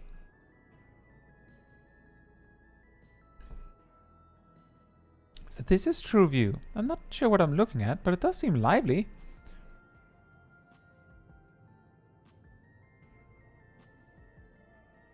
A giant GPU. That building's just about the only one that isn't lit up. Not open for business at the moment, I guess. It's probably the arena.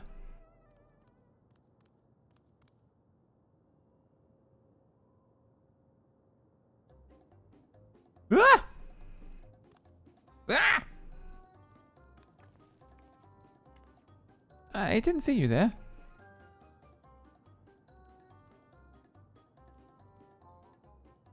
Listen, we don't mean you any harm. We just want to talk.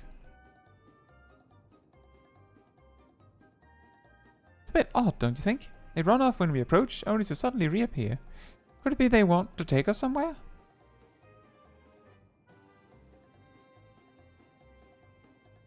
Is that the way of it? You want us to follow you?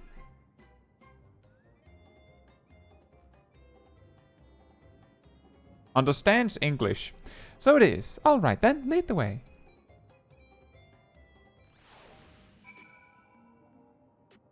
Well, if we know now that Zoraal Ja has said that the arena is closed, and we know, as far as I know at least, that the arena is the raid tier, then we have to assume that Zoraal Ja will either be dead or no longer leading by the time the MSQ is finished.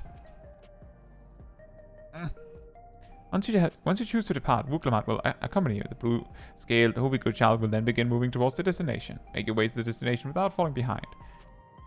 Right?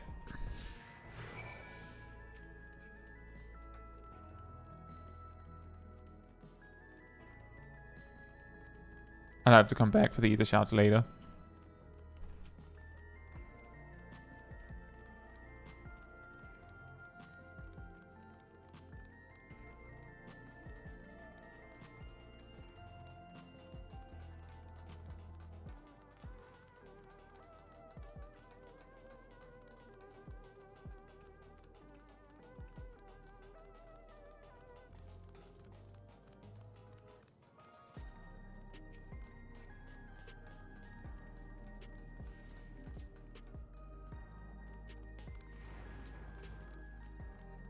Melancholy. Okay, now the name Nostalgia makes a lot better sense.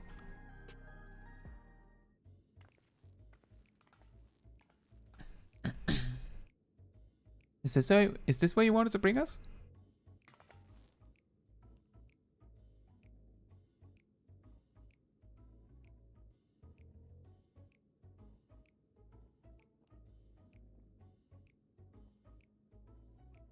What is this place? If you're meant to relax here, it isn't working for me.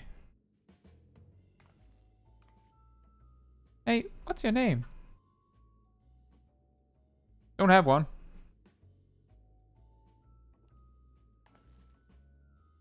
You're still not inclined to talk.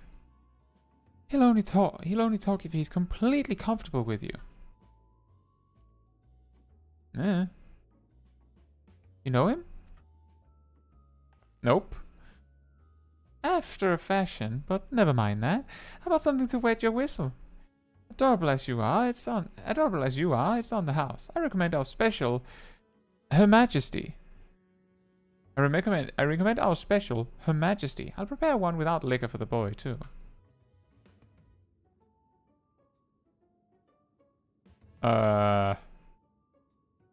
We getting drunk here? Thanks, but no thanks. We're supposed to meet with a friend named Kavkisha. But we ran into the child on the way, and he let us here. Oh, so you're with Kavkisha?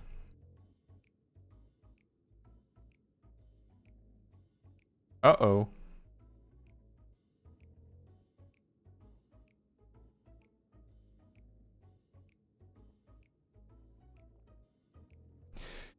In that case, go and have a chat with Big Tassos there. He'll show you to a fun place.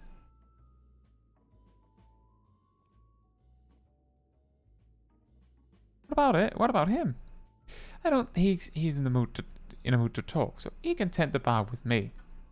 This has taken a turn for the strange, but you don't think we're walking into a trap, do you?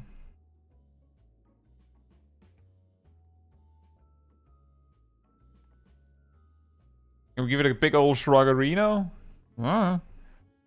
Damned if this doesn't have suspicious written all over it.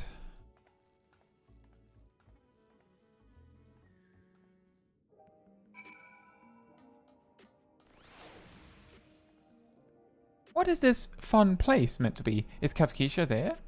Well, I suppose there's only one way to find out.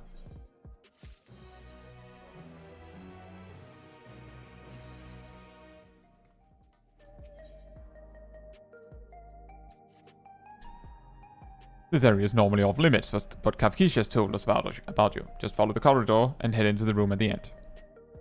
Let's go, Caetsu. Whatever happens, you won't catch me being surprised. Okay.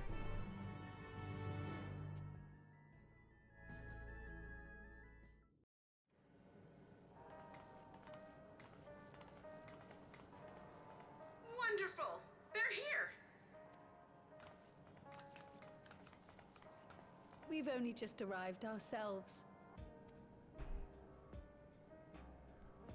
Amazing.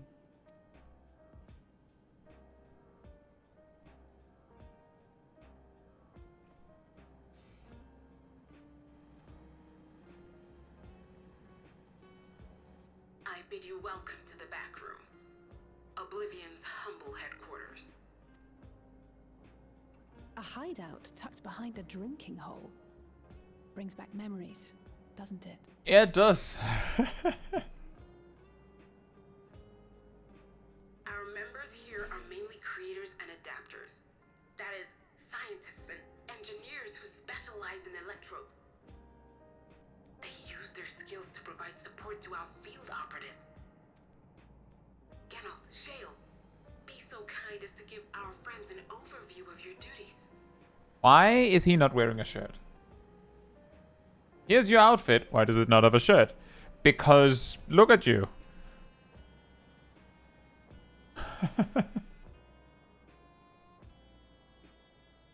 Well, there's provisioning. Gotta have supplies to fight a good fight, ain't ya? Luckily, we got the tools to craft most of what we need. I realized the moment I saw Geralt as his name. That's why he's not wearing a shirt. It's because this is Geralt, of course. He's going to make our relic weapons. Good that he's already here. Weird choice for your beard color, though. That is amazing. Gathering intelligence is another vital aspect of our work. Everkeep's core system is a veritable treasure trove of information. You just need to know how to get in and find it.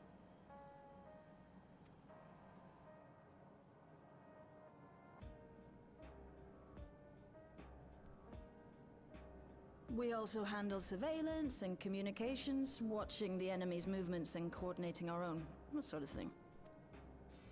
And among all our activities, we spend a fair bit of effort investigating preservation.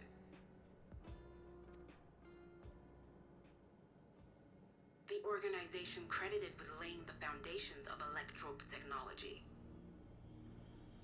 From the soul management system to Everkeep's design, they're behind just about everything you see here. It'd be no exaggeration to say they made this realm what it is. But their magnum opus was without a doubt the power which was used to join Alexandria to Zoraal. Interdimensional fusion. Said power isn't unlike my summoning technique. and the magic within Azam's crystal. Yet, though the effect is localized, to be able to fuse realities. Even with my knowledge, I struggle to conceive how it could be possible. Incidentally, the founders of our group, a husband and wife, were members of preservation at one point. That they opposed the fusing of worlds, and so defected in order to prevent it.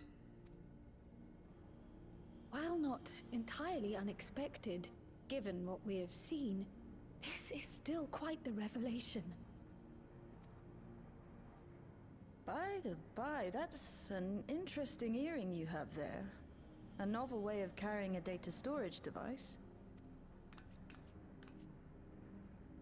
Oh, you didn't know?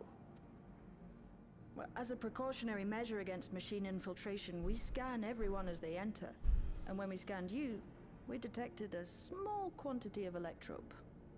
Though it's been dressed up, that earring is a storage device and no mistake. Bought it from a shop here, did you? No, it isn't bought, but inherited.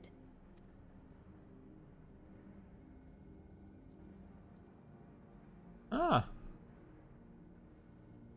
So these people sent you through the portal along with the earring? Do you know aught of them? Listen, Cryle. The husband and wife who founded our order. It's believed that they were Malala. So it could be your parents, Cryle. Though we have no evidence at present, we can't rule out the possibility that they were your parents, or perhaps close relations. This I posit because they were the very individuals who spearheaded the research into interdimensional fusion. As traitors to preservation, they were relentlessly pursued. If they had a child they feared they couldn't keep safe, entrusting her to the people of another world might have been their best option. My parents, the founders of Oblivion. Tell me everything you know about them, no matter how small or seemingly insignificant. Anything and everything. We don't even know their names, I'm afraid. In a bid to elude preservation's agents, we suspect they erased all trace of themselves. Oh. I'm sorry we couldn't be of more help. If you're interested, though, you're welcome to review our accumulated data. Didn't you say the earring was a storage device? Isn't there data in it? Yes, please.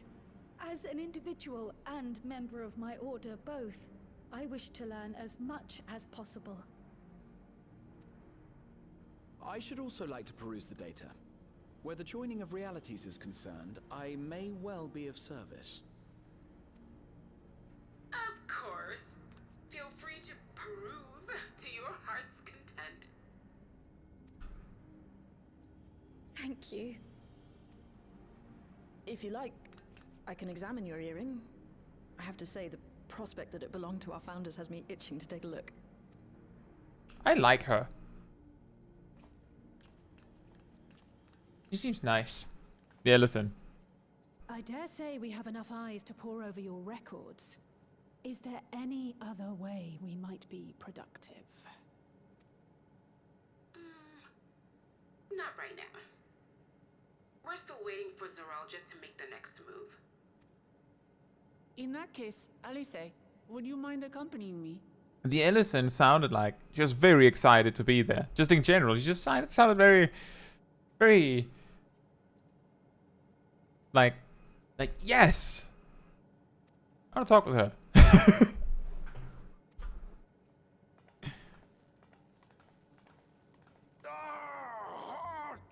What? Buggered it up again. X-Bro. Never a moment's peace. Pay him no mind. I don't.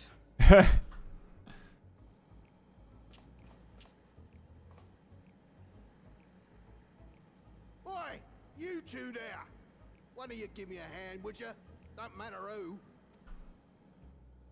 I just remembered I have matters to discuss with Shale. Bruh. Well then.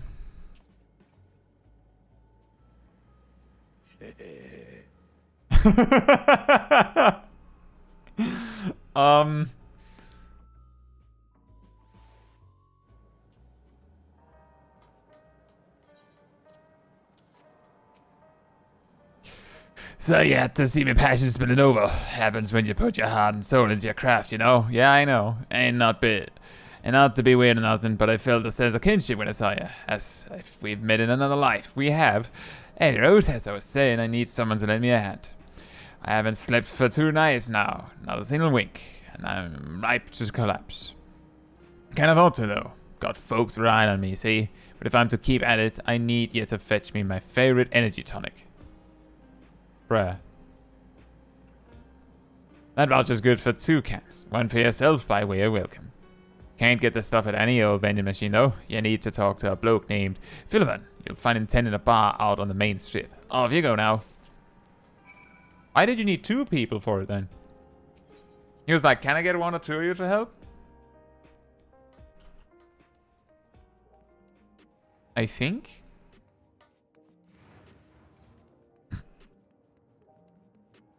Looks like Didak here did the exact same thing that I did. I'll get back to the ether shards later. Later is now.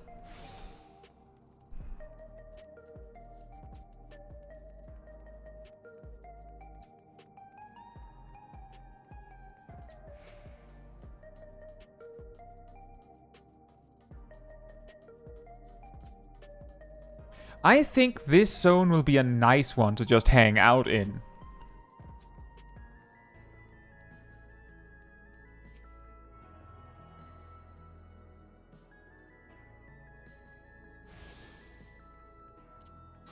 Whee!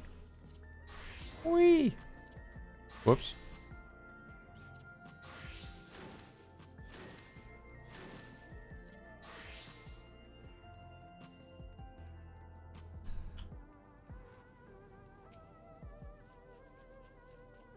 Welcome. What are you having? Energy tonics you can't get from vending machines? How dare you suggest that I sell such dangerous stuff? Away with you, and don't come back. Got a voucher? Slip it to me then. Nice and subtle. Supplied by Oblivion member Genold. This voucher can be redeemed for 2 cans of energy tonic from Philemon.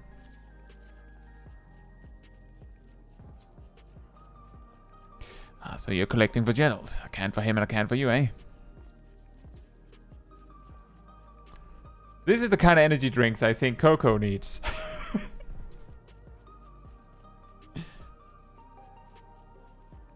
Here you go. Yours is formulated for beginners. Gentler than the full-strength stuff. It's not contraband or anything, so you won't run afoul of the authorities, but if the Rodina Consortium was made aware of my special selection, it'd be bad for business. Now, seeing as it's your first time, I want you to drink your tonic here, just in case there's side effects. Did he say there are side effects? Okay. Bearing a curious design upon its can, this energy tonic is apparently formulated for beginners. Also very invisible. You drain the tonic in a single pull. Yeah, now that's how you do it. Your pulse out to quicken soon, after which you'll start to see everything more clearly, and then finally you'll feel a roaring surge of energy. Guy going Super Saiyan mode, yeah. People say it's like growing a pair of rainbow wings. Oh, you haven't up and carked it, so hurry along and give Genold his tonic. He tends to leave it to the last moment, and I expect he's about to keel over. Ah, oh man. Oh man, that is amazing.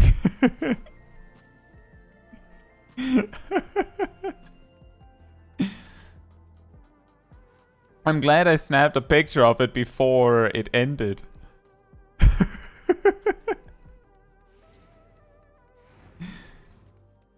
I was expecting like a sprint boost or something. You're into the back room? Yes. Yeah, I imagine you expected it to hang out for longer, right, Shaq? I didn't even question it. I was like, I don't care if it lasts. I just have to take a picture. I don't even want to do an emote. I just have to take a picture now. You've got the tonic. Give it here, quick. Bearing a curious design upon its can, this energy tonic is the favorite of Oblivion member Genold.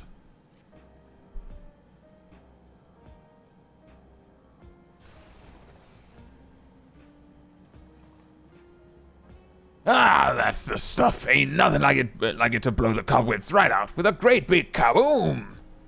It awakens something feral in me, it does. Transforms me into a remorseless beast, what won't stop till it's done what it was born to do. Any road, sorry for sending you off on an errand like that. I just can't concentrate without my tonic, you know, and the pile of work only ever gets bigger. Speaking of which, I better get back to it. Those weapons and tools ain't going to enhance themselves.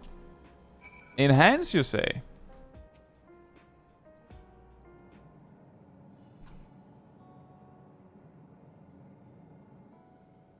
I've been meaning to ask about that Mamulja child. Could he be... Yes. In all likelihood, he's Zoraal Ja's son. Who's the mother? So you think so too.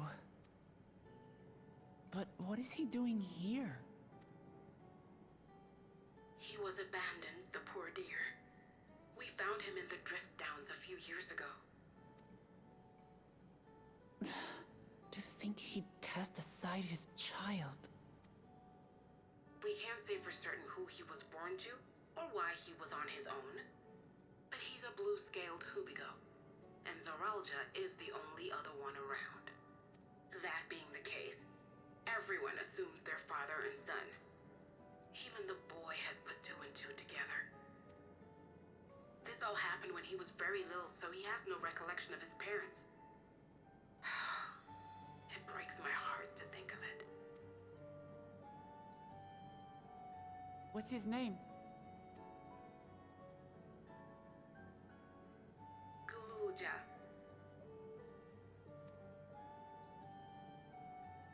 It was my hope that he'd grow up to be a man of principle, like his grandfather.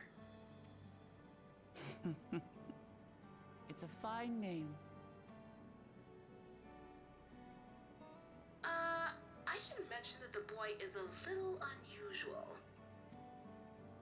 At first, I intended to raise him as my own. But just when I thought he was warming to me, he suddenly disappeared. We searched high and low for several days. And where should he turn up? But in the wilds near Everkeep. What? It's a miracle he didn't fall prey to fiends. See? That's another unusual thing. Creatures don't seem to attack him. He could pick his way through the Thunder Yards as if he were on a stroll. On making inquiries, we learned that he had been living alone and receiving food from the people of the outskirts. This became something of a pattern. We track him down and bring him back, only for him to disappear again within a matter of days. He would return to the wilds without fail, and once again rely on the kindness of strangers to survive. Finally, I took the hint and left him be, giving him the solitude he prefers, and lending a hand only when he explicitly asks. If Gulja is Zoraal Ja's child, that makes him my nephew. Assuming he's willing, I'd be glad to take him in like Papa did for me. But seeing as I'm here to kill his father, I don't know if it would be right. Understandable point. Who was that? That was him. Oh dear. It's Gulja. Don't tell me he heard everything. This is my fault. I asked that he be kept away, but I should have taken more precautions. I'm going after him. I need to explain. Wait, Lamachi. I understand your haste, but it'd be best to coordinate a search. Kakiwa, do you have any idea where he might go? There's no telling, I'm afraid. He could as easily be outside the tower as here in Solution 9. If those who can fight would search below, my mother and I will scour the district. Sounds like a plan. Let's get to it.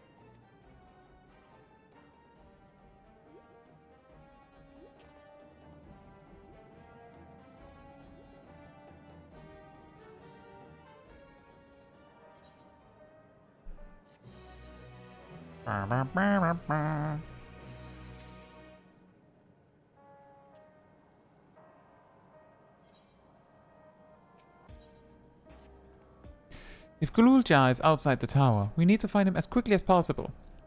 Even if he's used to getting around on his own, the wilds are still no place for a child. Agreed. While Kryl and Raha continue reviewing the data, the three of us should devote ourselves to the search. Alright, let's head to the base of the tower and take it from there.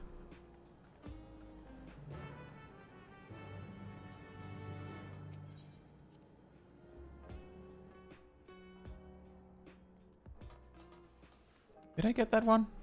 I don't think I got that one.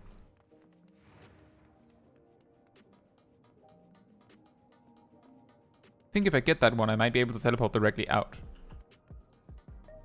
That's neat.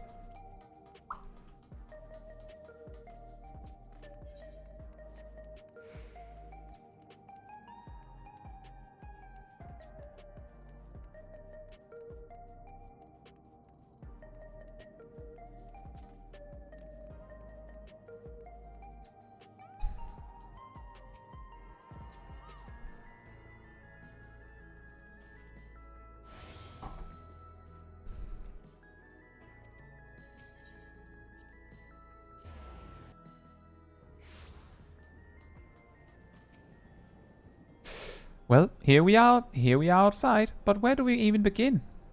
Perhaps someone has caught sight of Zoraal Ja. Let's make inquiries nearby. Good idea. Could you handle the outskirts, Alice? In the meantime, Caetsu and I will head beyond that big wall.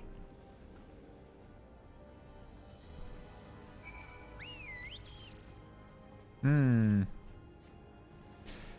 has just occurred to me, knowing how many quests there are until level 99, that I think there's a possibility that I will actually fall behind on XP.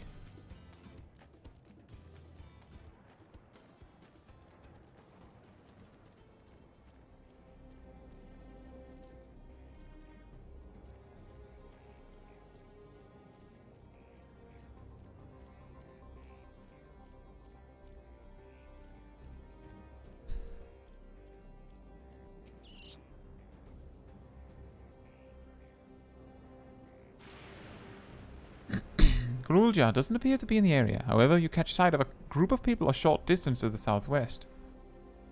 You spotted those people too, yes? Perhaps they've seen something. Come on.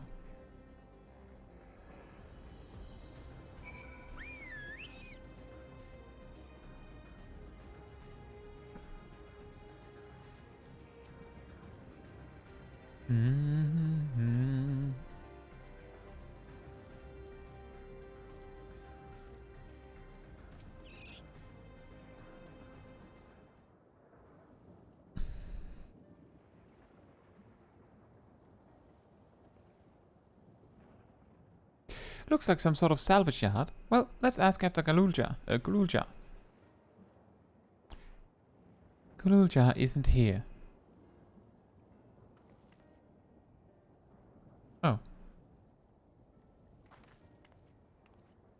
She doesn't have a regulator. You know the boy? Have you seen him?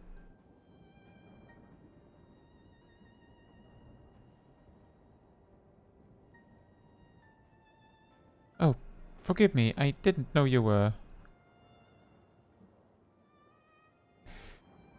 Oh. No offense taken. My name is Tapo. My eyes may be useless, but my ears are sharper for it. I can recognize people by their footfalls, including Zoraal Ja. So he didn't come this way. Where in the world could he be? I do not know your voices. Who are you to Zoraal Ja, and why do you search for him? I'm... family, though we're not related by blood. His father is my brother. I've only just met Zoraal Ja, and we haven't had the chance to talk properly. But I'm about to do something that will make him hate me, and I wanted the chance to explain. His father is your brother? Then that means you're... Yes, I'm Vuklamat, vow of resolve of Tuliolan. And I've journeyed here to bring my brother Zoraal Ja to account for murdering our people and our father. When all is said and done, Gulja may want nothing to do with me. Nonetheless, I'll always consider him family. I'll always be there for him, and I want him to know that. It tears you apart to do what you must. The quiver in your voice tells the tale. Gulja was headed south. There, he has a place that is as close to a home as he knows. Hey Cooper, hope you're doing well. Find and bear your heart to him. Should he in turn bear his heart to you, accept and respect his wishes, as Queen Sphene respected ours when she granted us a place in her realm. I will, don't worry. But, what do you mean when you say Sphene respected your wishes? Out of concern for our well-being, Her Majesty had urged us to reside inside Everkeep. When we declined, not only did she gracefully accept our decision, she granted us the necessary supplies to make our home here. And since then, she has paid us regular visits to see how we fare. Yeah, that sounds like Sphene, alright. Well, thanks for telling me about Gulja. I'll find him, and then we'll have a good talk. We continue south. It seems. Let's keep our eyes peeled as we make our way. You could try and visit is Caetsu on NA? You might be able to visit a different data center to overcome the queue, unless you really want to be on specifically Caetsu. If I remember correctly, you're allowed to visit Dynamis. So you could try that. Or is Caetsu on Dynamis?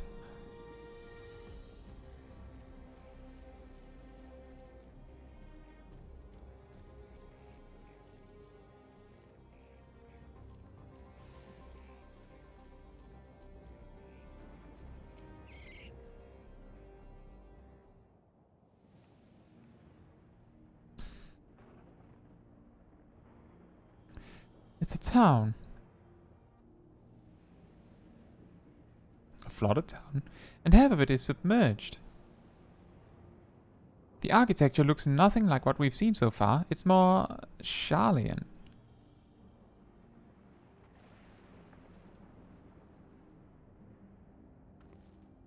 Ah, there he is, among the ruins. I only caught a glimpse, but there's no mistaking that tiny silhouette. Let's hurry after him. It'd be a disaster if a building collapsed while he's inside.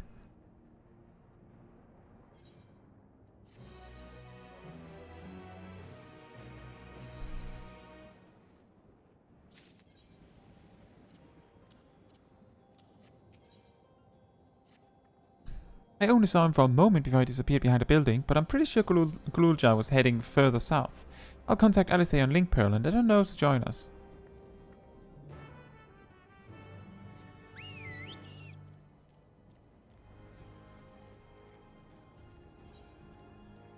Yeah, I'm pretty sure I'll need to do something extra to reach level 99 than just the MSQ.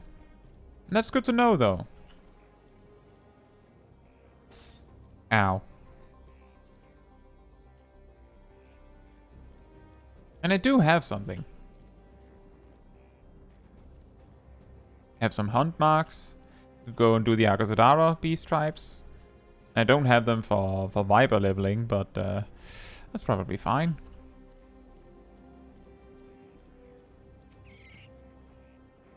This is the area, but the canals and the debris make it hard to get a good view. Let's split up and search. If you could head into the canals, I'll make my way through the streets. When we find Gulja, let's watch from a distance until he gets to his destination. Wouldn't want to startle him and cause an accident.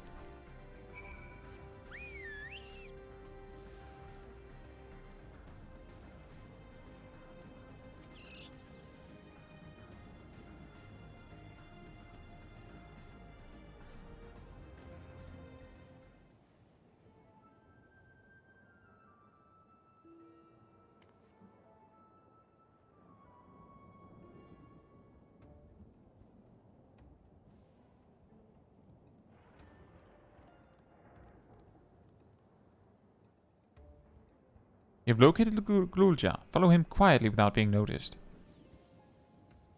Oh boy.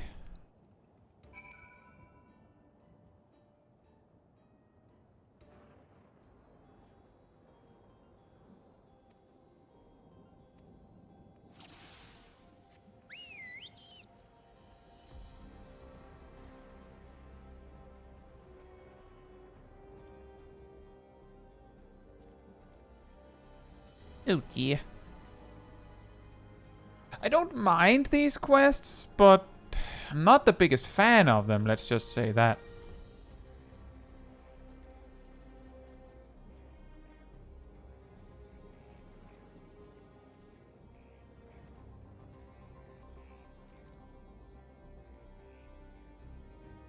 Particular thing that I like, as I've said before, the thing that I want is like a circle telling me how far is too far away, so that I know when I need to go and when I can go. Because the fact that they do this is what makes it hard. The fact that they like specifically have those, wait a moment, and then they turn around. And there's even some of them where like they specifically turn around like as a surprise, so that you are caught. You can't do anything. Like here, if he turns around now, I can't do anything.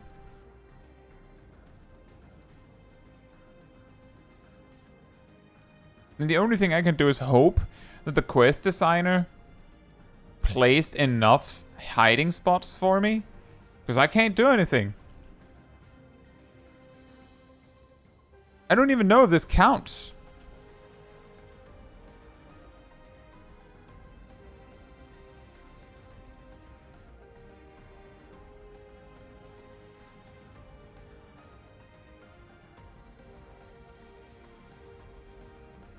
Now he does it again. The only benefit is that there is this warning where it's like,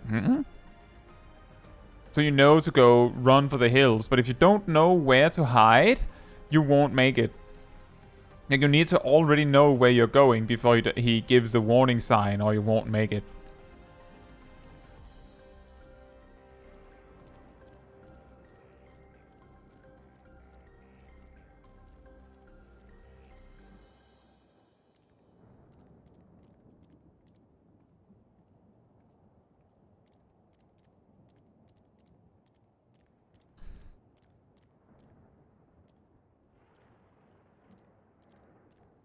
Whew.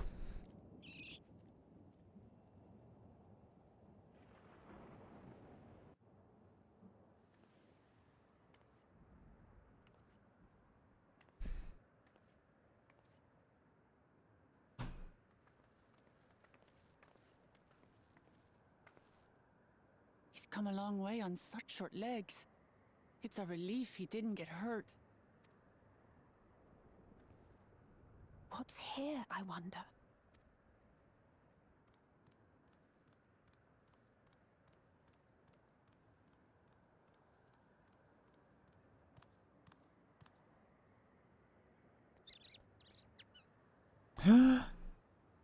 So he's looking after those little ones.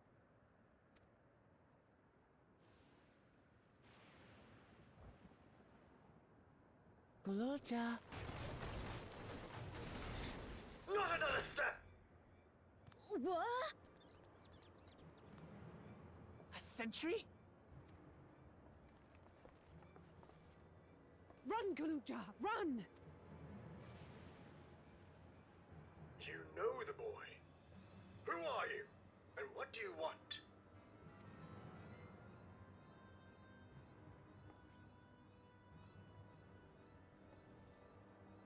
My name is Wuklamat, and I've come to talk to Gulja.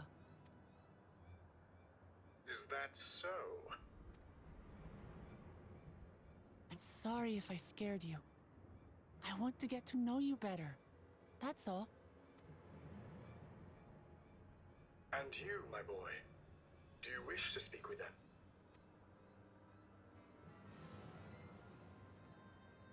I heard them talking. She said she's going to kill my father. Villains! I will deal with them forthwith!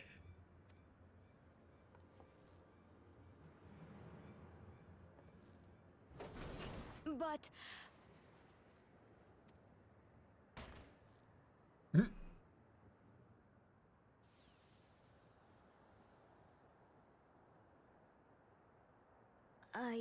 I want to get to know her too.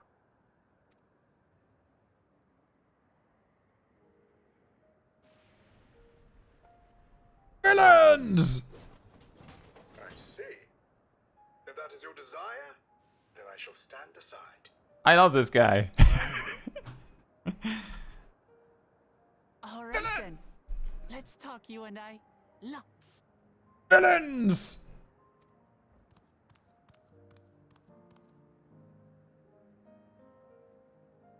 But, who's the ancient-looking and articulate machine?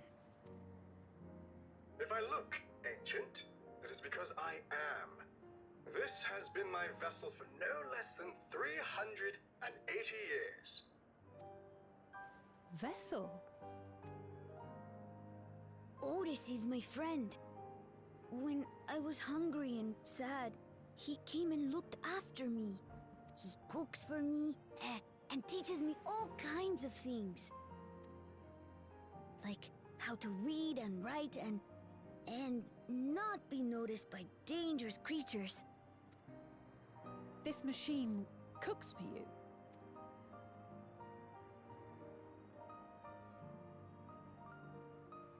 And teaches you about fiends. What is he exactly? Ah! How remiss of me. I have neglected to introduce myself. Sir Otis Valona, Lord Captain of the Royal Knights of Alexandria. At your service. Villains! You're Captain of the Knights?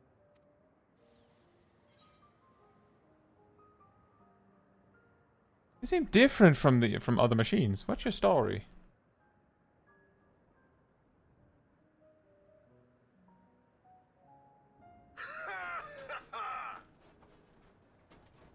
And there I thought it was Gulja with whom you wish to speak. Not that I'm averse to taking a walk down memory lane. But ere I regale you, we must take our repast. A meal. Here. I hate to turn down food, but I'd prefer to have this conversation in the back room.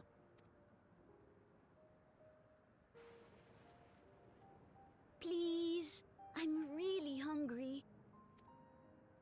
All right, all right. A repast it is. That was easy. She's going to spoil her nephew silly. I'll send word to Erenville so the others can stop worrying. Now, if I might prevail upon your assistance, I shall whip up my most delectable specialty.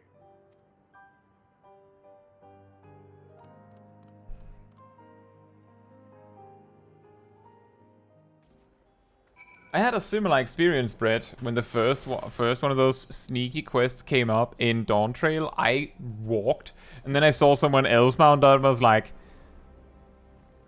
oh right, that was never not an option, I guess. It's extra weird because like sneak quietly behind them, so you're like, I should probably walk. Nope, you just go full blast, just don't get seen. So, my new friends, I would enlist your aid in procuring the ingredients for our repast. After all, the most enjoyable meals are those we make together. We're happy to pitch in, of course. What ingredients did you have in mind? First of all, some yam and pumpkin. The people of the outskirts should be willing to share their harvest. If you and Gulja could go and speak to them. Sure, I'll ask for the cast-offs too, as usual. As for Caetsu and Alice, I would be obliged if you could procure some woolback meat. The creatures can be found grazing on the slopes outside of town. As beef is less readily available, their flesh makes for a good substitute. That of the younger ones especially, as it is more tender and less gamey. Consider it done. We'll be back with the meat before you know it. Thank you kindly. In the meantime, I shall see to other preparations. Villains! Like the best line in the entire expansion.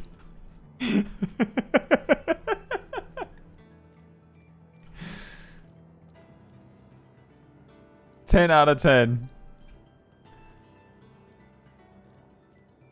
The new blade! Villains! It could be. Maybe if I say it enough.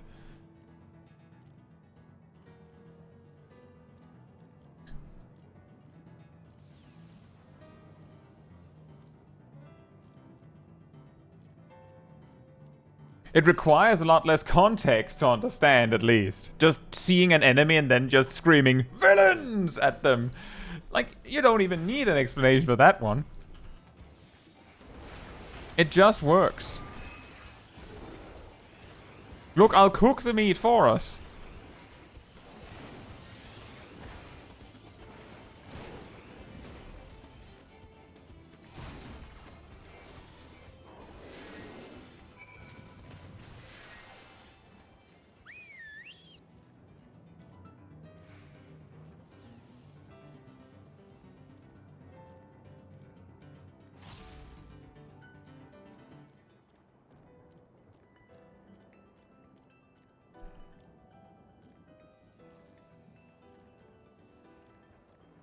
Villains! Oh. I mean, I could also just do some fates, come to think of it. That wouldn't be wasteful. I would have to do that at some point anyway. Might be difficult if there's no one else doing them yet, though. What's this? Am I to understand you have already procured the meat? Woolbag loin. A fatty cut of woolbag meat that serves as a satisfactory substitute for beef. Good heavens, you have, and such a choice cut it is besides. 'Tis plain you know how to handle yourself in battle, where 400 years ago I would have recruited you to the Royal Knights. Ha ha ha.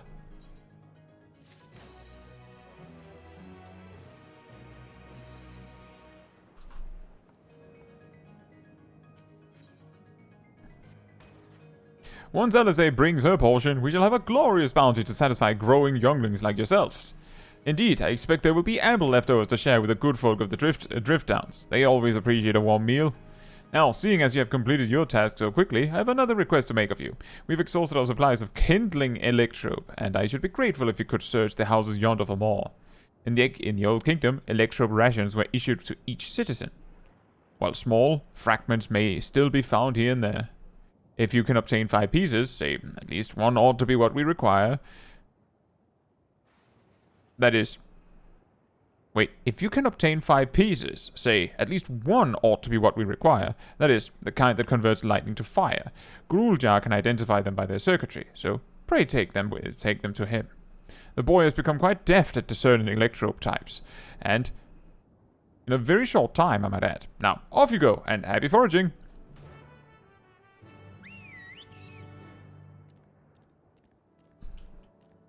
Very blue Lalafell.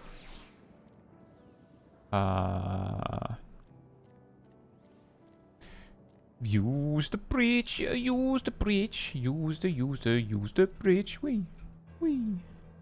Excuse me, coming through. I'm coming through. Run. Shake them off, quick. Here you go. Wee.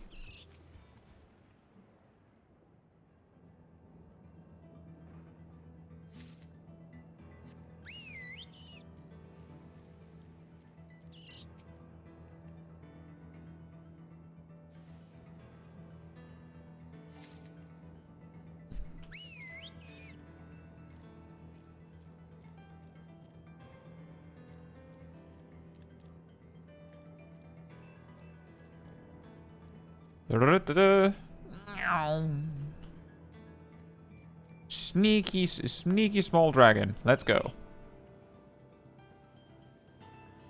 Looty. Loot. Yoink. Yoinkers.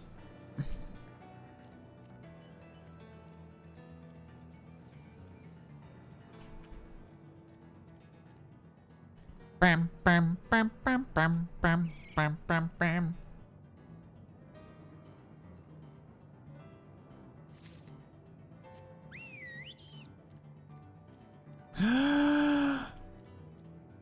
An ether current on the bridge.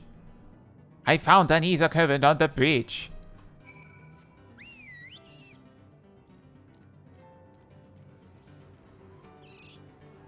It's on the bridge.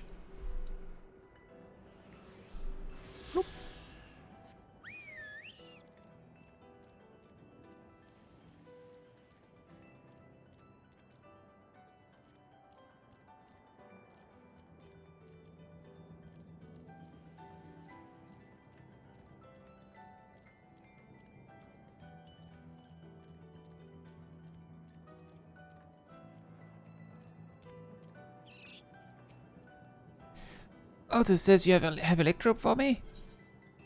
This piece of electrope has been engraved with arcane circuits, but practiced eye is required to discern its effects.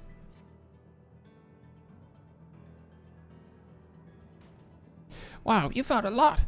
Let's see, this one creates wind, this one is for water. You can tell just like that? I'm impressed. Clever, isn't he? I'll bet he gets it from his father. Ah, this is it. This converts to fire. It's absorbed lots of lightning, so we should be able to kindle a flame easily. Thank you, Caetsu. Thanks to your kind assistance, we have everything we need for our repast. You have done your part, and now I shall do mine. I bid you relax, my friends. The meal will soon be served.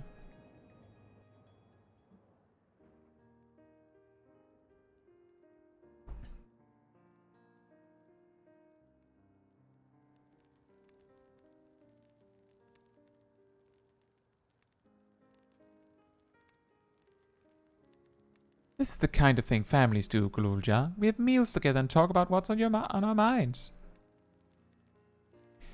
So you ate with your father? Yes, with them and my brothers. It was mostly the head of Resolve and I doing the talking, though. Kuna, the head of Reason, occasionally joined in, and Zoraal Ja spoke when he was spoken to.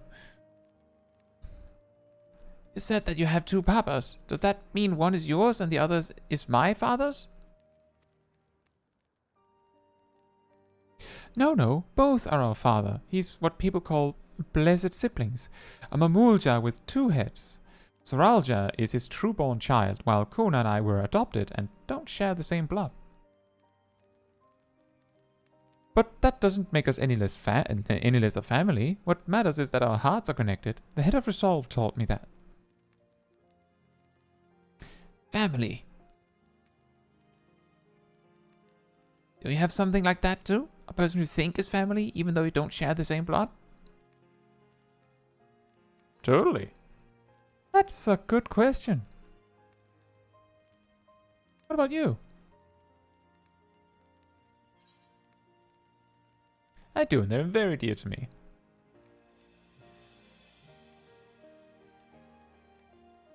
I'd like to meet them one day.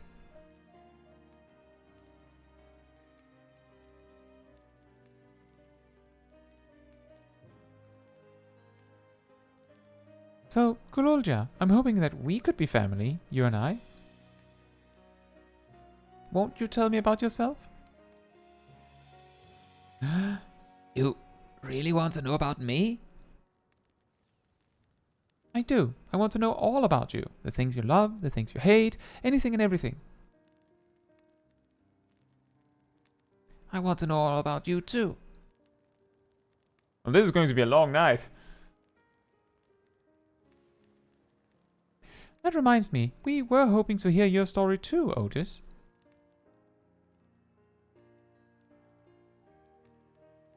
As you wish. Be forewarned that mine is a tale that will be long in recounting. It was before lightning had altered the world that I was appointed Lord Captain of the Royal Knights. We're talking hundreds of years prior to the calamity, right? Indeed, earlier still than when I assumed this mechanical form. 454 years ago, to be precise. Then, you used to be a normal person? Oh, yes. I was once flesh and blood, like you. I proudly served as a Knight of Alexandria. So, rather than a machine that behaves like a person, you are an actual person. How is this possible? 'Tis only natural that you are confused. Hear my tale to the end, and all shall become clear.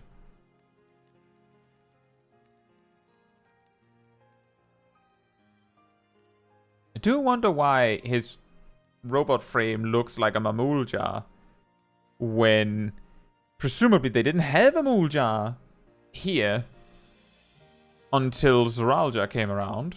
Maybe there's a story there. The foremost duty of the royal knights was the protection of the royal family. In my time, that was their majesties, the king and queen, and their only child, her highness, the princess. Then, every nation of our star was embroiled in some manner of conflict over a electrope. Thus was our kingdom drawn into a war with its neighbor. That war was the catalyst of the great calamity that altered the environment. Countless countrymen lost their lives amidst the chaos, the king and queen among them. For blessing, we were able to protect the princess, who then rose to the occasion. Who rose to the occasion? Yes, of course, he would sound a bit like Susano. And brought hope to her people in those trying times. So kind-hearted was our young queen that, at her behest, we even took in refugees from the enemy nation. But sadly, her reign was cut short. Like many others, her body had been ravaged by lightning, and one day she collapsed and passed away. How tragic. Hey, nary was there a citizen whose eyes remained dry, and many a moon was spent constructing a great tomb worthy of her memory. Yet I clung to hope still, for while Her Majesty was on her deathbed, the kingdom's finest scientists had successfully extracted her soul.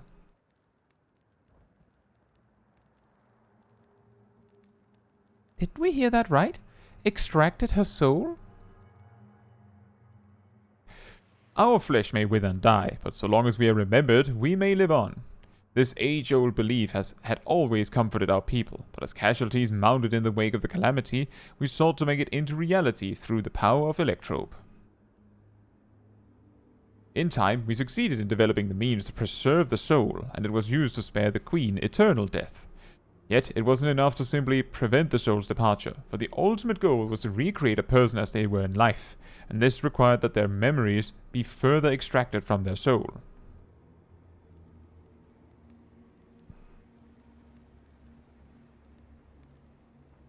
It took many more years of research to make this possible, by which time I had become a grey old man. With my days numbered, I did not hesitate to volunteer myself as a test subject for the procedure. So it was that I attained this vessel, and by my successful rebirth, I paved the way for those who were recreated from the memories of the departed. The Endless, they are called.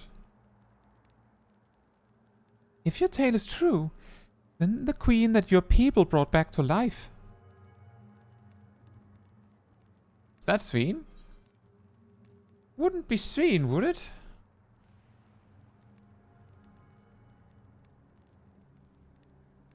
Oh, so you know Her Majesty as well. My description of her boundless kindness must have paled in comparison to what you no doubt felt in her presence. I haven't met her myself, I confess, not since assuming my current form. Wouldn't want to frighten the living daylights out of her. Ah ha ha.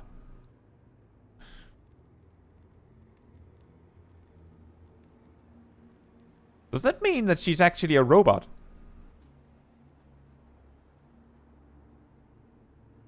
Does it mean she's actually a robot?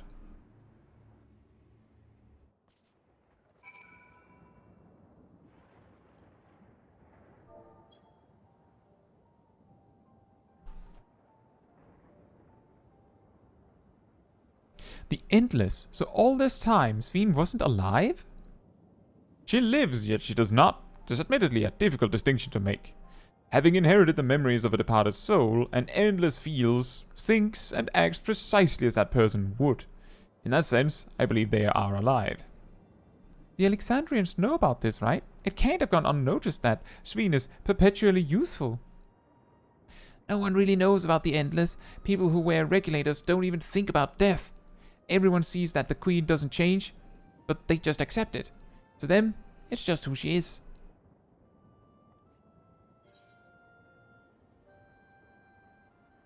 Are there Endless apart from yourselves?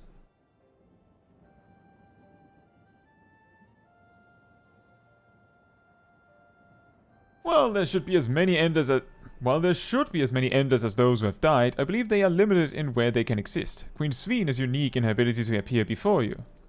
Strictly speaking, I myself am not an endless. They're created using memories extracted from a soul, but my entire soul was placed inside a machine. Being inside a machine makes you different? How? While I do not understand the finer points, my life is bound to this vessel. If it breaks down, then it would be over for me, much like a being of flesh and blood. Hardly an endless, unchanging life, I'm sure you'll agree. An endless, unchanging life? I can't help but be reminded of the heir. Oh yeah, his face also reminds me of an heir. Did Kaukisha and the others know about all this? Considering their extensive intelligence gathering, I'd be surprised if they didn't. For now, let's share what we've learned with Krile and Raha. I can't help but have misgivings about this. Shouldn't we? How about Zoraal Ja? He's not been allowed to tell us about him.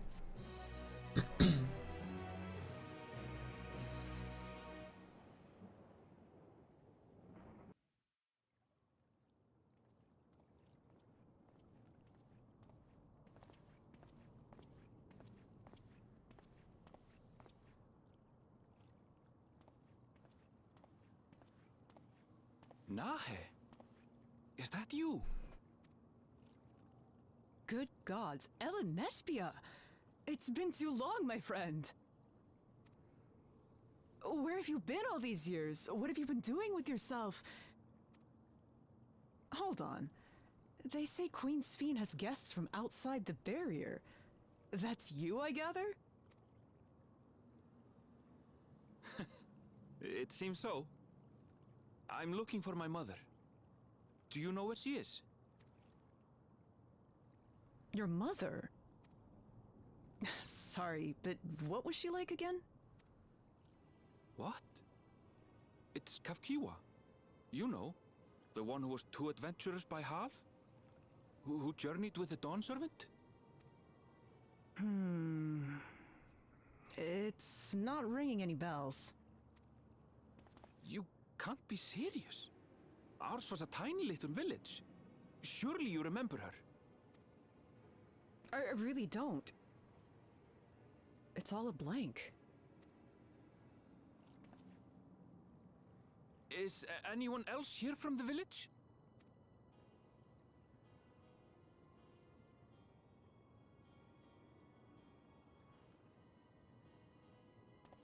Hey!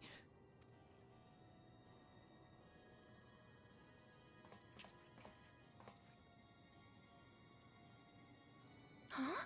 Elenespia? I'm looking for Kafkiwa. Where is she? What's this all of a sudden? Who's Kafkiwa? That's the logic break. It's impossible for them not to know both of them. This cannot be. Unless Kafkiwa is dead or otherwise removed.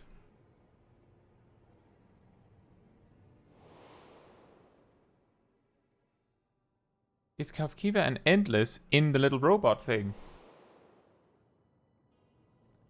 The memories of the departed are taken away. No.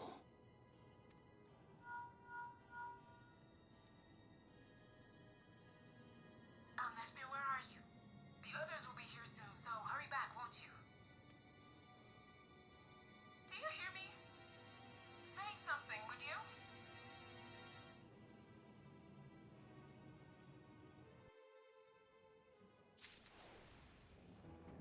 This could be a problem. Although the mood became a tad subdued at the end, I thoroughly enjoyed our repast together. We did too, Otis. To hear about the Endless was something of a shock, but we likewise enjoyed your company. Above all, I'm glad that you and I could talk, Zoraal Ja. We're going to get along great. I just know it. You think so? Ah ha ha, I'm happy for you, my boy. Now then, I presume you will be returning to Everkeep. Permit me to accompany you at least a part of the way.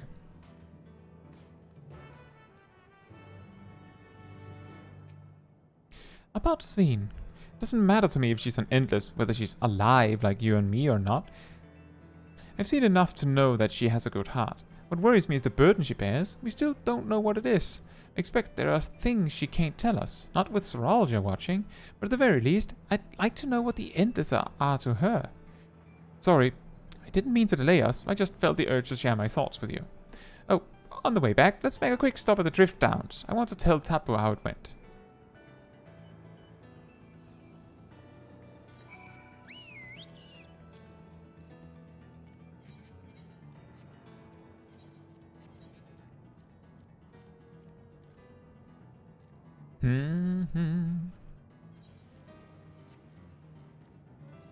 This music is very frantic.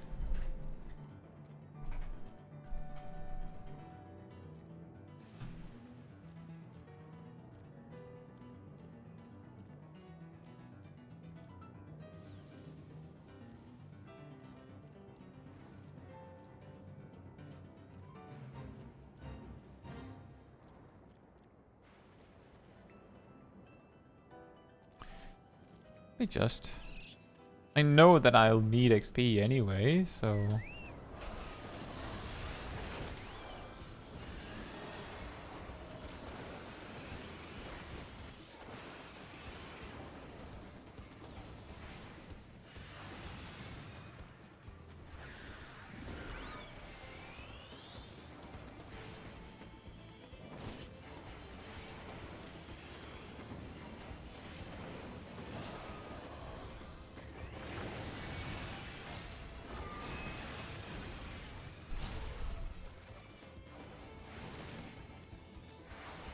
That is quite handy.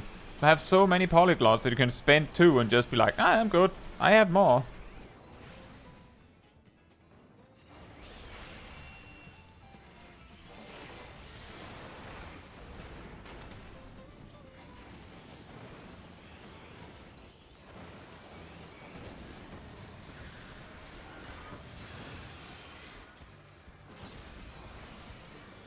Just want to see how much XP this gives. How much we're talking here.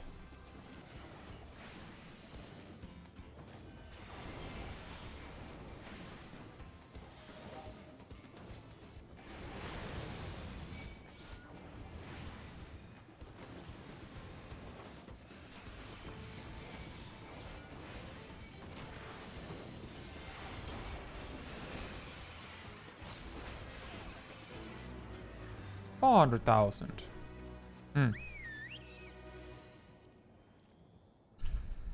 I think that'll do. I think that's what we'll do if we fall behind on XP and actually need to do something for a few levels. Maybe that's what we'll do. Just do a few fates in the area. Maybe we'll do the Arcadata quests and then this. Not sure. That doesn't look very defective to me. I have a feeling it will be the case though. From a quick glance, it looks like I'll be missing like 4 million XP, I think. So like 10 fates.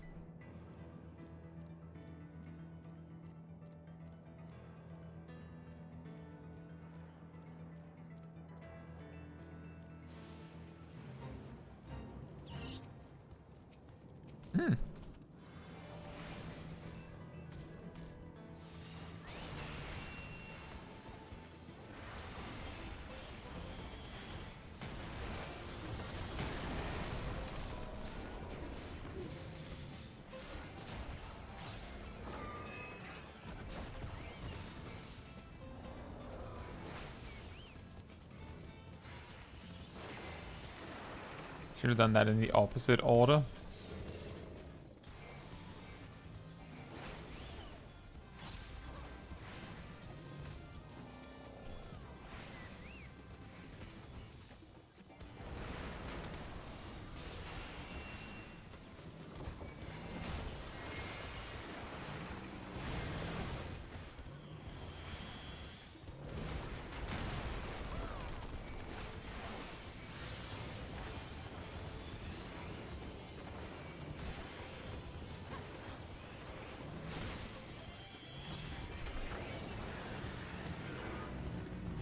Oh.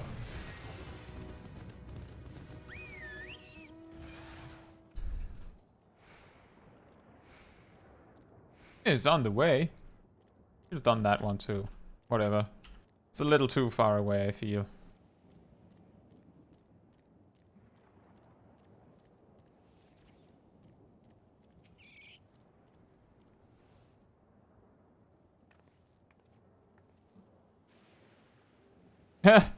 I waved at them. Ah, you're returned. Were you able to find Gulja? We were, thanks to you. All's well with the boy. I'm relieved to hear that. And to know that he has family who worries for him. Gulja too must be glad. I hope so. I'll try not to rush or force anything, though. It's for him to decide what I am to him. My, what a pleasant surprise it is to meet you in these parts.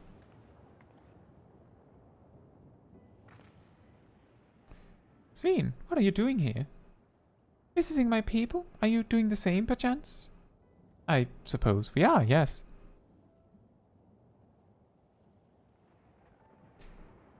Listen, there's something we'd like to talk to you about. Could we have a word in private?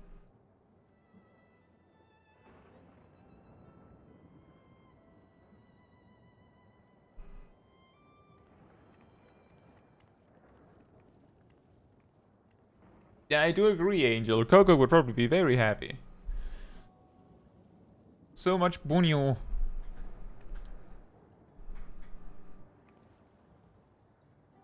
So, you know about the Endless? While we may not discuss it openly, my people will have surely noticed that I haven't changed for hundreds of years. I've made no attempt to conceal my nature. If I may ask, though, who was it that told you about the Endless? Only a few should be familiar with the concept. I'm afraid I can't say. I bear no ill will towards this mystery individual, lest that be a concern. I'm merely curious. Tell me, Sphene, you care for your people. That much is plain, and I assume you care for the Endless too. Earlier in Everkeep, there was something that you wanted to tell us. Was it to do with them?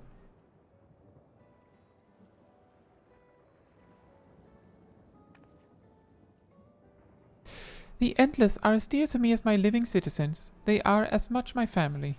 But they can only be sustained by meeting certain exacting requirements. Thus far, we've managed to do so, but should more people die, I fear we would be pushed beyond our limit. Their preservation demands vast amounts of energy. Energy? I don't understand the workings of it all, but is there something we can do to There's missing a 2 there. We can do help. Then would you be willing to become Alexandrian citizens? What? What? I have my nation, my people to protect. I can't just become Alexandrian. Indeed, I suppose you cannot. First you tell us to make peace, then you tell us to go home. What exactly is it that you want? The same as you, of course, to protect my people.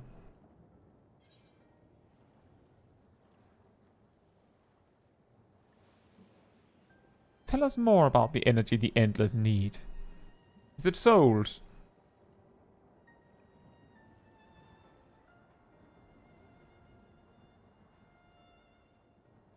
That I cannot say. I do not ask that you understand or like me, but I wish...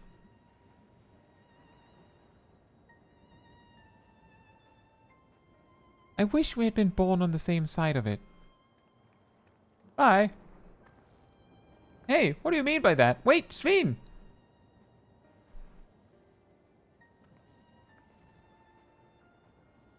Damn it. Well, I think we've kept everyone waiting long enough. Let's continue on to Everkeep. And let's not tell Otis about our conversation with Sphene. I don't want to risk causing him pain.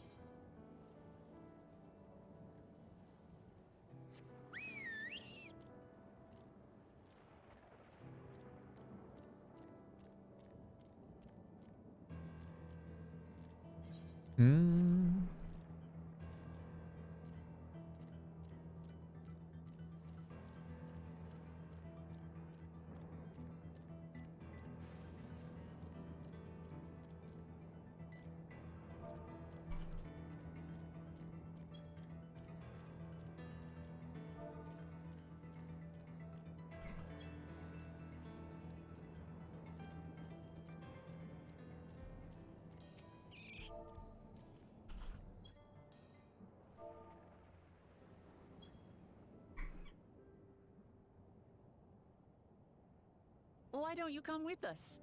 You might get to see Sphene. Ah, 'tis a magnanimous and much appreciated offer, but I must decline. A part of me longs for an audience with Her Majesty, it is true. Yet, though it be in my previous life, I've failed to protect my queen.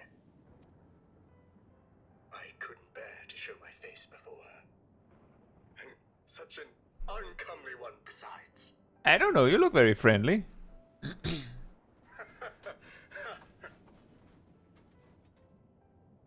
All right. If that's how you feel, we won't force you. But rest assured, we'll visit with Gulja, and we hope you'll cook for us again. It would be my pleasure. You are welcome to bring other comrades should you so desire. The more the merrier.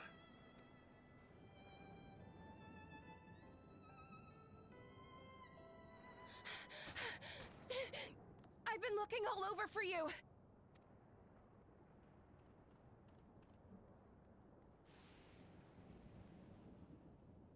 Nostalgia, was it? What's the matter?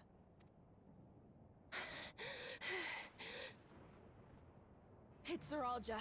He marches to Vanguard. So he's done waiting. But why weren't we alerted sooner?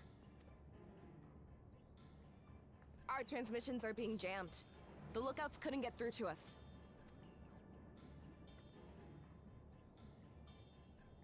Wayakoi is at Vanguard too, but I can't reach her. What are we to do? Stay calm. Kafkiwa has yet to be alerted, yes? Take her to the back room as fast as you can.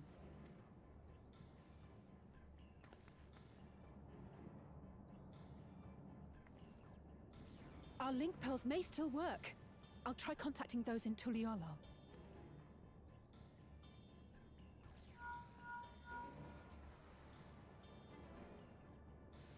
Otis, I need you to keep Gulja safe. You needn't ask. I want to go with you. Absolutely not. A battle's no place for you.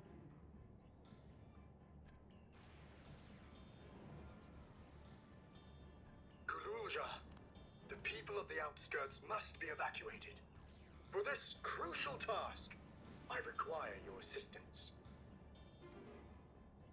Remember, when battle is at hand, anything can happen. Caution is as valuable as any blade. Yes, sir. I think he's my favorite character.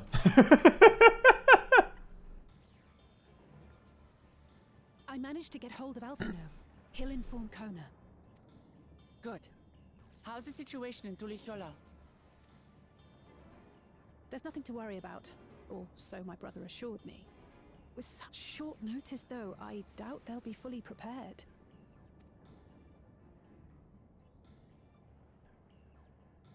They'll be ready, I'm sure of it. The vow of reason is not to be underestimated.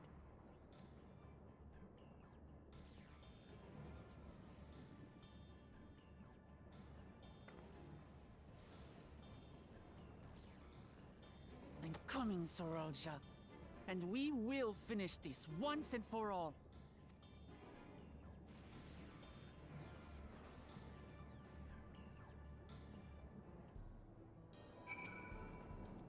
This is the moment of truth. We have to hold Zoraal Ja here. And I know exactly how to do that.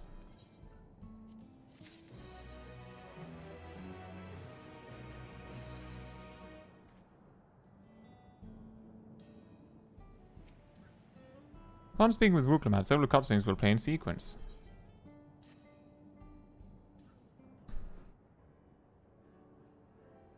Before we get going, I have a request to make of you. When we confront Zoraal Ja, you must let me face him alone. What? No, that's far too dangerous. Why put you at such risk if we don't have to?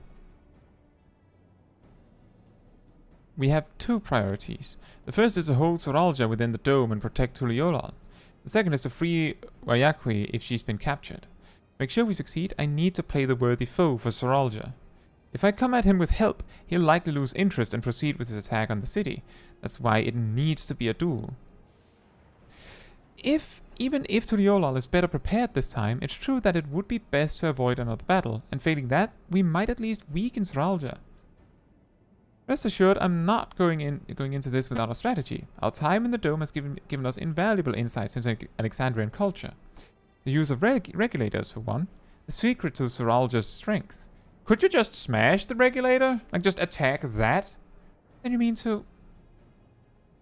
Oh. Thank you. That's right. If I destroy his regulator, he'll be unable to draw upon souls. We'll see how much he wants to duel after that. So, will you leave Zoraal Ja with me? We believe in you, Lamachi.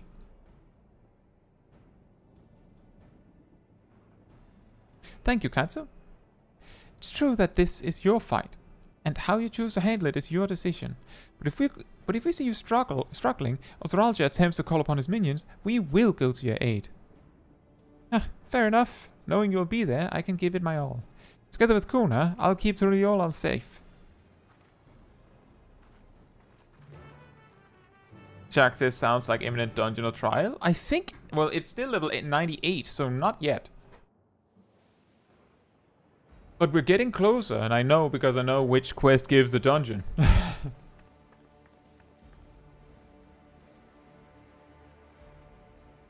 Zoraal Ja!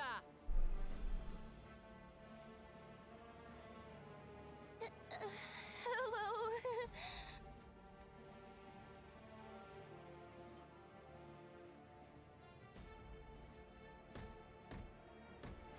You disappoint me, Uklamat. We are foes, yet you had my admiration for defeating Father and claiming the throne. But instead of coming for me, you gallivant with the resistance. Do I intimidate you?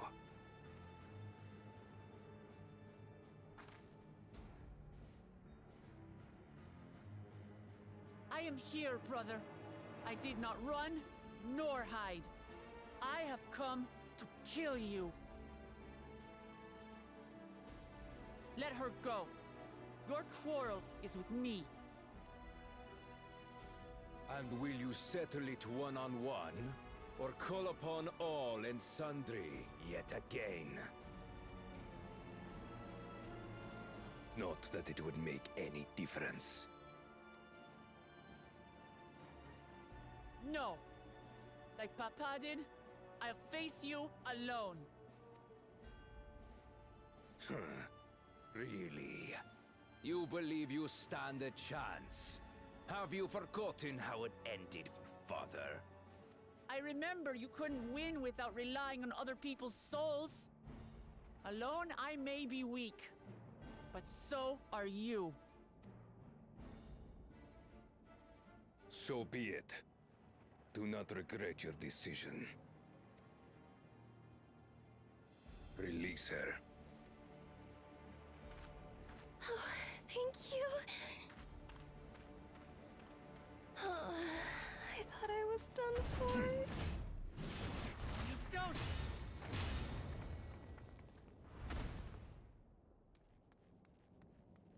Yeah, keep running.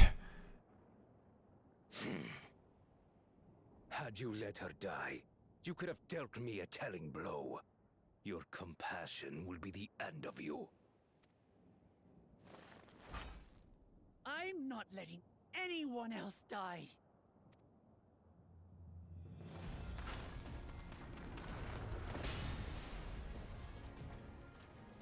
And you will never surpass Papa. But I have. With these very hands, I slew him. His body may be gone, but his spirit lives on, in us.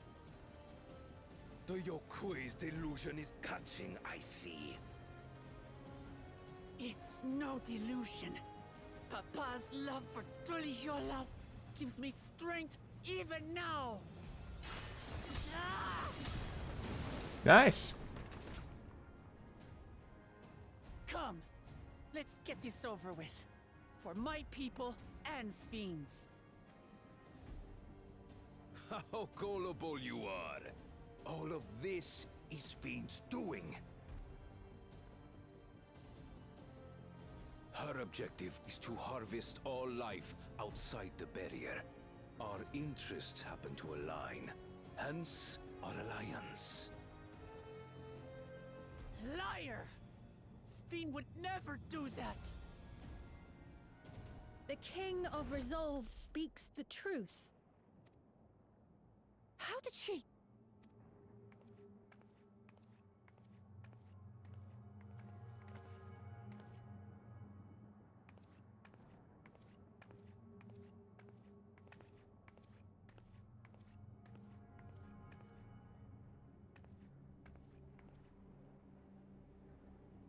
The attack on Zoraal was no less my desire than Zoraal Ja's. You said you wanted none of this. It was a farce from the very start.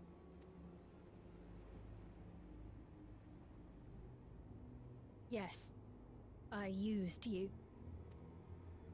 So it was all just a lie then?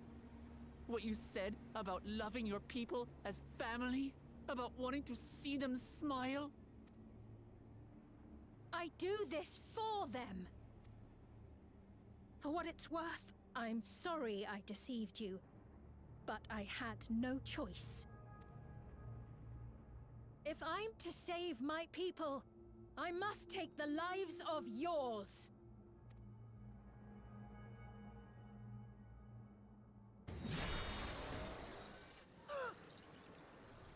Behold, Wuklamat, the benevolent Queen Sphene.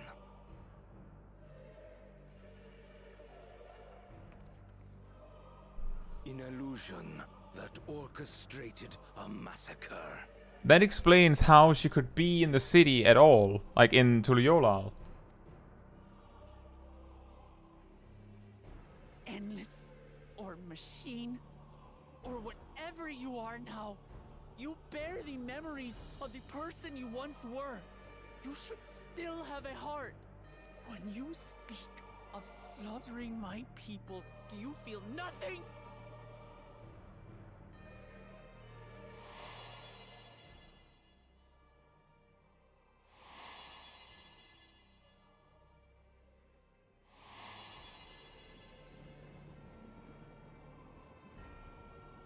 Nothing is dearer to me than my people.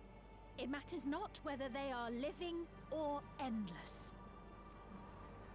As queen, I will do anything to protect them.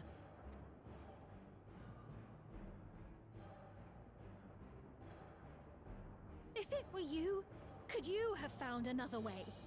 With your strength, could you have held fast to that which is dear without sacrifice?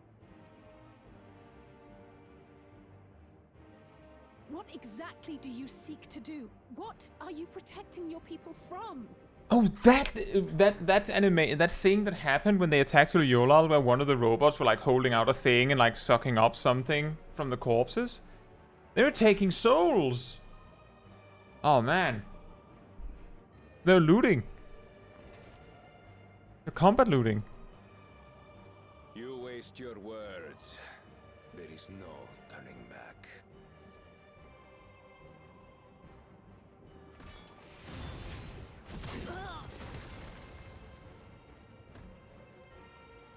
Is this the strength that the love of Tuliolal lends you? A weak ruler walks a path of ruin. Tell me, which of us is worthy of their throne?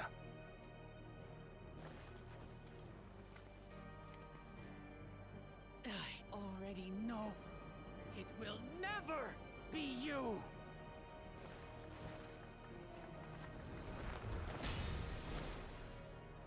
As long as you think only of yourself, you'll never be worthy.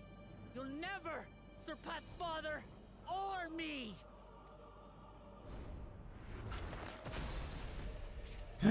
Nailed it!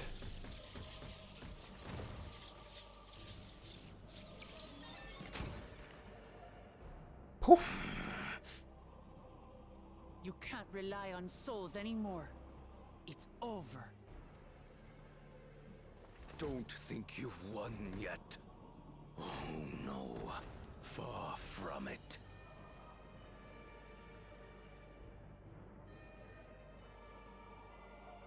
Give the order to the fleet. Raise Thule Yolol to the ground and harvest every last soul. Ah, so he decided to cheat anyway. It is over for Thule Yolol. Your works, your people, all will be ash before the day is done. Exactly, Angel. Oh no, I lost. Better cheat.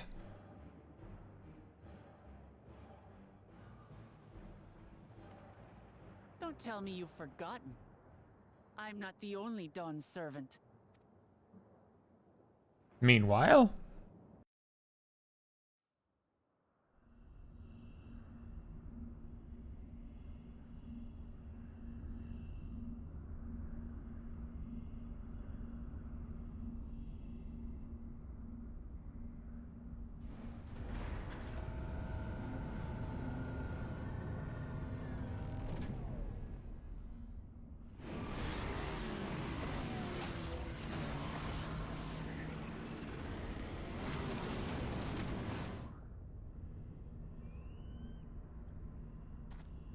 They're coming!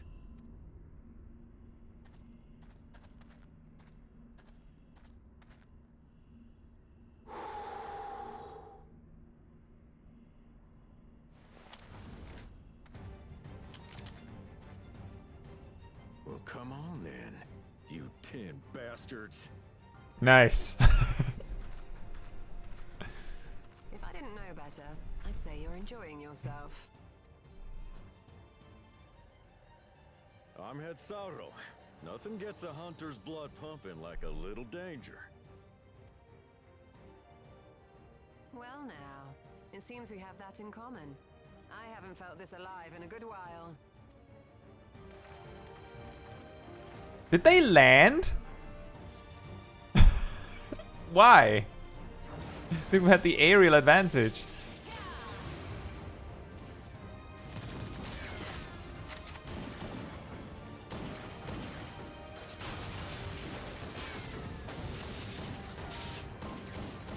Would they?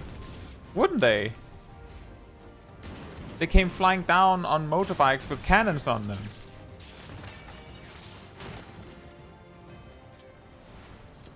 That's the spirit. We promised Valkona we deliver him a mountain of scrap. And I'm not about to let these hollow men make a liar out of me. What I mean is, Zoraal Ja's army would have the aerial advantage. Why did they unseat themselves from that?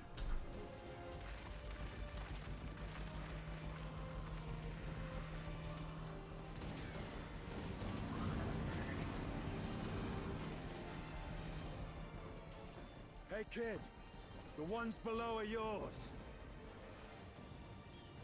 Also that, Kaikro, they could just have, like, shot lasers from the airship. Maybe it doesn't have lasers. Maybe Zoraal Ja didn't have the imagination to consider that possibility. Why don't we make, like a really big laser cannon? Nah. Why would you do that? A big sword is way better. How would a big airship use a sword? Gone for the evil AI card. Yeah, in a way. You got it.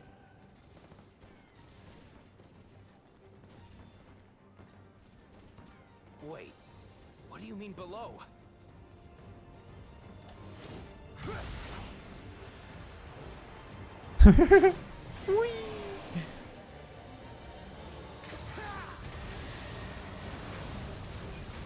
Nice. Don't see that every day.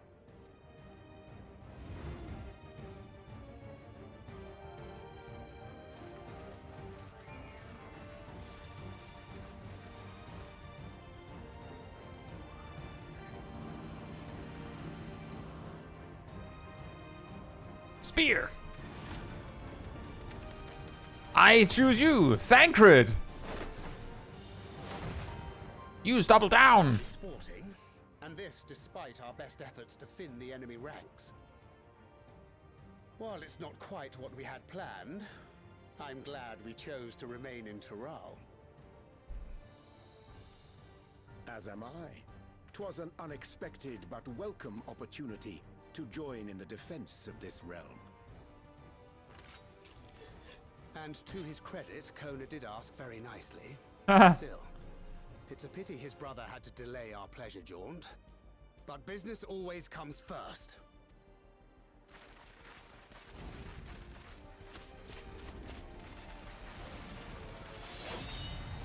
The robot should have been made to be able to run. Another thing Zoraal Ja hadn't considered, I guess.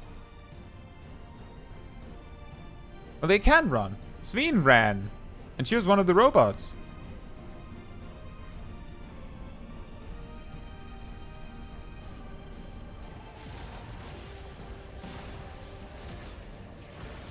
Nice!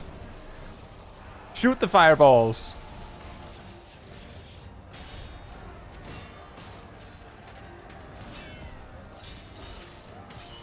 Yeah, they have that option. I don't. For some reason. They've gotten really good at walking ominously, but that's it. Damn it! Come no closer, you bastards! Gulja! Triple kill!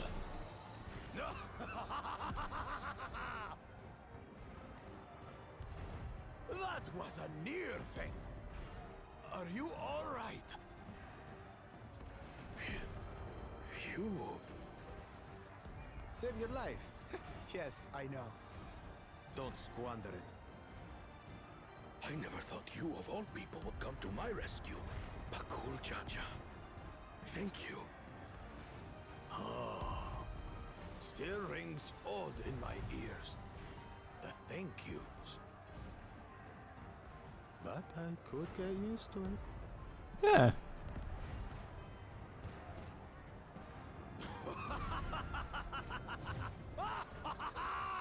Right.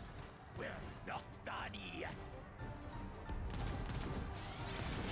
He runs like a viper. Nice.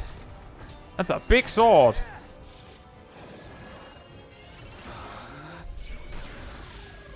It's a big Toxicon. We're holding our own against their infantry. But what of that monstrosity and its escort? Maybe that's the one with the big cannon. If they start bombarding us with cannon fire, we'll have no means of fighting back. Worry not. We have a countermeasure. We do?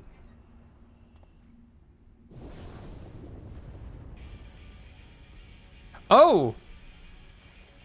That's a pretty good countermeasure. Yeah, exactly, we do. We have a... Yeah, we have a dragon.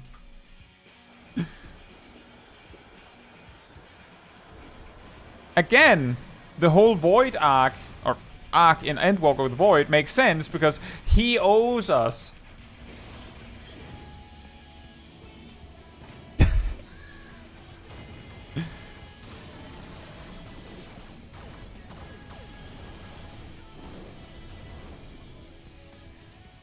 What in the Navigator's name is it doing here? We're friends. Tuliyollal has entered into an alliance with Radzat Han. A wise and timely decision on Valkona's part. Yeah, well, Ratzanan as a dragon, you know. Pretty good offer.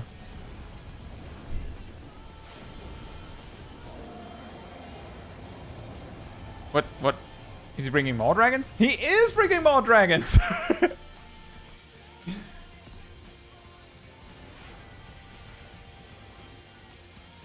Correction, Ratzanan has an army of dragons now.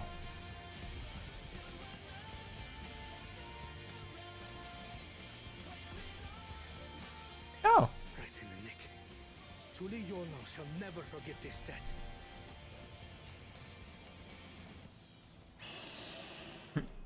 Go, big bro! Or little bro, or something. Go, bro. We will hold out, Lamachi. If your older sibling dies and is reincarnated somehow, and is now somehow younger than you, are they now your younger sibling or your older sibling? Or does it matter? Yeah, that's Ashdaya. But isn't she supposed to be his big sister? But she's not exactly big, is she? So keep your eyes forward and do what only you can do. Finish this and return home safe and sound.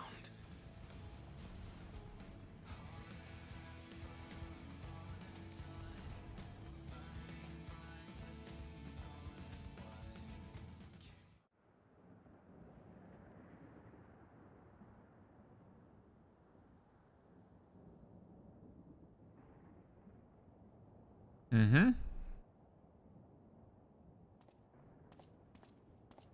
Report from the fleet. The enemy has offered unexpected resistance.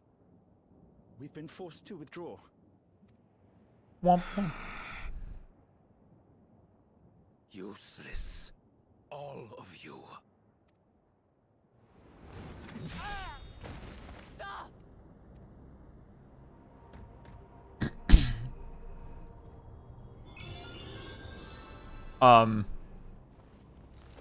Why? Your Majesty. Enough of this! Enough! You swore you wouldn't harm my people. Out of my way.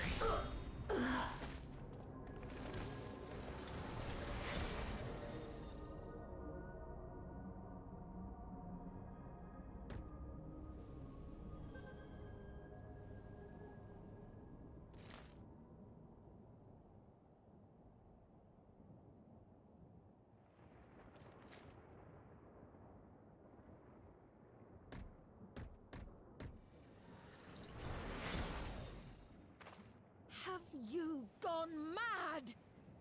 Hey Zach, hope you're doing well. When the army fails in its duty, it is the charge of the King of Resolve to clean up its mess. To achieve victory by any means necessary. Killing your own soul. Zoraal Ja to Everkeep. Initiate Cold Blood. Killing your own squad doesn't help though. Cold blood. Execute all civilians and commandeer their souls. No! Damn you! Stop! What? Please, Father, stop! Gulja! I told you not to come!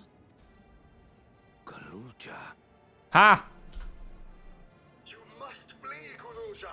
It isn't safe. I'm not going anywhere! I have to stop my father! You're going to die very quickly. I am not your father. Let him go!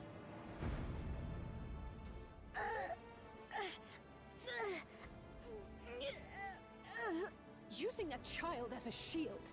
Have you no shame? No. Release him at once, or you shall answer to me. Pitiful relic. Kneel before your king.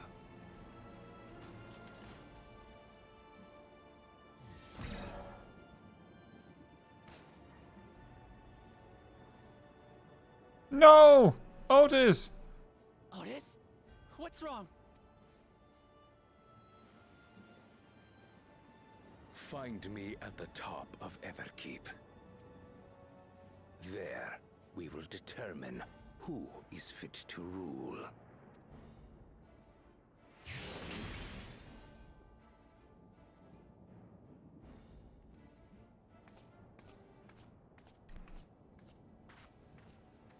I must protect them.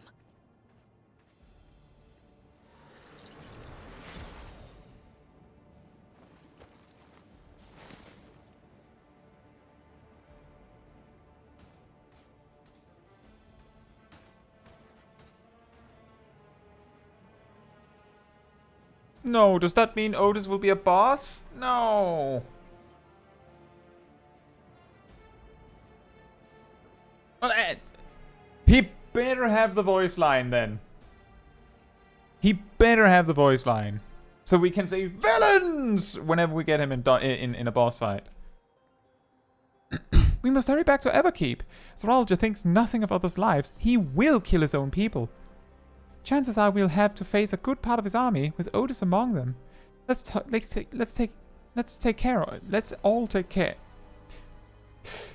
Let's take all care. What is that order? Words. Are you ready, Caetsu? Yes. Yes. Yes. Yes.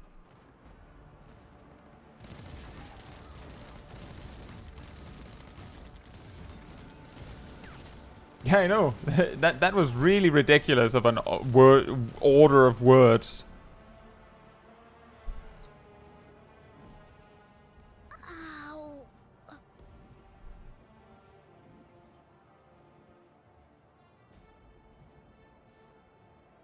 I have no more use for you.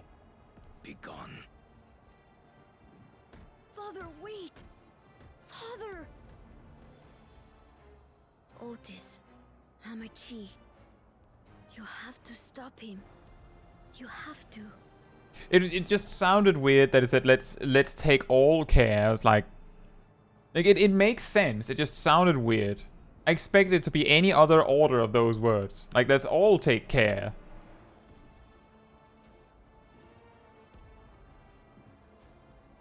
But I suppose you did mean all care.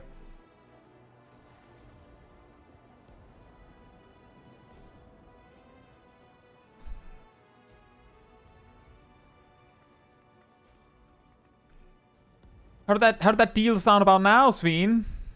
Bit of a regret now, yeah? Oops.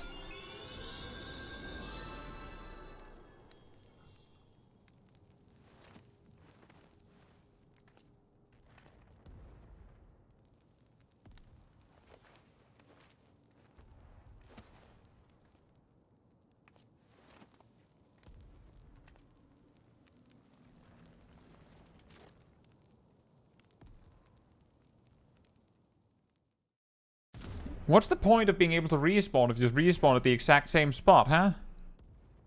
What have you done? Sphene, can't you order them to stand down? The King of Resolve holds military authority. I cannot overrule his commands. That was not smart.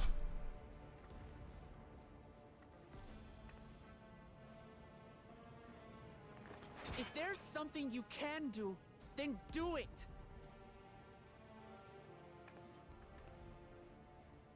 Your crimes are beyond forgiveness, but your people are innocent.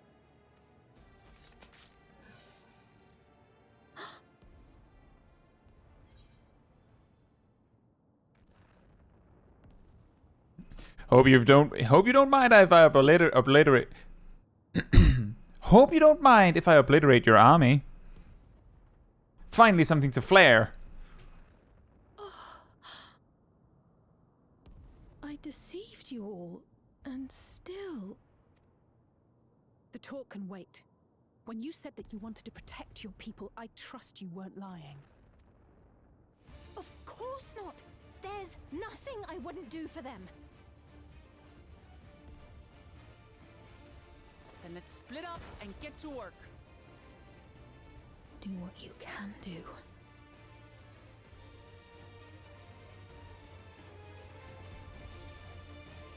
Seemed like she could just hop out of the robot she was controlling and then it died as a result.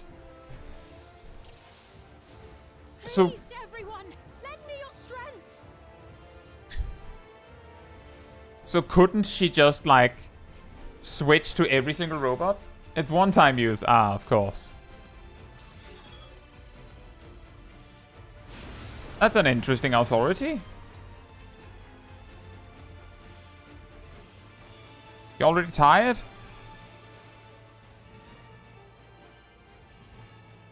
Right. Let's deal with these ones first.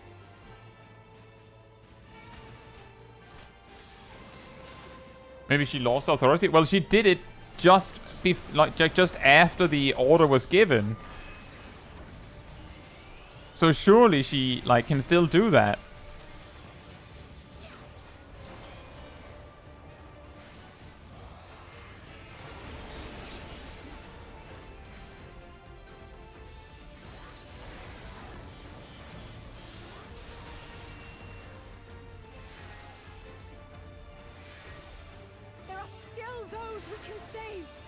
No, all I mean is she could just spam exit her current body, like go to a different one, and then that one, like, and then it dies, and just repeatedly do that.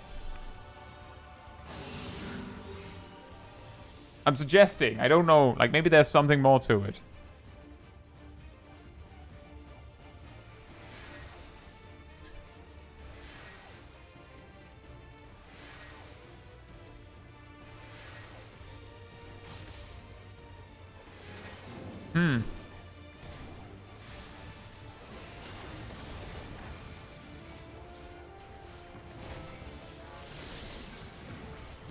Fiends too! Damn you, Zoraal Ja! It's up to us to stop them.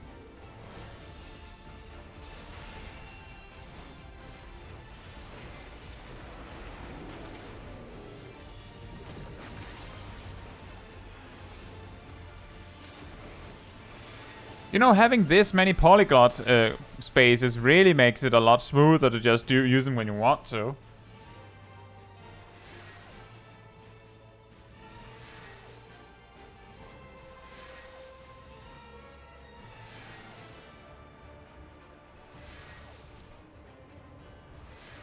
You're safe now.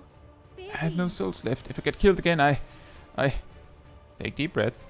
I'm still alive. I'm still alive. Next. Well, thank you for coming to save us. Such a relief to see Her Majesty is unharmed. Are you hurt? It's only a grace. You needn't worry about me. Just help those who are still out there. We need to talk with Ma. Where are we going? I came here to cast Flare. So are we casting Flare or what? Oh, Cryle's here.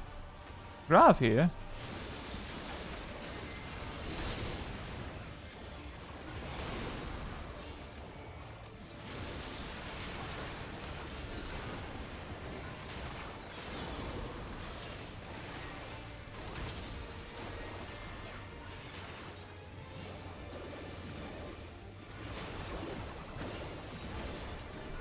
Gra, you good?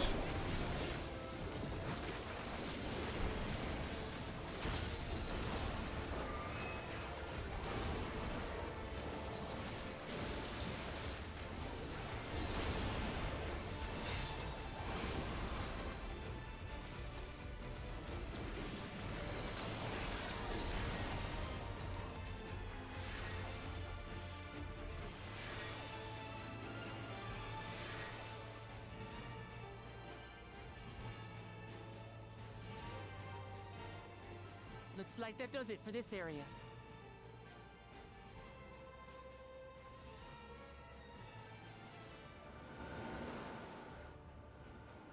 Look, the King's forces are on the move.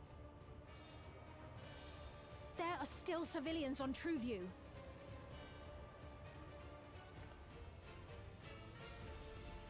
Well, we can't leave the wounded. Let's divide into two groups. Kryle, Raha, please stay here and render aid. The rest of us will go and deal with the machines. All right.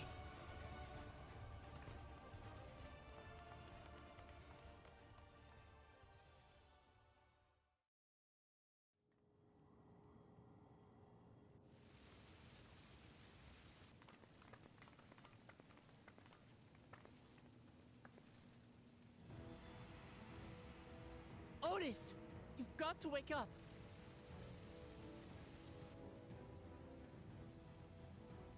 Otis?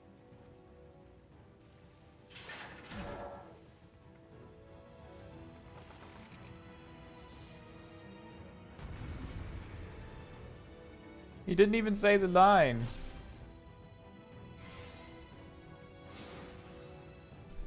He better survive this. I'm gonna be real mad. For the honor of the Royal Knight, forward!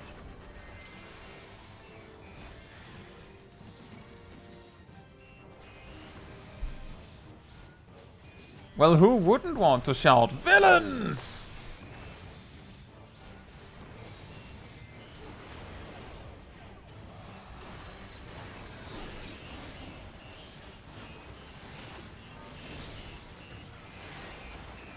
It's very similar to Blade, yeah.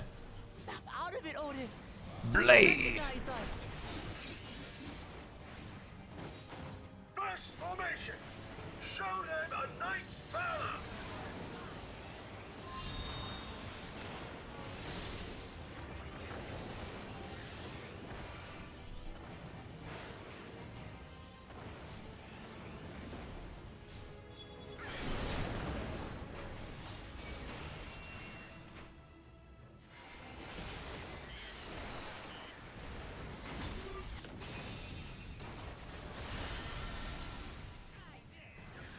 The machines obey him!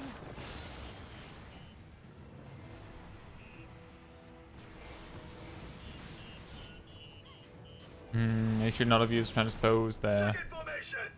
Seize the glory of victory!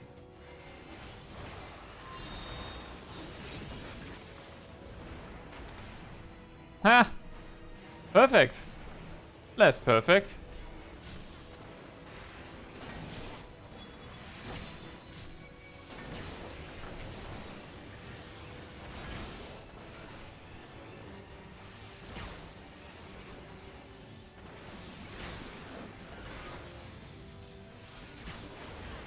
Something about him is familiar, but it couldn't be. Oh, but it could be. And it is. Probably. Third formation! Onward for Alexandria!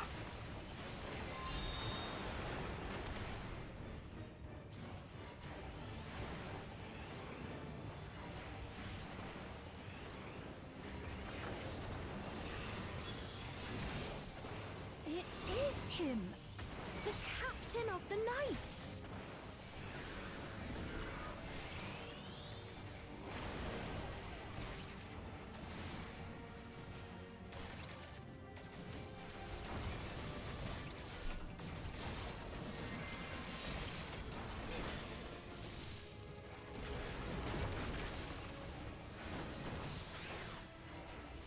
Don't like the looks of this.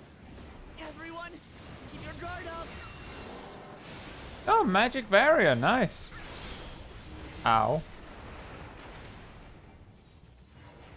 Damn it! How do we bring him to his senses?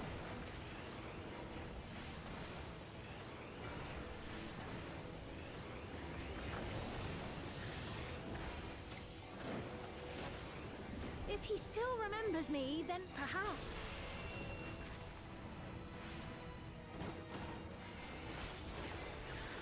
Shock him. I'm trying. Doesn't work for me.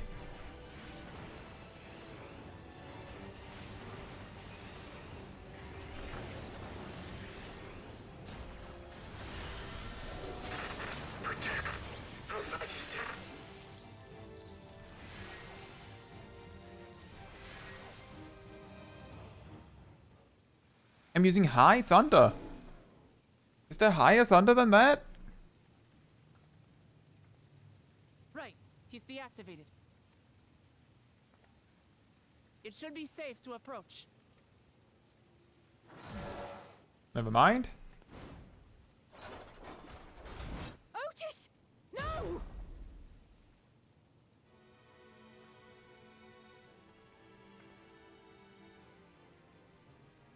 I remember you, Otis, so please remember yourself. You're a proud knight of Alexandria, a man who lives to serve the kingdom and its subjects.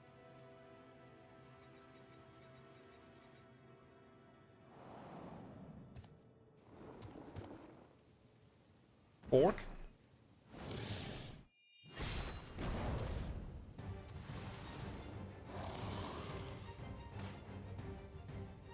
Otis! Pray, stand back, Your Majesty.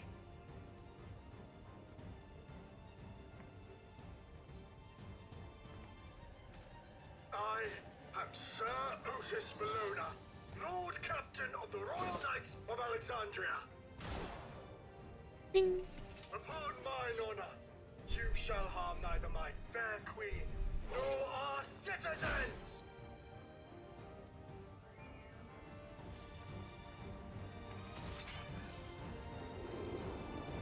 You have too many tanks? Ah, Graha can switch to healer. It's fine. He usually doesn't mind.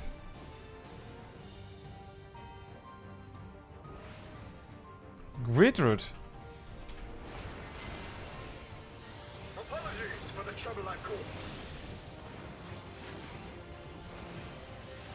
So long in this bonny hole, I shall fight with you.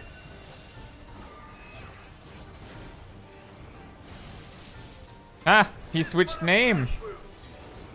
Tis but a flesh wound, yes. Of course you would say that. It's building up energy. Have care.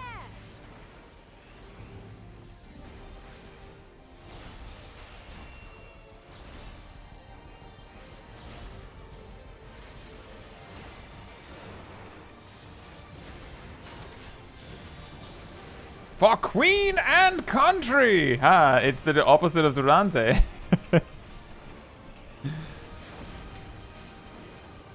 For king and country! Oh boy.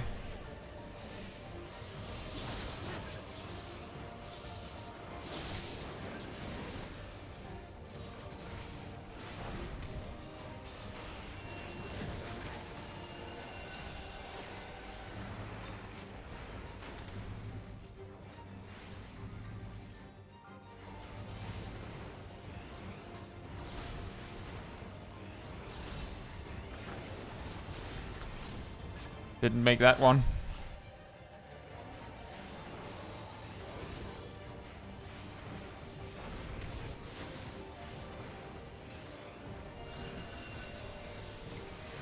The dead are fighting to itself.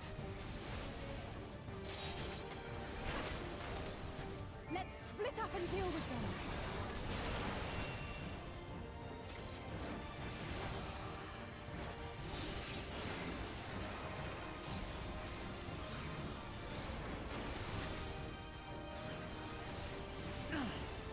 Not holding anything back, are we?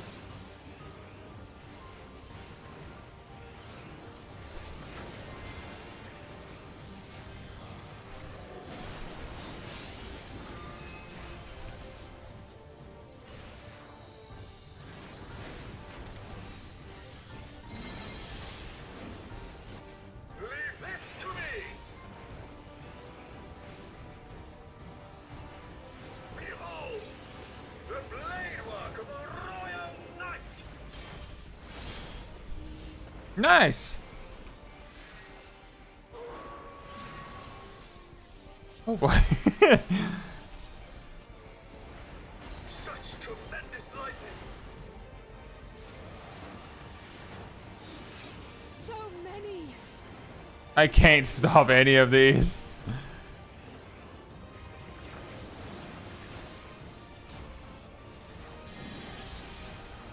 Nope.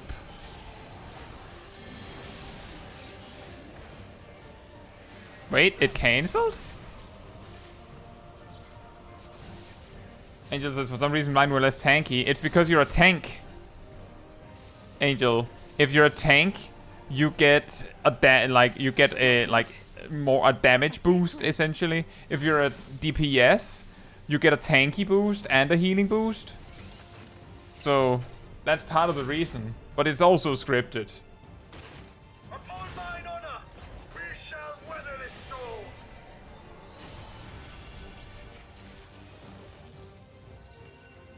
Now, lay the fiend low.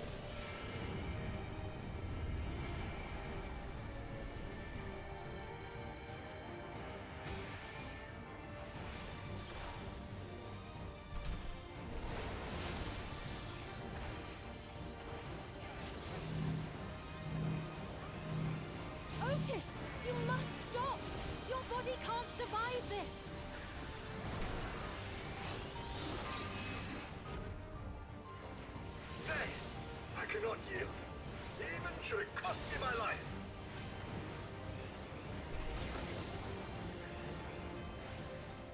Otis!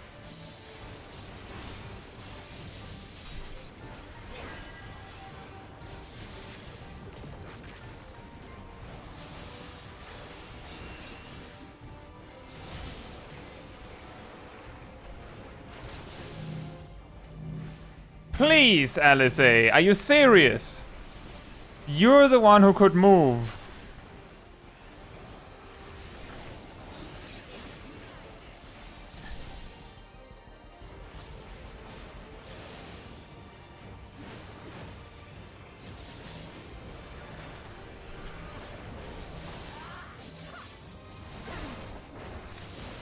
My queen, are you unharmed?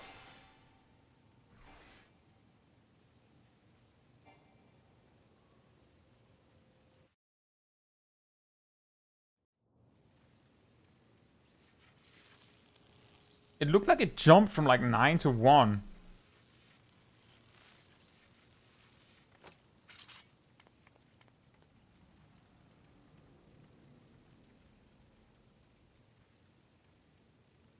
No! Otis.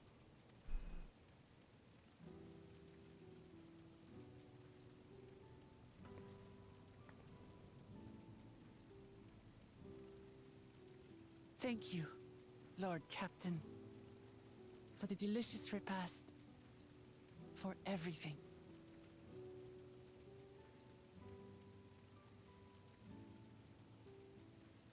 The old units do not have regulators. Their souls cannot be recovered.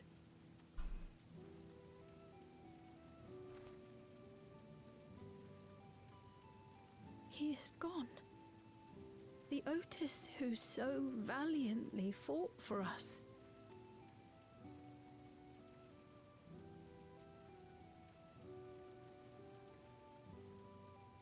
I'm truly grateful for your help. Would that I had the time to thank you properly. No more villains! We'll just have to carry on his legacy for him. Beat this villain! But I'm afraid I cannot linger. There are urgent duties I must perform. Hey, wait!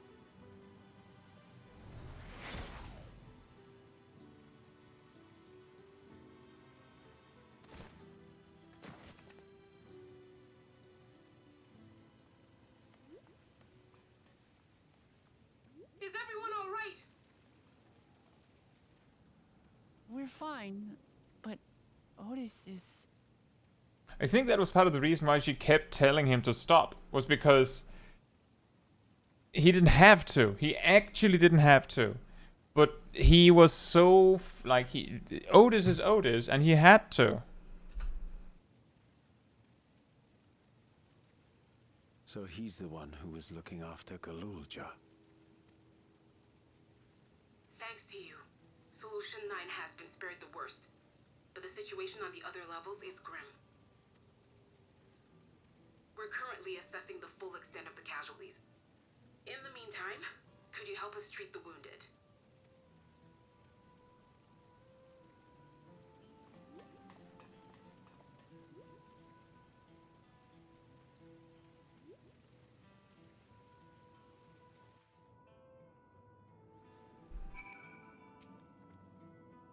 God damn it, what is Zoraal Ja trying to achieve by slaughtering his own people? That he's still bent on surpassing Papa is clear, but why this massacre? I don't understand. Right now, we can only guess at his intent, but his obsession must be strong indeed to endure after 30 years. Now isn't the time to ponder such things. The people need our help. You know what's going to be really awkward?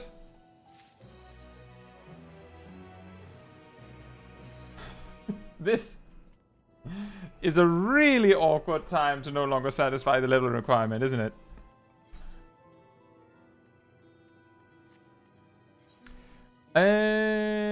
There. I believe there's 3 million XP to be had there in an instant.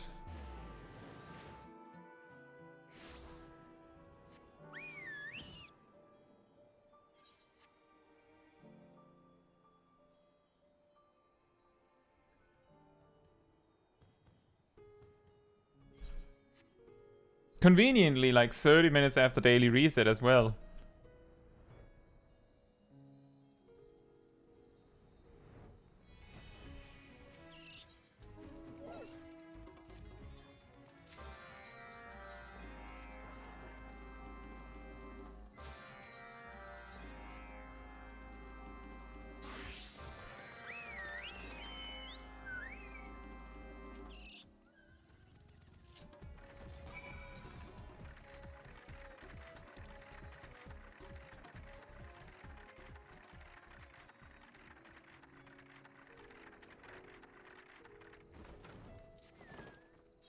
Whoops.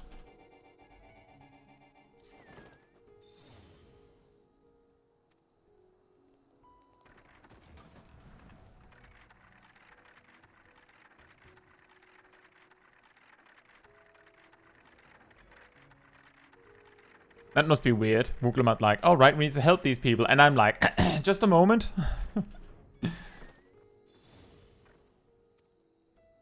Just need to help some people on the other side of the world. Now?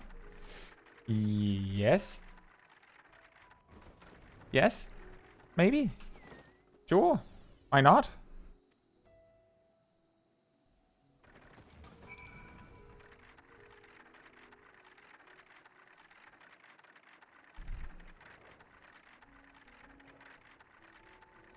This is for those dragons helping us. Yeah, I have to repay that debt, you know?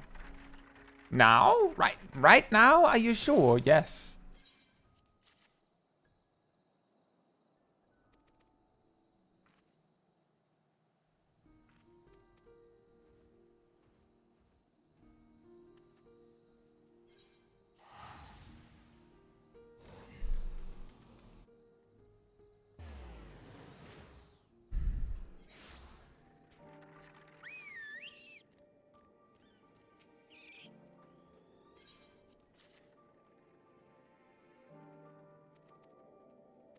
Thank you, Shaq, and enjoy your day.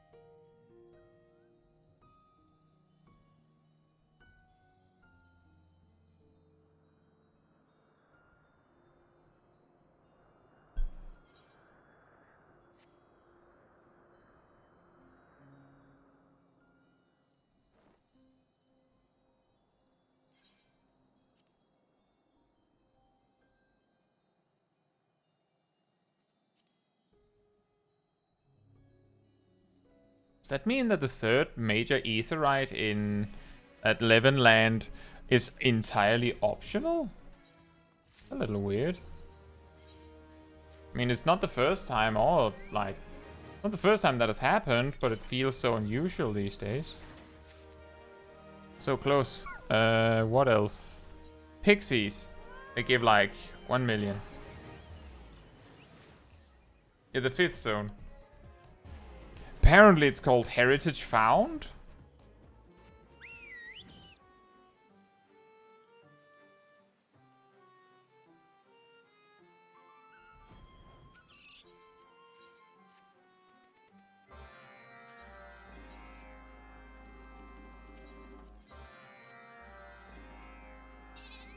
It was more that if I had called it Heritage Found right now, I imagine a lot of people would be like, what? And then I say, the Leven land. There's literally a quest called Land 11. And Leven is usually associated with Ramu.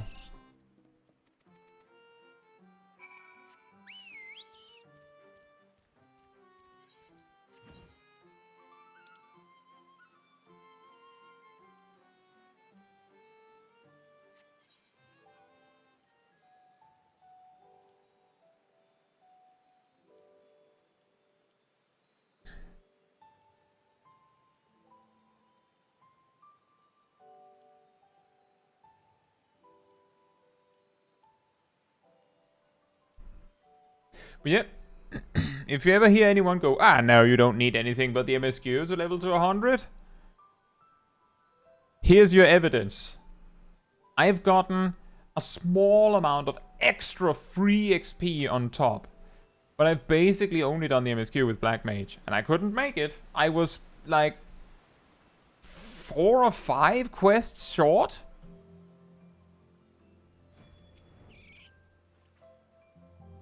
Like, you'll make it if you do like 1 extra dungeon, I think.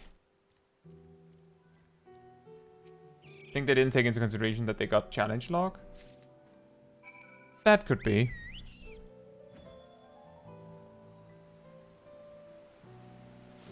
It was more the point that sometimes people like, you don't need anything else to do the MSQ. You can ignore all side quests. That isn't always true.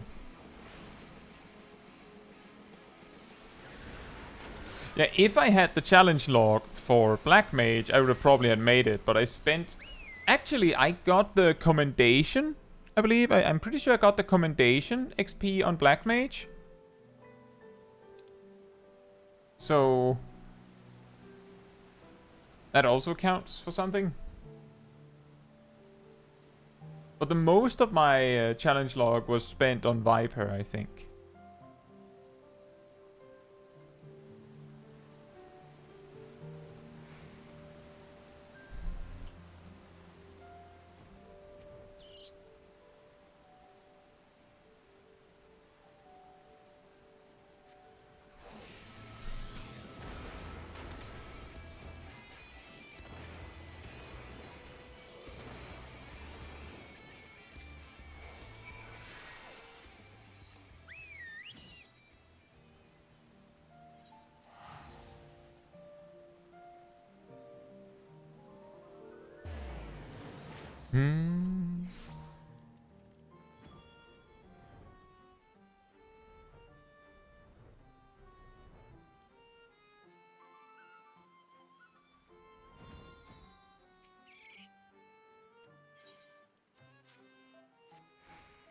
Much better than usual grass.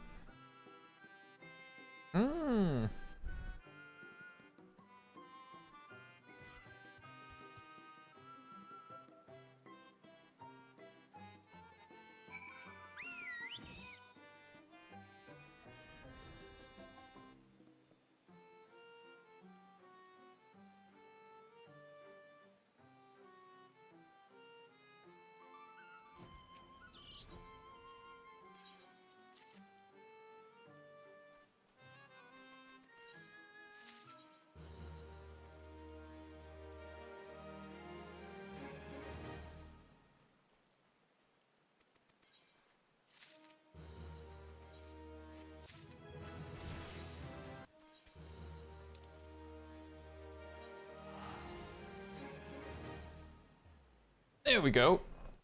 Now, where were we?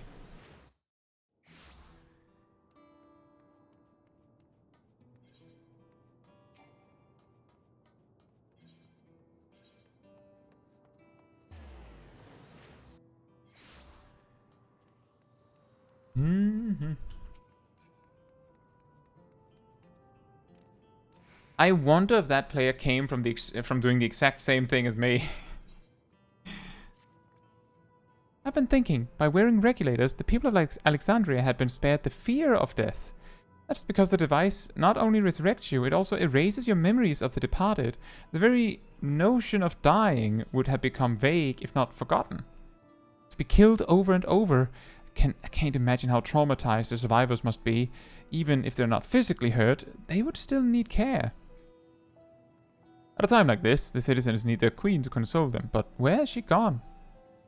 I don't know. There are other districts, so perhaps she's checking on them. In any case, it's too much for her to handle alone. Countless people will be distraught, and we ought to provide them with what comfort we can. So while Kavya and her... Kavshia? What was it? Kavshia? And her crew tend to those with physical injuries, let's seek out those whose wounds are emotional. Understood. If you and Caetsu will want to concentrate on True View, the rest of us will seek to the other areas. Sounds like a plan. Alright, everyone. We'll meet up in the back room after.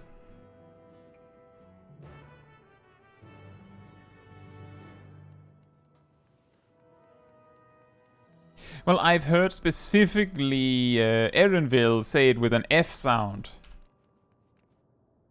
A Kafka. Or Kafka. Or something like that.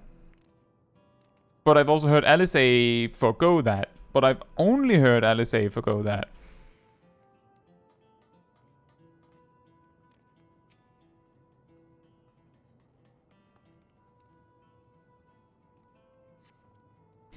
Thank you. I'm all right, I think.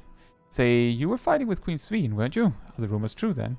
That Her Majesty isn't a living person, that her actual body is elsewhere, in the cloud or some such, and she uses a special power to appear before us.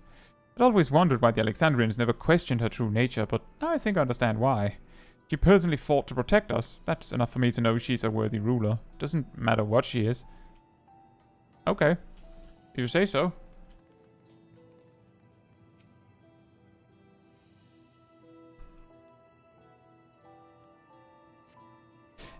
It's over. I'm still alive. Ah, thank goodness. Makes no sense. What right did the king have to destroy our lives like this? Give us back our peace. Leave us out of your damned war. I mean, according to him, it sounds like your peace comes as a result of the war in some respects. So, you know.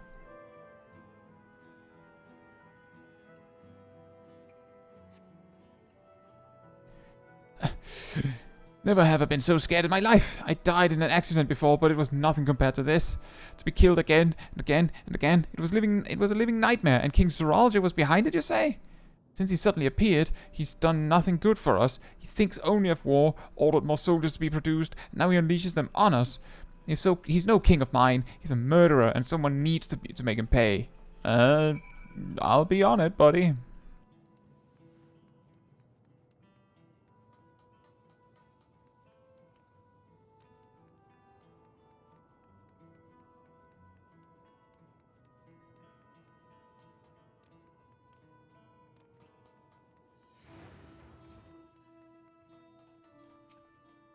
You head into the back room? Yes.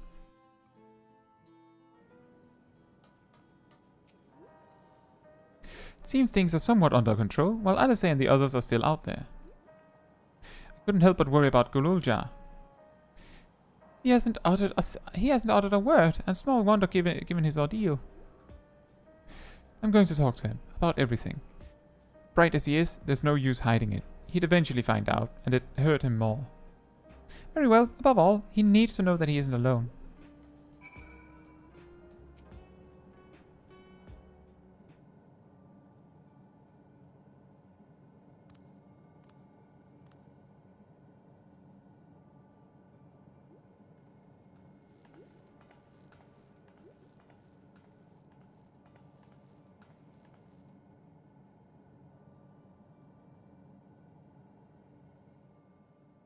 Are you all right, Gulja?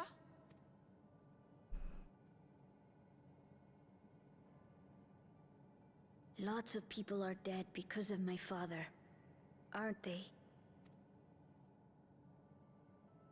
That's... And Otis. He's gone too, isn't he? I'm sorry. My father is a bad man. That's why you're going to kill him, aren't you?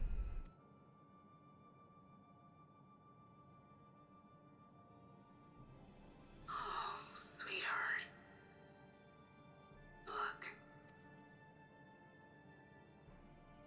Forget it. I don't care anymore.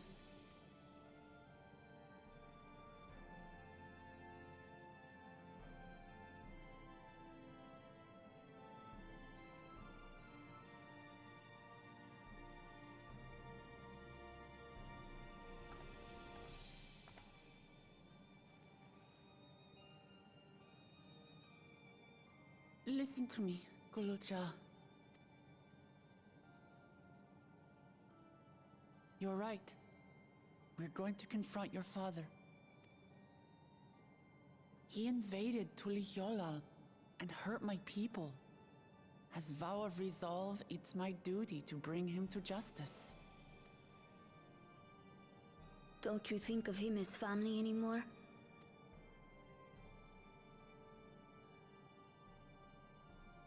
After the attack, I was filled with rage. I told myself over and over that he's no brother of mine. But it isn't so simple. No matter what I feel or say, all those years I spent striving to live up to his example, they won't just disappear. What's more, it's because we're family that we have to correct each other when someone goes astray.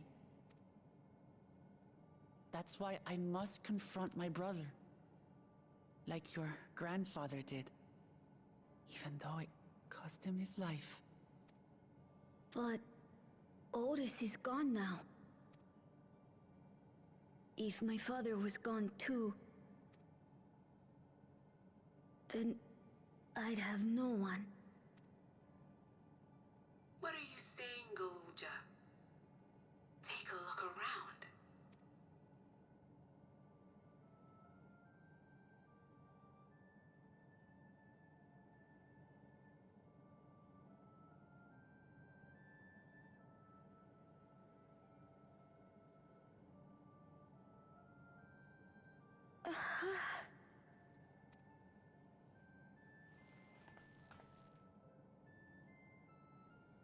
You have us, Gulja. All of us. We'll be with you.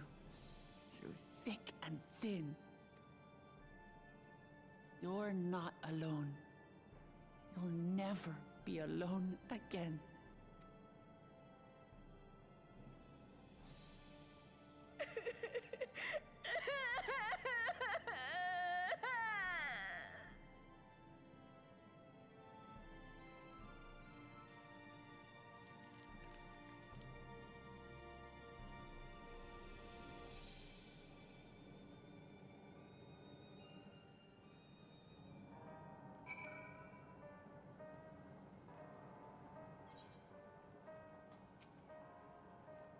You should get some rest, Gulja. You've been through a lot. I do feel a bit sleepy. There's a room in the back you can use. Could you take Gulja there? I will, thank you.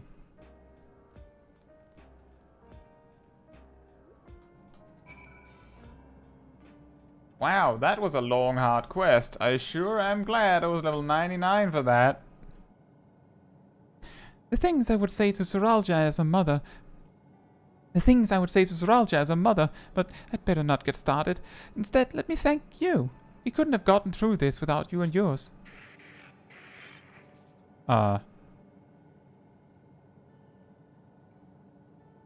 the others return, you ought to take what rest you can as well. It isn't over yet, after all.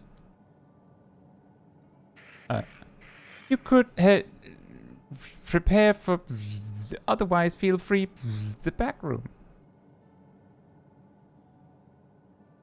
For the image, you say? Is it still happening?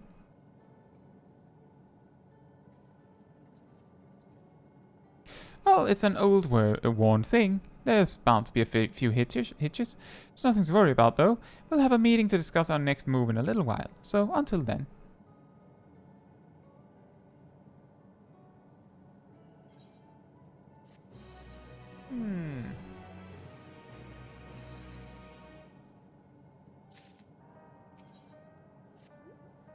Had enough rest, have you? Then let's round up everyone. Yeah, I had enough rest after 0 rest.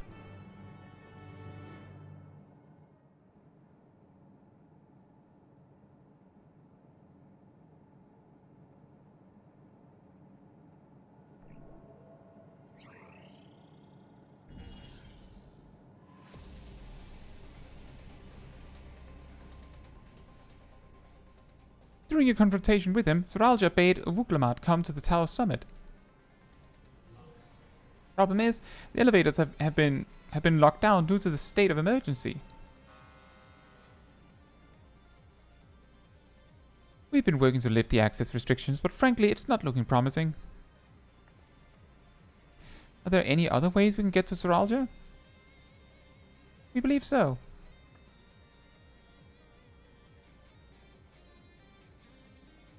As you know, Solution 9 occupies Everkeep's 9th level. The summit, meanwhile, is the 12th. The map appears to be cut off. While the King and Queen's residence is believed to be located there, the details are highly classified, hence the lack of map data. We do, however, have reliable intelligence concerning everything up to the 11th level. What is this place?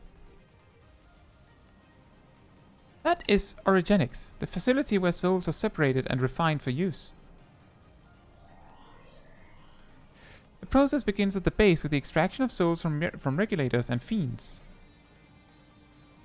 Those souls are then transported up to the etheric separator, where they are cleansed of memories.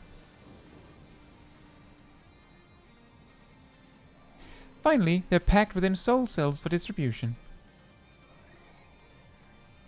12 offend, they've recreated the process by which souls are broken down in the ethereal sea.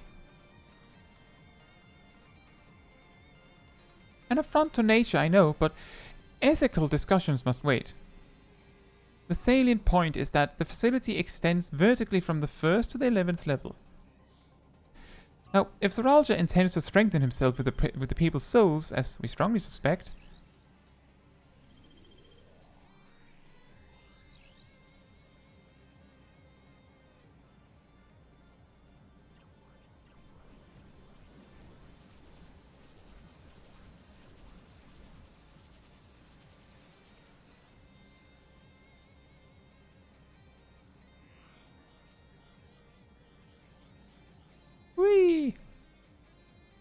then the facility will be operating to process and transport those souls directly to him on the 12th level. So in order to reach Zoraal Ja, we make our way through Origenics. Precisely. As the facility sustains the Alexandrian way of life, security will be extremely tight. But if you're willing to brave the route, we'll back you up as best we can. What say you?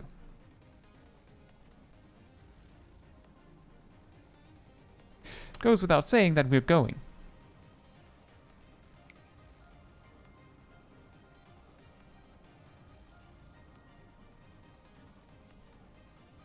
I never had any doubt. I'm coming too. You'll need guidance on site, and this body makes me best suited. Hold it. Before you set off, I have to ask. All this time, you've known that Sphene is an endless, haven't you?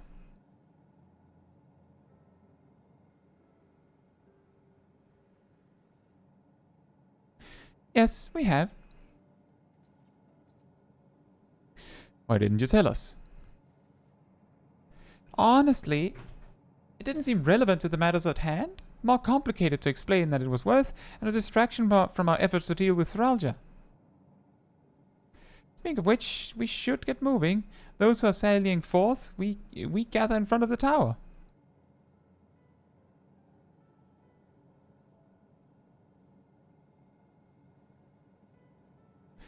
We can count on you to provide support from here, yes? Of course.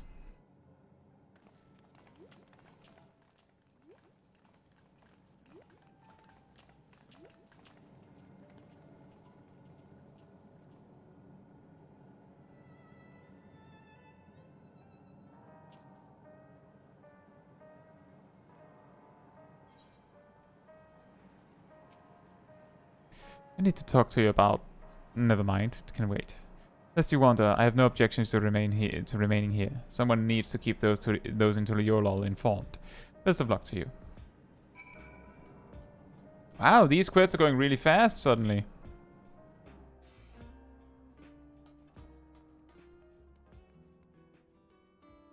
At least a little bit fast.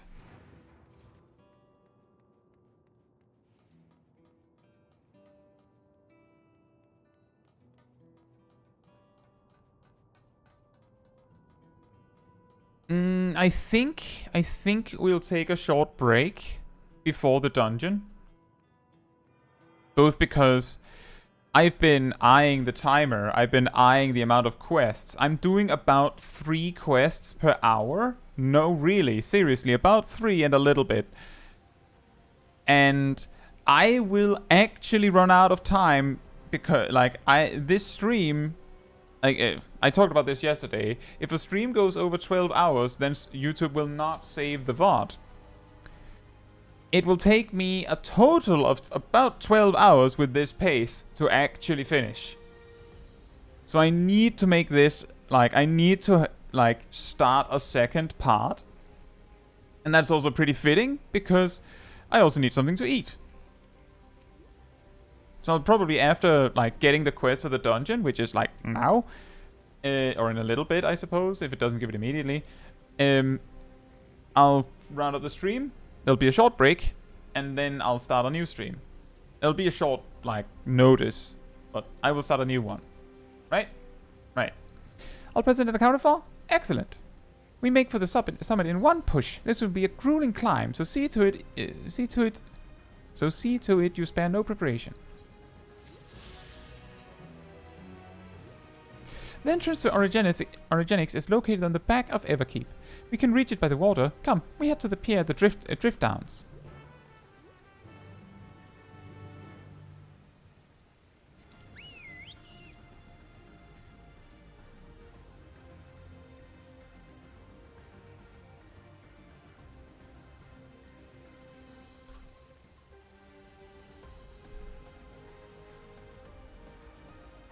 Yeah, that's what I've been writing down every time I've completed a quest. Some of you might have noticed. Maybe. That's me going, right? That quest name done. How many quests are left? How many quests have I done? Check the timer. How long did that take? I've done 22 quests today in 7 hours. So, and there's 37 when we started, I believe. So, like, it would take 5 more hours. And that's exactly on the, exactly, oops, the amount of time I would need. But then there's the credits and, you know, I need a little bit more than 5 hours is what I'm saying.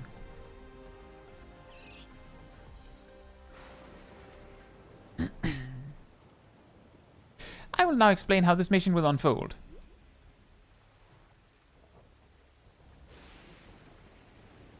Origenics takes delivery at specific times. It is at one such time that we will enter the facility aboard the hover cargo. Closer here will pilot the vehicle, so you need only sit tight until we arrive at the entrance.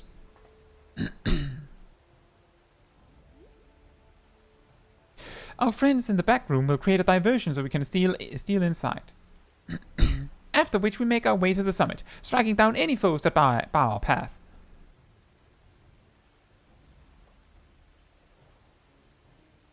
Easy, yes?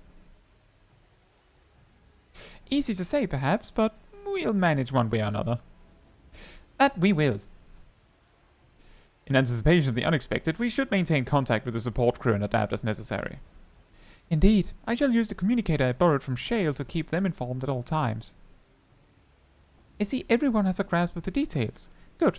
We set off very soon, so be ready.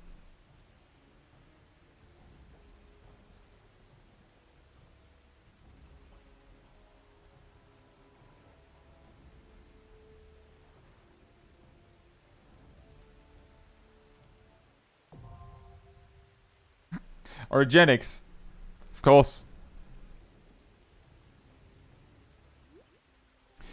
Let me check this just for the curious. No worries, Angel. I'll see what we do when I get back. With that said, I will be rounding up the stream now. Then there'll be a little break, and then we'll come back. So we will finish the MSQ tonight. Yeah, actually true, Matthew. 89 was Ethereal Sea. 99 is made up Ethereal Sea. But yeah, there'll be a small break, and then we'll do the rest of the MSQ in one final stream. That's the plan. With that said, if you enjoyed this if you enjoyed hanging out with me or the chat, there is a Discord community server that you can join. We'll find at least some of the people in the chat right now. You also find me, a weekly schedule, the announcement room where you'll see the link to the second upcoming stream posted, among other things. You'll also find a role assignment room where you can grab the reminder role so you get a notification when said stream appears. If you enjoyed this particular stream, it helps me a lot if you leave a like on it in the YouTube system. That tells YouTube that you enjoyed the stream very much and you like other people to enjoy it as well. So, of course, that helps me a lot directly or indirectly. So thank you so much in advance. Finally, you can also become a member, gift memberships, super chat, or become a Ko-Fi member with a link in the description if you'd like to support me even more directly. With that said, that's all for right now. There'll be another stream in a bit, of course.